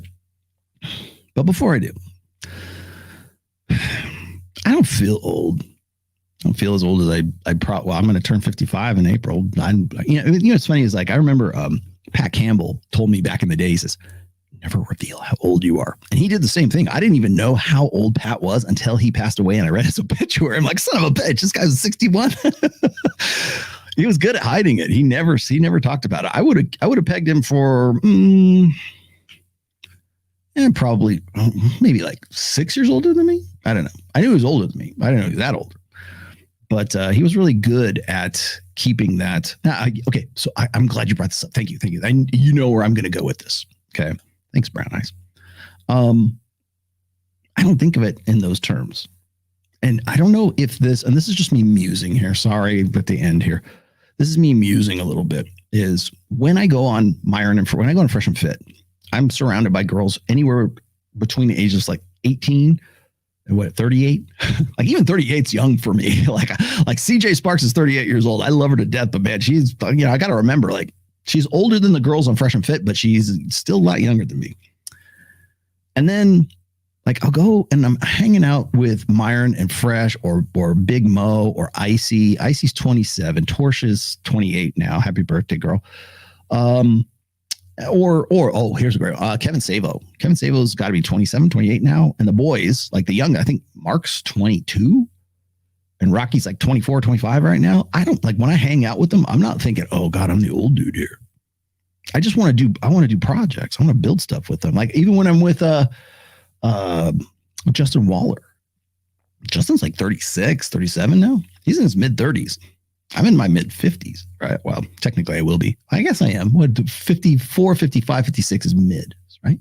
So I don't think of it in those terms. I don't think in terms of age right now. And people like when people like say, hey man, you should not wear concert t-shirts. You're not 14 anymore. I'm just fucking uncomfortable. And this is just what I wear around the house. It's not like I'm doing this for you. Hey, get off that skateboard, man. Hey, fellow kids. I don't think in those terms. And I think it's kind of funny because I understand, like, if I were 25 and I was dealing with a guy who was 55, I would go, oh, here's the old dude, right? But I don't really think in those terms. And maybe it's just me. Maybe the other guys kind of look at me as an old dude, but I don't really think of it in those terms. I'm the oldest guy in my band too. CJ, our guitar player, is 26. And then see Livy's 30, 31. And Steve's late 40s. I think he's 47, 48 right now. I hope I'm not dating you. Yeah. And so like, but I show up, I play music because I enjoy doing what I'm doing. I don't think, oh man, I hope these guys don't think I'm too old. What? Like, is that a result of the internet age? Is that a result of like social media? I could go put a filter. I purposely don't put the facial smoothing thing on here. And like, you can see like, look, this is not facial smoothing. I take it off of that camera and I take it off of this camera over here too. Like I'll deliberately do that.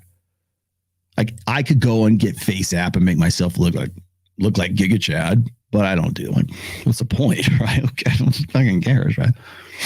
But I don't know if it's like, thank you for this, by the way. Again, Brown Eyes, I love you, girl. You can be a sister wife. You want to be a sister wife? Here, I'm going to indoctrinate you into being sister wife. Hey, y'all. There, now you get to be one. Yeah, I mean, hey, Rolo, he's going to be 60 pretty soon. I got 5 fucking years, man. And even then, well, I'm not going to think about it in those terms. I don't care. Hell, I deal with like Robert Kiyosaki. Kiyosaki's 75. Well, if you were a 30-year-old man in the current dating market, would you marry a westernized woman or stay single? I would stay single, my friend. That's not even a point. Like people have asked me that before. They said like, Rolo, if you were suddenly found yourself divorced tomorrow, would you get remarried? Fuck no. Are you fucking kidding? In this environment? No. So he must be anti-marriage. He must have a real problem with his wife. No, I don't. In fact, I enjoy being married. I love my wife to death. I will probably go to my grave. I'll be buried next to my wife. Right? I love my kid. My daughter's getting married. Yes, I love her like I loved her when she popped out the womb. We still have a very good relationship and always will. Daddy's a cool daddy. But again, it's like I don't think of it in those terms. The thing that got me thinking about this was the respect question. And when I was talking about how there's gendered differences between respect between men and women, I also had to add something to that. If you've read, it's in the fourth book. It's in Religion. I talk about respect and the gender differences in respect. And I'm pretty sure it's either that or it's the fifth book. I can't even keep track of where I put these. But I did. It was a 2-part series that I had as essays on the site, and then I put them in the books. But along with that, I also had to take into consideration respect for your elders, which I think is like long gone. Poof, it's gone out. Right? What is it? One of the commandments, right? Honor thy father and my mother, right? And really, that's respect your elders, right? And we used to have a default respect for someone that was older than you. Maybe we still do, but I think maybe it's just more common courtesy, like open the door for grandma or help the old lady across the street or some shit like that. But really, like a respect for somebody who has more experience than you is like it's meaningless in the data age. In fact, if anything, I get more shit for people going, "Oh, he's just too old. He doesn't know what he's talking about." Well, yeah, but I have a lived experience. And I have a lot. My receipts are. I got probably about 40 some odd years, 45 years. Yeah, 45 years of receipts. Certainly 35. Would you like to see them? I've written here. I got 5 books that are receipts. And it's next to impossible for me to go and say, okay, well, it's like, oh, here's the bitches I used to bang back in 89, 93. I could do that. I could probably go find some old picture. I could do that, but it doesn't. How does that help me? It doesn't. But it's about like, is there even do we even still have that? Is maybe in different cultures. I think probably like in the Filipino culture, like I've noticed this about my good friend Ray. Like I know that there's like a sort of a hierarchy, and there's the default respect for an uncle, and then there's more for a grandfather or whatever. There's kind of like a hierarchy of respect for older people in different cultures. I know that that's how it works, but I think that in the global data market, the globalized world, I think that the idea of respecting your elders just because they're elders is out the window. And I'm maybe it should be. I don't know. Maybe I think it's more about like what you do and how effective you are as a person. Especially for a guy, burden of performance, like what makes you respectable. How you feel about your age is a matter of frame. Abundance always feels younger. Scarcity ages you. Yeah, that is true. I will also say this is that when I go and I do a show, and it doesn't matter where, remember, I do a show every other week in Vegas with, say what you fucking want, with some hot ass women. And Mike Sartain, who is 45 years old. Was he 9 years? 9 years younger than me. Yes. I don't think, I'm 54 and he's 45. I don't walk into Sticky Paws going, I went and did, by the way, if you haven't seen this, I went and did the producer Travis has his own podcast. I went on, it's a comedy skit thing. And I just jumped right in. Well, after a bit, I would jump right in because I figured out what they were doing. I loved it. And these guys are like, they're in their 20s, I believe. I hope I'm not wrong. If they're in their 20s, he's the old guy. Don't fuck with him. Be nice to him. Give him a cane. Give him some, Geritol. I don't think about that. I just go in and I do. And same thing with Access Vegas. I go in and I do. Fresh and Fit. I go in and I do. It's because I don't think about that. When I play in the band, I play in Trial of Ascension. I go and I do. That's all it is. And I don't know. I think people think I ought to feel older. It's not even that. I don't even think about it. It's not even an afterthought for me. I just go and I do. We now worship youth and assume anything impressionable, dumb young people should be the focal point of society, inverted society. Yeah, it's funny. There's my favorite line there's a series called Longmire. I don't know if you guys have seen it. It's a detective series. It takes place in Wyoming. This guy's like, a cowboy kind of. But there's an old character in there, and the guy used to be the old sheriff, and he spends most of his time, he's still physically able, can go do all the things, but he spends his time in like an assisted living situation. But when he's needed, he gets out and just goes and does stuff. Right. His name was Lucian, and he got into a courthouse one time. And the younger deputy said, "They just let you waltz in here?" And he said this. He says, "Ferg," he said, "nobody cares about old people." I said, once you get past the 18 to 49 demographic, nobody gives 2 eggs out of the same hand for you. And I thought that. I was like, that's true. And then he said, but there's a certain amount of freedom in that invisibility. So nobody takes notice of an old guy walking around the courthouse. You can just go get to where, because they think he ought to be there. And there's a certain amount of freedom in that. And I thought that's an interesting take. But it's true. You get past the 18 to 49 demographic, nobody gives 2 shits about you. Yeah, I think so. I think in societies where they're still dependent on that prior knowledge or that respect, I think that it gets replaced by what can you do? What makes you respectable? Like an old man who's done jack shit with his life, does he deserve the default respect? Today, I think will qualify that. So, as I've said before, it's not about your accolades. It's not about your trophies on the fucking shelf. It's at the end of your life, what was your body of work? I think that we're kind of applying that now. I don't know. I got one last thing here. I'm just going to show a couple of little clips of this. I was planning I don't want to get too deep in the weeds with Chris Williamson because I don't think he's all that important. Let me throw this out. There we go. That's not it. Oh, okay. So I'm going to tag this here at the end here. And the reason I'm doing this is because I'm trying to set something up. I might do it with Richard Reeves if I can make it work out. But I want to have a discussion with Mike Sartain. And no, it's not going to be about whether or not men and women can be friends or not. Thank you very much. I think we kind of beat that down. If you guys want me to have that conversation, thank you, Derek. If you guys want me to have that conversation, just let me know in the chat. I'll be happy to bring it up. I love that's going to be a point of contention between me and Mike, like probably for the remainder of our time together. And by the way, we're doing big things right now with the show. So there's a lot of stuff that's a lot of pieces that are a lot of moving pieces in the background. But people always hit me up on that. Hey, Rolo, why don't you tell Mike that girls and boys can't be friends? Why don't I just tell them the Earth is flat and like we didn't land on the moon? That's like probably better than that topic. What's this? Yeah, dude. Thanks. You do know that I did the cover for that book, right? Just saying. I'm well aware of that book. I have been like since like December. I'm still I'm trying to. I've got lines in the water. If it happens, it'll be a miracle at this point because we're a week out. But I've tried to contact their agents. I've tried to contact Mike and Satchel, Michael Starr and Satchel independently.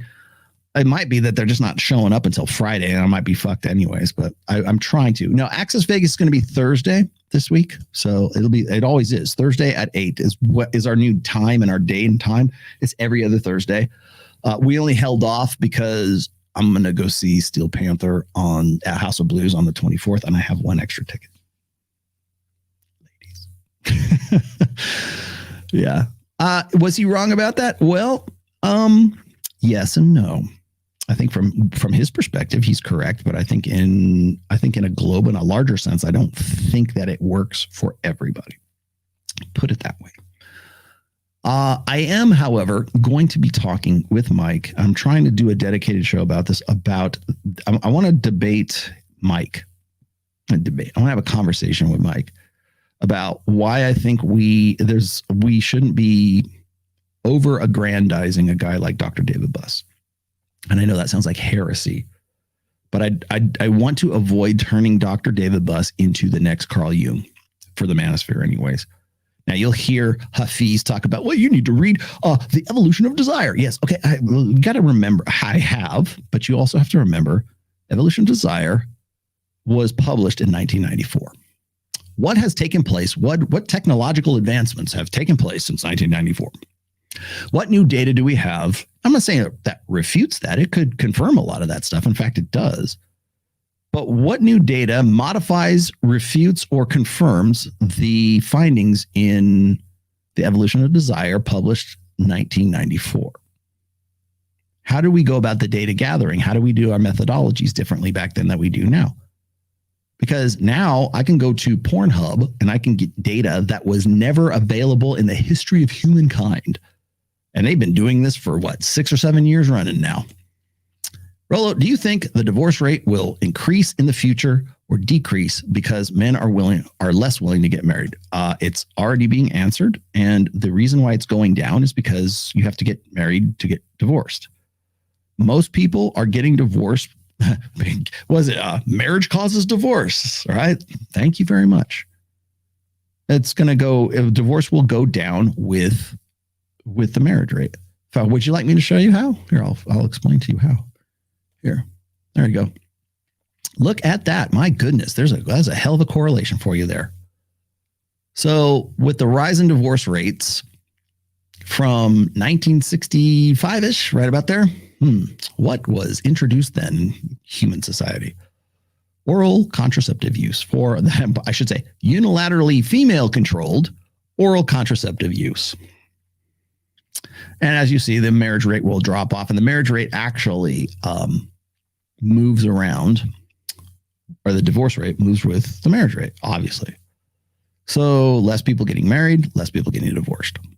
Hey, there's a decline in divorce. Yeah, that's what. Yeah, I tell you, the other thing is like people want to say, well, it's really more like 40%, not like 50%. Oh, sign me up. It's good news. Oh, great. But the other thing is that it's you can make a case for divorce. You can make a case for marriage. What you can't make a case for, what you cannot argue, is the statistics, the quantitative research that shows that 5.1 per 1,000 people in the United States is getting married. The lowest it's ever been since they started keeping records. What do you have to say about that? Instead of saying, oh, marriage is more healthy for guys. Oh, the divorce rate is explain to me why you think, or what contributed to the marriage rate being 5.1 per 1,000. Explain that to me, Hafiz. Explain that to me, Ruslan. Explain that to me, TradCon guy. Tell me what you think. Why is that? Oh, it must be because guys are sons of bitches. Okay, well, then we can have that discussion. I will prove you wrong. But what you can't refute is the data is right there. It's quantitative research, man. However, I want to talk about at the end here. I want to talk about Dr. David Buss. I think we're overemphasizing a lot of stuff with respect to David Buss. Now, I'm not saying, again, it's just like Carl Jung, Sigmund Freud, Maslow, B.F. Skinner. Name the big names of psychology who all contributed to our understanding of the human mind and evolutionary psychology. Absolutely. Dr. David Buss, I would feel comfortable calling him the godfather of evolutionary psychology. However, there's also Gad Saad, who's actually the real Gadfather. Marty Hazelton, Gangstad. By the way, Dr. David Schmidt, who was a former student of Dr. David Buss and was one of his co-authors in some of his books. What about those guys? There's a lot, or Steve Stewart Williams. Hell, even Rob Henderson should be getting his doctorate pretty soon. I don't know. Rob Henderson, who just turned 30.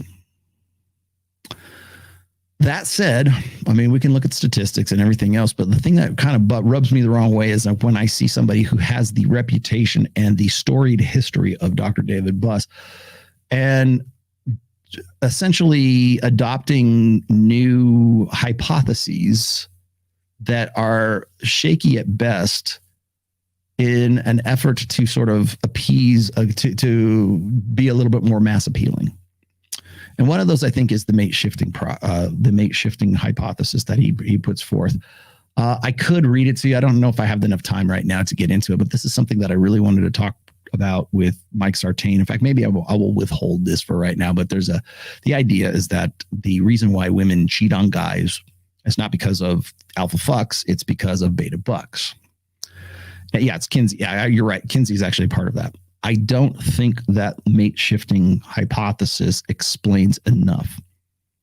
I'm not saying there might not be a social component to it, but it in no way refutes ovulatory shift. It in no way refutes the alpha fuck side of things, but it does put a glaring spotlight on the fact that it would need to be said or would need to be rationalized in the first place.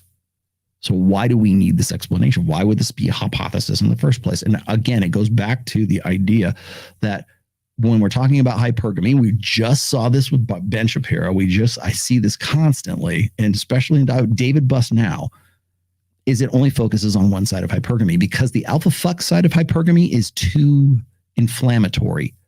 If you focus on the alpha fuck, I do it all the time. I got no dog in that fight. I just do it. But if you want to talk about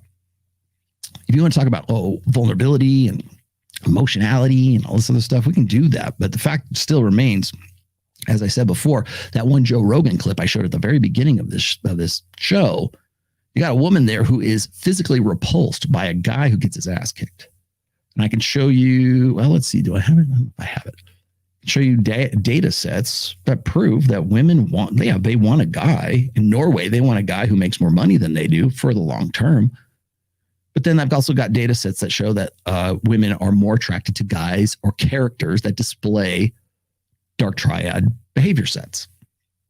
And that's a very uncomfortable side of women's nature that Dr. Jordan Peterson, David Buss, the rest of these guys simply don't want to cover.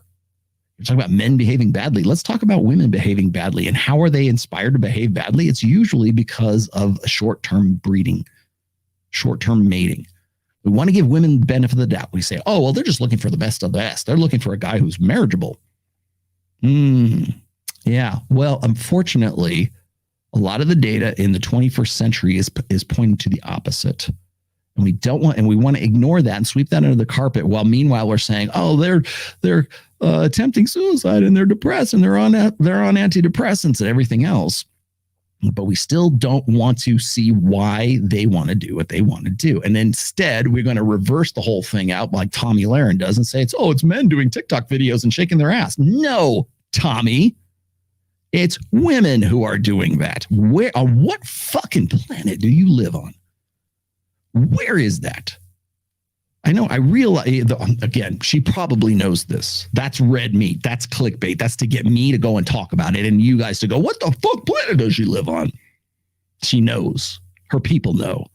She knows it's women. Hell, she done it herself.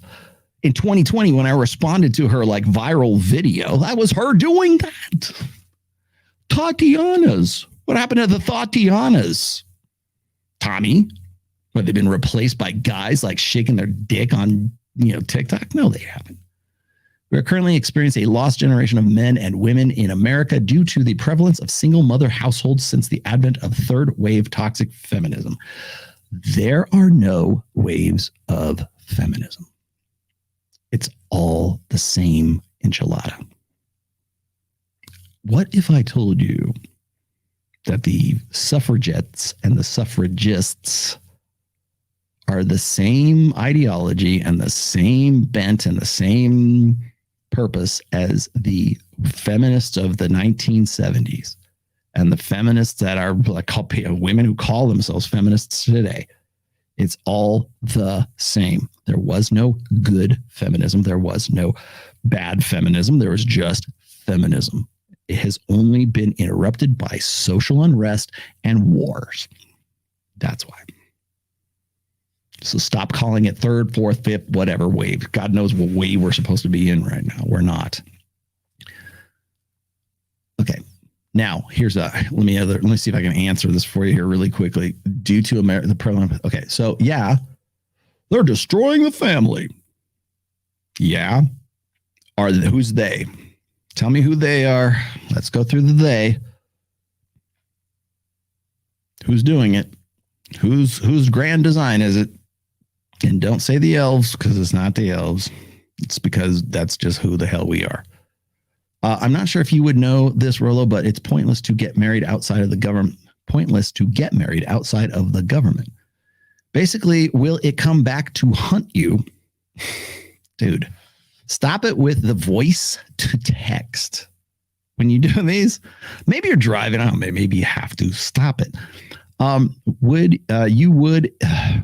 would come back to hunt you if you got married without the government's involvement. Hurt? Hunt?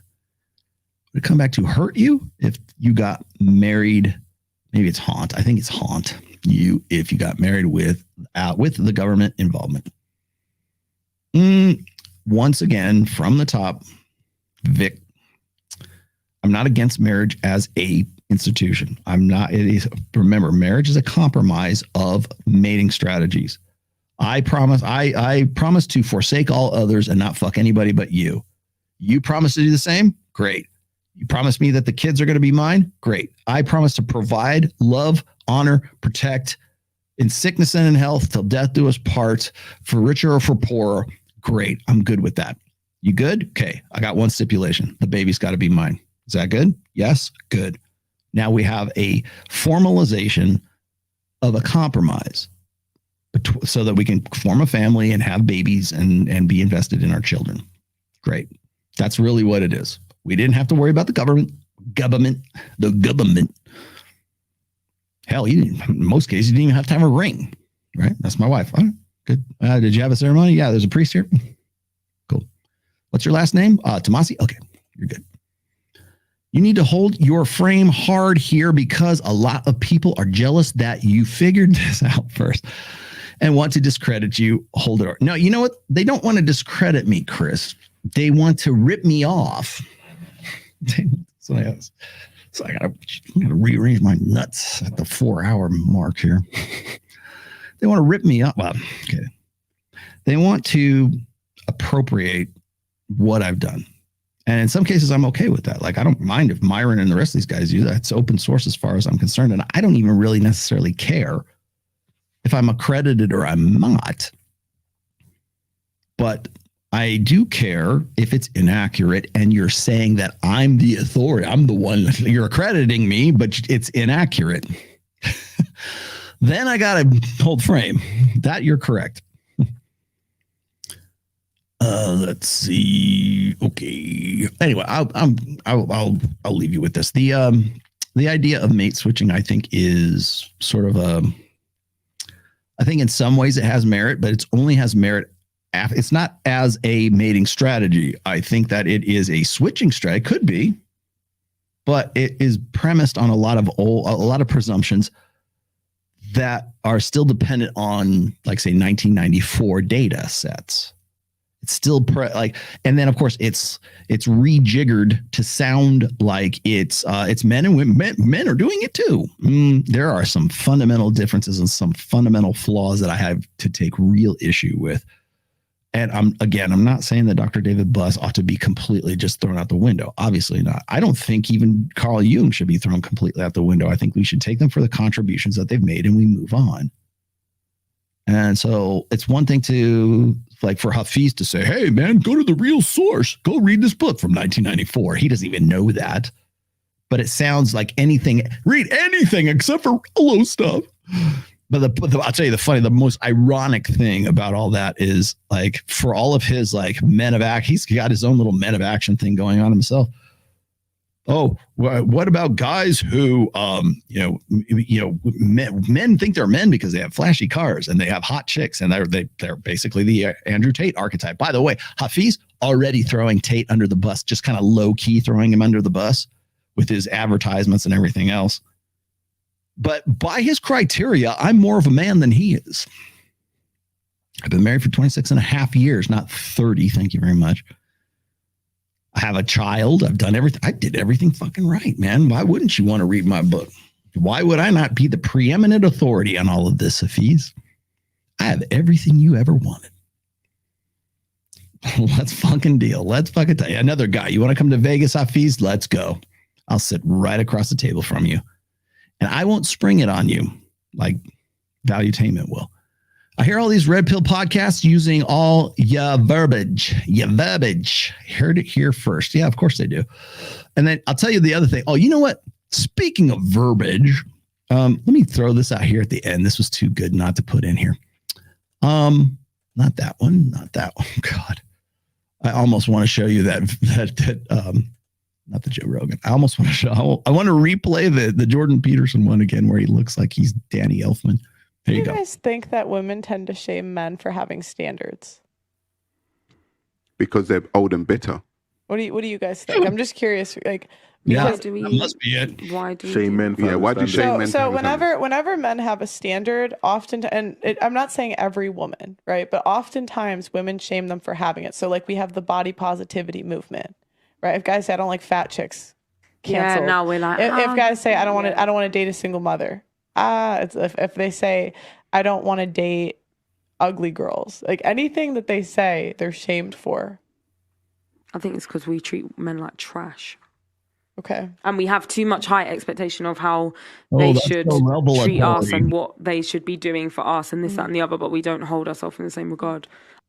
No, it's actually worse than that. And if you'd like to know more, wait, hold on a second. Would you like to know more? Would you like to know more? Well, if you would, perhaps you can just simply go over to, let's see, Irrational Male, The Truth About Standards. Where have I seen all this stuff before? Oh, yeah, it's The Truth About Standards that Rollo wrote about back in 2019. Gosh, is that how long it is? So pretty much everything that Pearl gets into is right here. Great. Awesome. But it's only complete if you have a complete understanding of it. That's where it comes from. Just so you know. Hey, I mean, you guys said, hey, Rollo, you need to hold frame and get your flowers. Well, okay. All right. Here you go. Men's innate unconditioned biological imperative is unlimited access to unlimited sexuality, and therefore you've got to be shamed for that, particularly in a gynocentric social order that won't allow you out. But people hated this one too. The reason I even came back to this one was because I was doing some study on strategic pluralism, which you can see right here. Would you like to know what it is? Scarcity mentality. Yeah. So anyways, just so you guys know, that's. Would you like to know more? Would you like to know more? All right. Okay. So let's see. Starting on Wednesday, I will be in Las Vegas. I will be doing, I'm going to be in Vegas in the morning. So probably the afternoon, if I can work this out. I'll be doing a show with Mike. If I can work it out for the David Buss debate, I might do that. If not, we'll see. I am almost 100% confirmed with Richard Reeves. So I think that will be a show to remember. You guys keep asking, oh, you should need to debate Roll. You need to debate Destiny. You need to debate Alex. You need to debate blah, blah, blah. Who need to be insert name here? Get in line. I would far much further prefer to have a substantive conversation, not a debate, a conversation with Richard Reeves any day of the week before I will go and have a conversation with any of these guys. Because that's quality. That's steak, not sizzle. That's not blood sports. He knows I'm there. I'm there. We know everything's above board. I would just love to have an interview with Richard Reeves. I really wanted to do this after the Dr. Phil show, which never materialized. So hopefully that happens. I would like for it to happen at least on Thursday, maybe Thursday afternoon, I think is probably the best time that we're going to get there. So that I am going to probably promote as my midweek stream. If you have not seen it yet, I did a midweek stream with this week. I did not do one on my channel, but I did one on another guy's channel, and I will go dig up. Where'd he go? Is it Logan? I think it's Logan. Is it Logan's channel? Let me see. I got to look at my history here so I can give you the link. I'll put the link in the chat here in just a moment. I did a midweek interview with, where'd he go? My goodness. God damn it. Hold on one second. I'm trying to grab this off of YouTube here, and I'm not getting anywhere. Where did it go? Here we go. Okay, I got it now. Let's go grab this. There's the link. Okay. Sorry, I should have had it on tap for you. This is, I'm putting this in the chat right now so you can see. This is the link to my midweek show that you probably didn't see because I did it on Logan Duong's channel. Go give him a follow. He is at 4,000 views, 4,000 live or subs, I should say.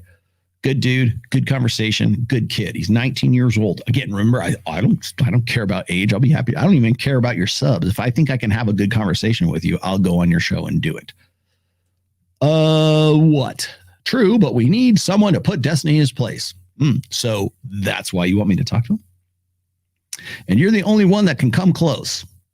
Would that make you feel good? If I knocked his dick in the dirt.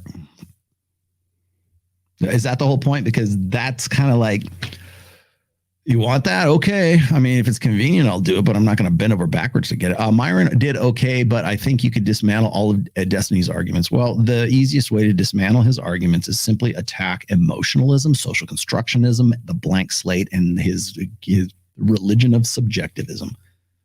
Attack that. And by the way, Donovan, if you're watching, do that too. Oh, here we go. Magnus was the worst traitor Primarch. No, not. You know who was? Lorgar. Lorgar was the worst traitor Primarch. And you cannot dispute that irrefutable, incontrovertible fact. If it weren't for Lorgar, everything would be fine. It all began there. People are like, who the fuck is Lorgar? So anyways, go check that out. It's Logan Duong's channel. I just put it in the chat there, so you guys can go check that out. I think I might just put it in the description as well. But I thought it was a pretty good. Interview. Went for 3 solid hours. So I think he's got timestamps. And by the way, timestamps. I am going to do timestamps. I've got some guys that really want to help me out with it. Thank you very much. I accept. But please give them a few hours or an hour or so before you say, hey, man, where's the timestamps? Fuck Rolo. I don't want to watch this whole fucking thing. Yeah. There you go. Okay. And then last but not least, so I'll be in Vegas. Where did I put that? There you go. I'll be in Vegas Wednesday through, I'll be coming back on Saturday. And so Access Vegas is on Thursday night. That will be 8 p.m. Pacific. That'd be 11 p.m. Eastern time. And since there is no Fresh and Fit, why not come over and watch us? And Big Mo, hey, what's up? What do you got? So hold on. I think Mr. Harris wanted to tackle Destiny's sexual orientation. But if Myron does that, then Destiny will be the one who holds frame. And he's correct. Every time I see Destiny anywhere, I think it's Drag Queen Story Hour. Sorry, that's my first impression. But here's the thing. Maybe I just leave you with this. When people ask me to do debates, I have to I want somebody to knock his dick in the dirt. Then don't call it a debate. Like just say, hey, I want some blood. I want you to go there and fight. Okay, I choose violence. I'll be happy to go fight, but don't call it a debate. Call it something else. Alex wants a piece. He wants some juice too. Okay, fine. Come to Vegas, brah. Sit across from me, and you know what I'm going to do? Same thing I would do with anybody else. Well, Destiny too, but here's what I will do. You know what I ought to do? I ought to get Destiny, Alex, Ruslan, who else hates me? Hafiz, we'll put Hafiz in there. So get all these guys, get all 4 of them, whoever else wants a piece, right? Sit them all at the table and say, what's your fucking problem? Would that be good? Octagon, blood match, celebrity death match.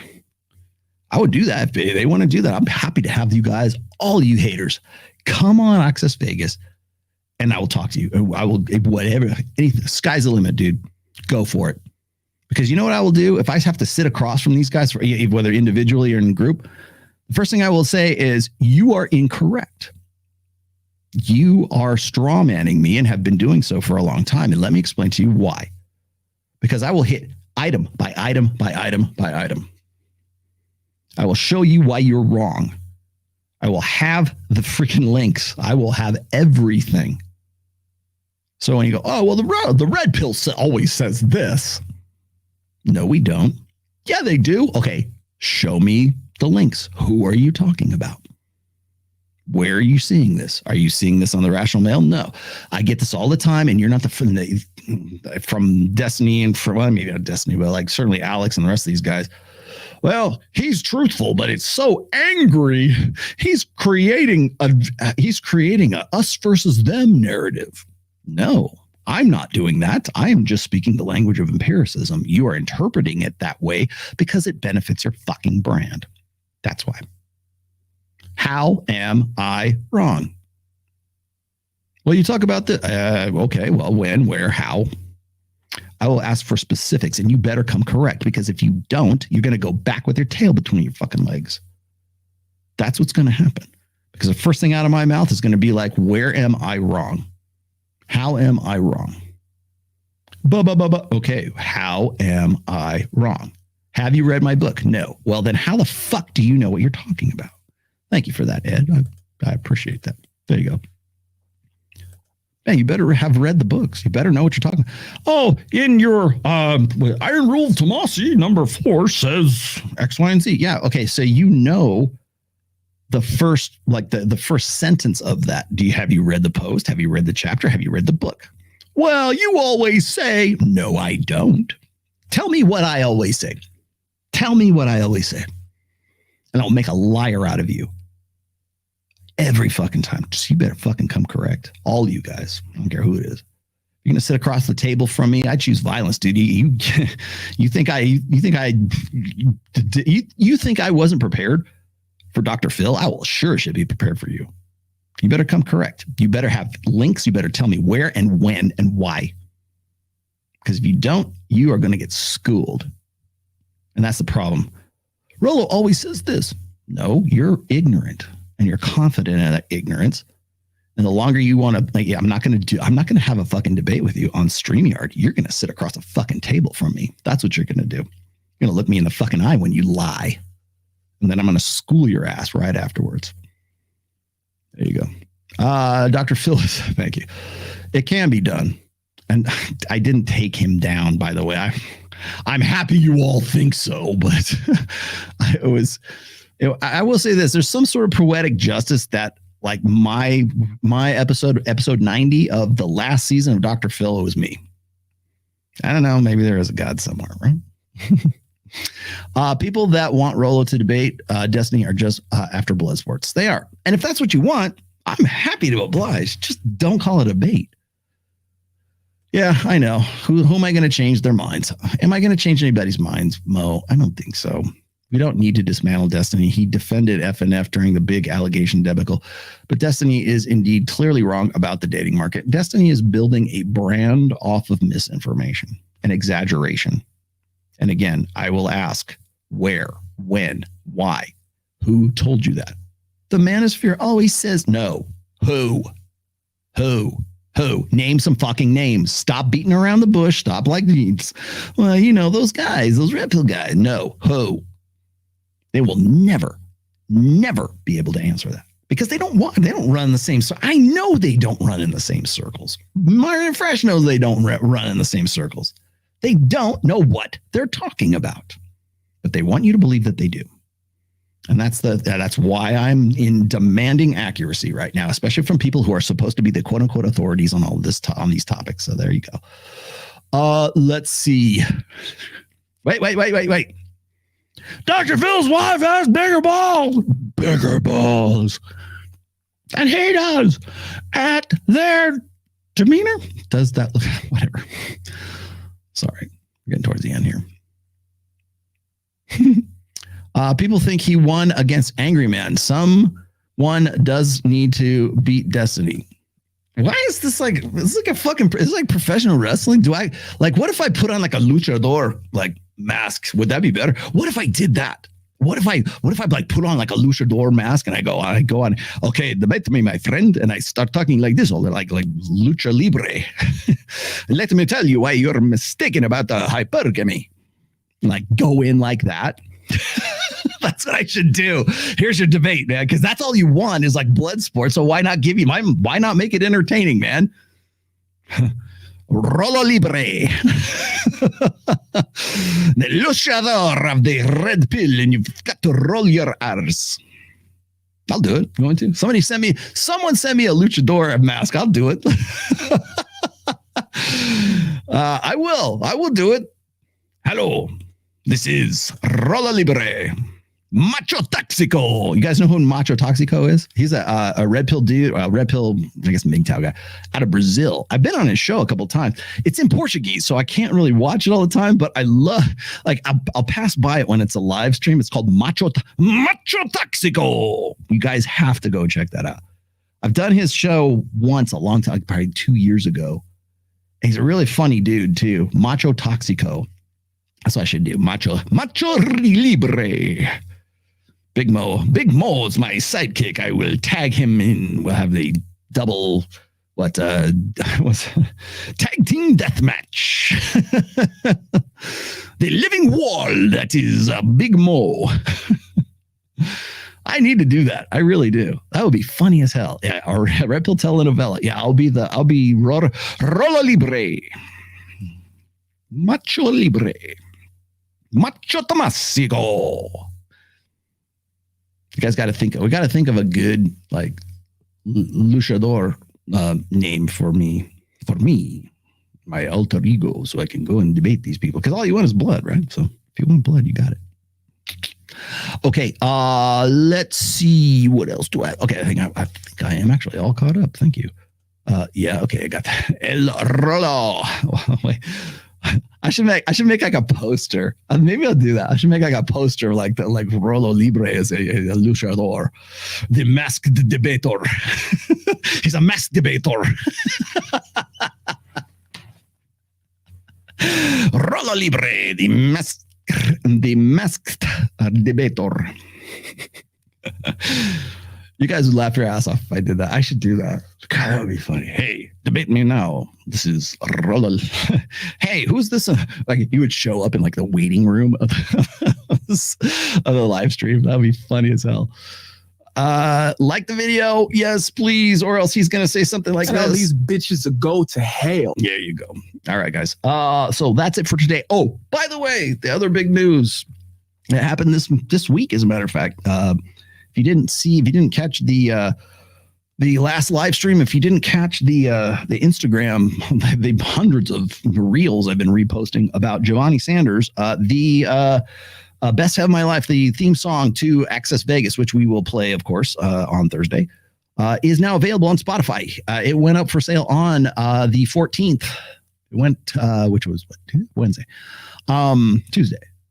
And so it's available on Spotify. The real song. It's not the demo anymore. It's the real thing. Go get it.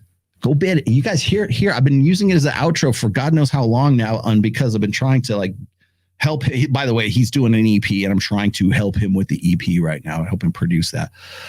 Kind of like what I did with the Savo brothers as well. Like I do, of course, I'm just helping them fund their movies and shit. But like I want to be involved in projects that I like, and Jevani is a project that I like, and I really like Jevani as a person too. He's a really good dude, very good actor, and very good musician. A multi-talent, plays drums, bass, guitar, and sings like way better than Rolo Tomasi can. I'm good at singing background vocals. I will never be a soloist. Trust me. You do not want to hear Rolo sing a song by himself. I can do gang vocals, but background, I'm okay. If I have something to key on, I'm not too bad. But I could not do what Jevani does, and he is absolutely fantastic at it. So check this out. I'm going to leave you with the song one more time, but actually probably more than one more time. But this is the theme song now for Access Vegas, and you can go get it off of Spotify. And so now, by the way, so if you're looking for the link, so here's a link. If you go to the description and you look in the link, it will take you to Jevani's Spotify page. Check out his other stuff too, because he's really good. He's really talented. If you liked that song, you're going to like the rest of the stuff that he does too. So you can get the full song there, put it on your Spotify playlist, buy the song, support a Red Pill artist, help the dude out. I don't get any money out of this. I helped him with the music. I helped him with the production, all that. That's my interest in all of this. I'm not trying to get anything out of this. I just want him to do well. So check this out. You've already heard this about a bajillion times, but I like it so much. I'm going to play it again here. And then I will see you guys on hopefully Wednesday, maybe Thursday with Richard Reeves. So check it out. I will see you guys later. Bye-bye.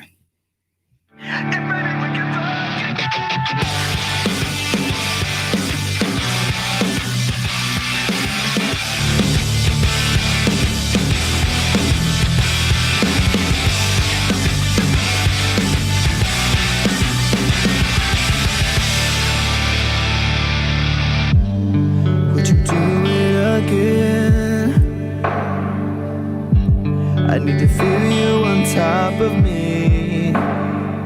It was my first time,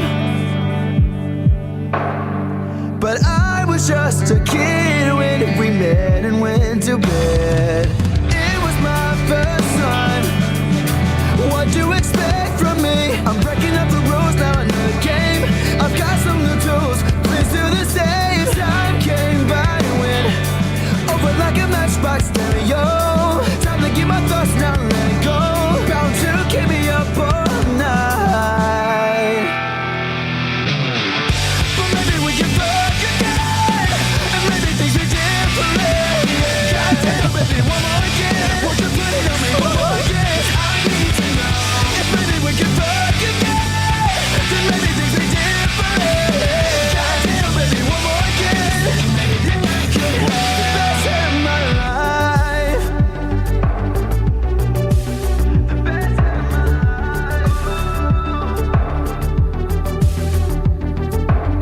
Now we're fucking in the bathroom, tearing up every wall while I got your hair. While you're screaming my name. She was swinging in the bedroom, whole time stopping and slurping with her head like she's Claudia Kelly. So baby, tell these bitches to go to hell. Ride me up and down like a pony, turning up my song, getting messy, working up and down on your body. Run me up, ride me up and down like a pony, turning up my song on your body. Baby, we'll get down to it all night. But maybe we can fuck again, and maybe things be different. Goddamn, baby, one more again. Won't you put it on me one more again? I need to know if maybe we can fuck again, then maybe things be different. Goddamn, baby, one more again. You can have some more.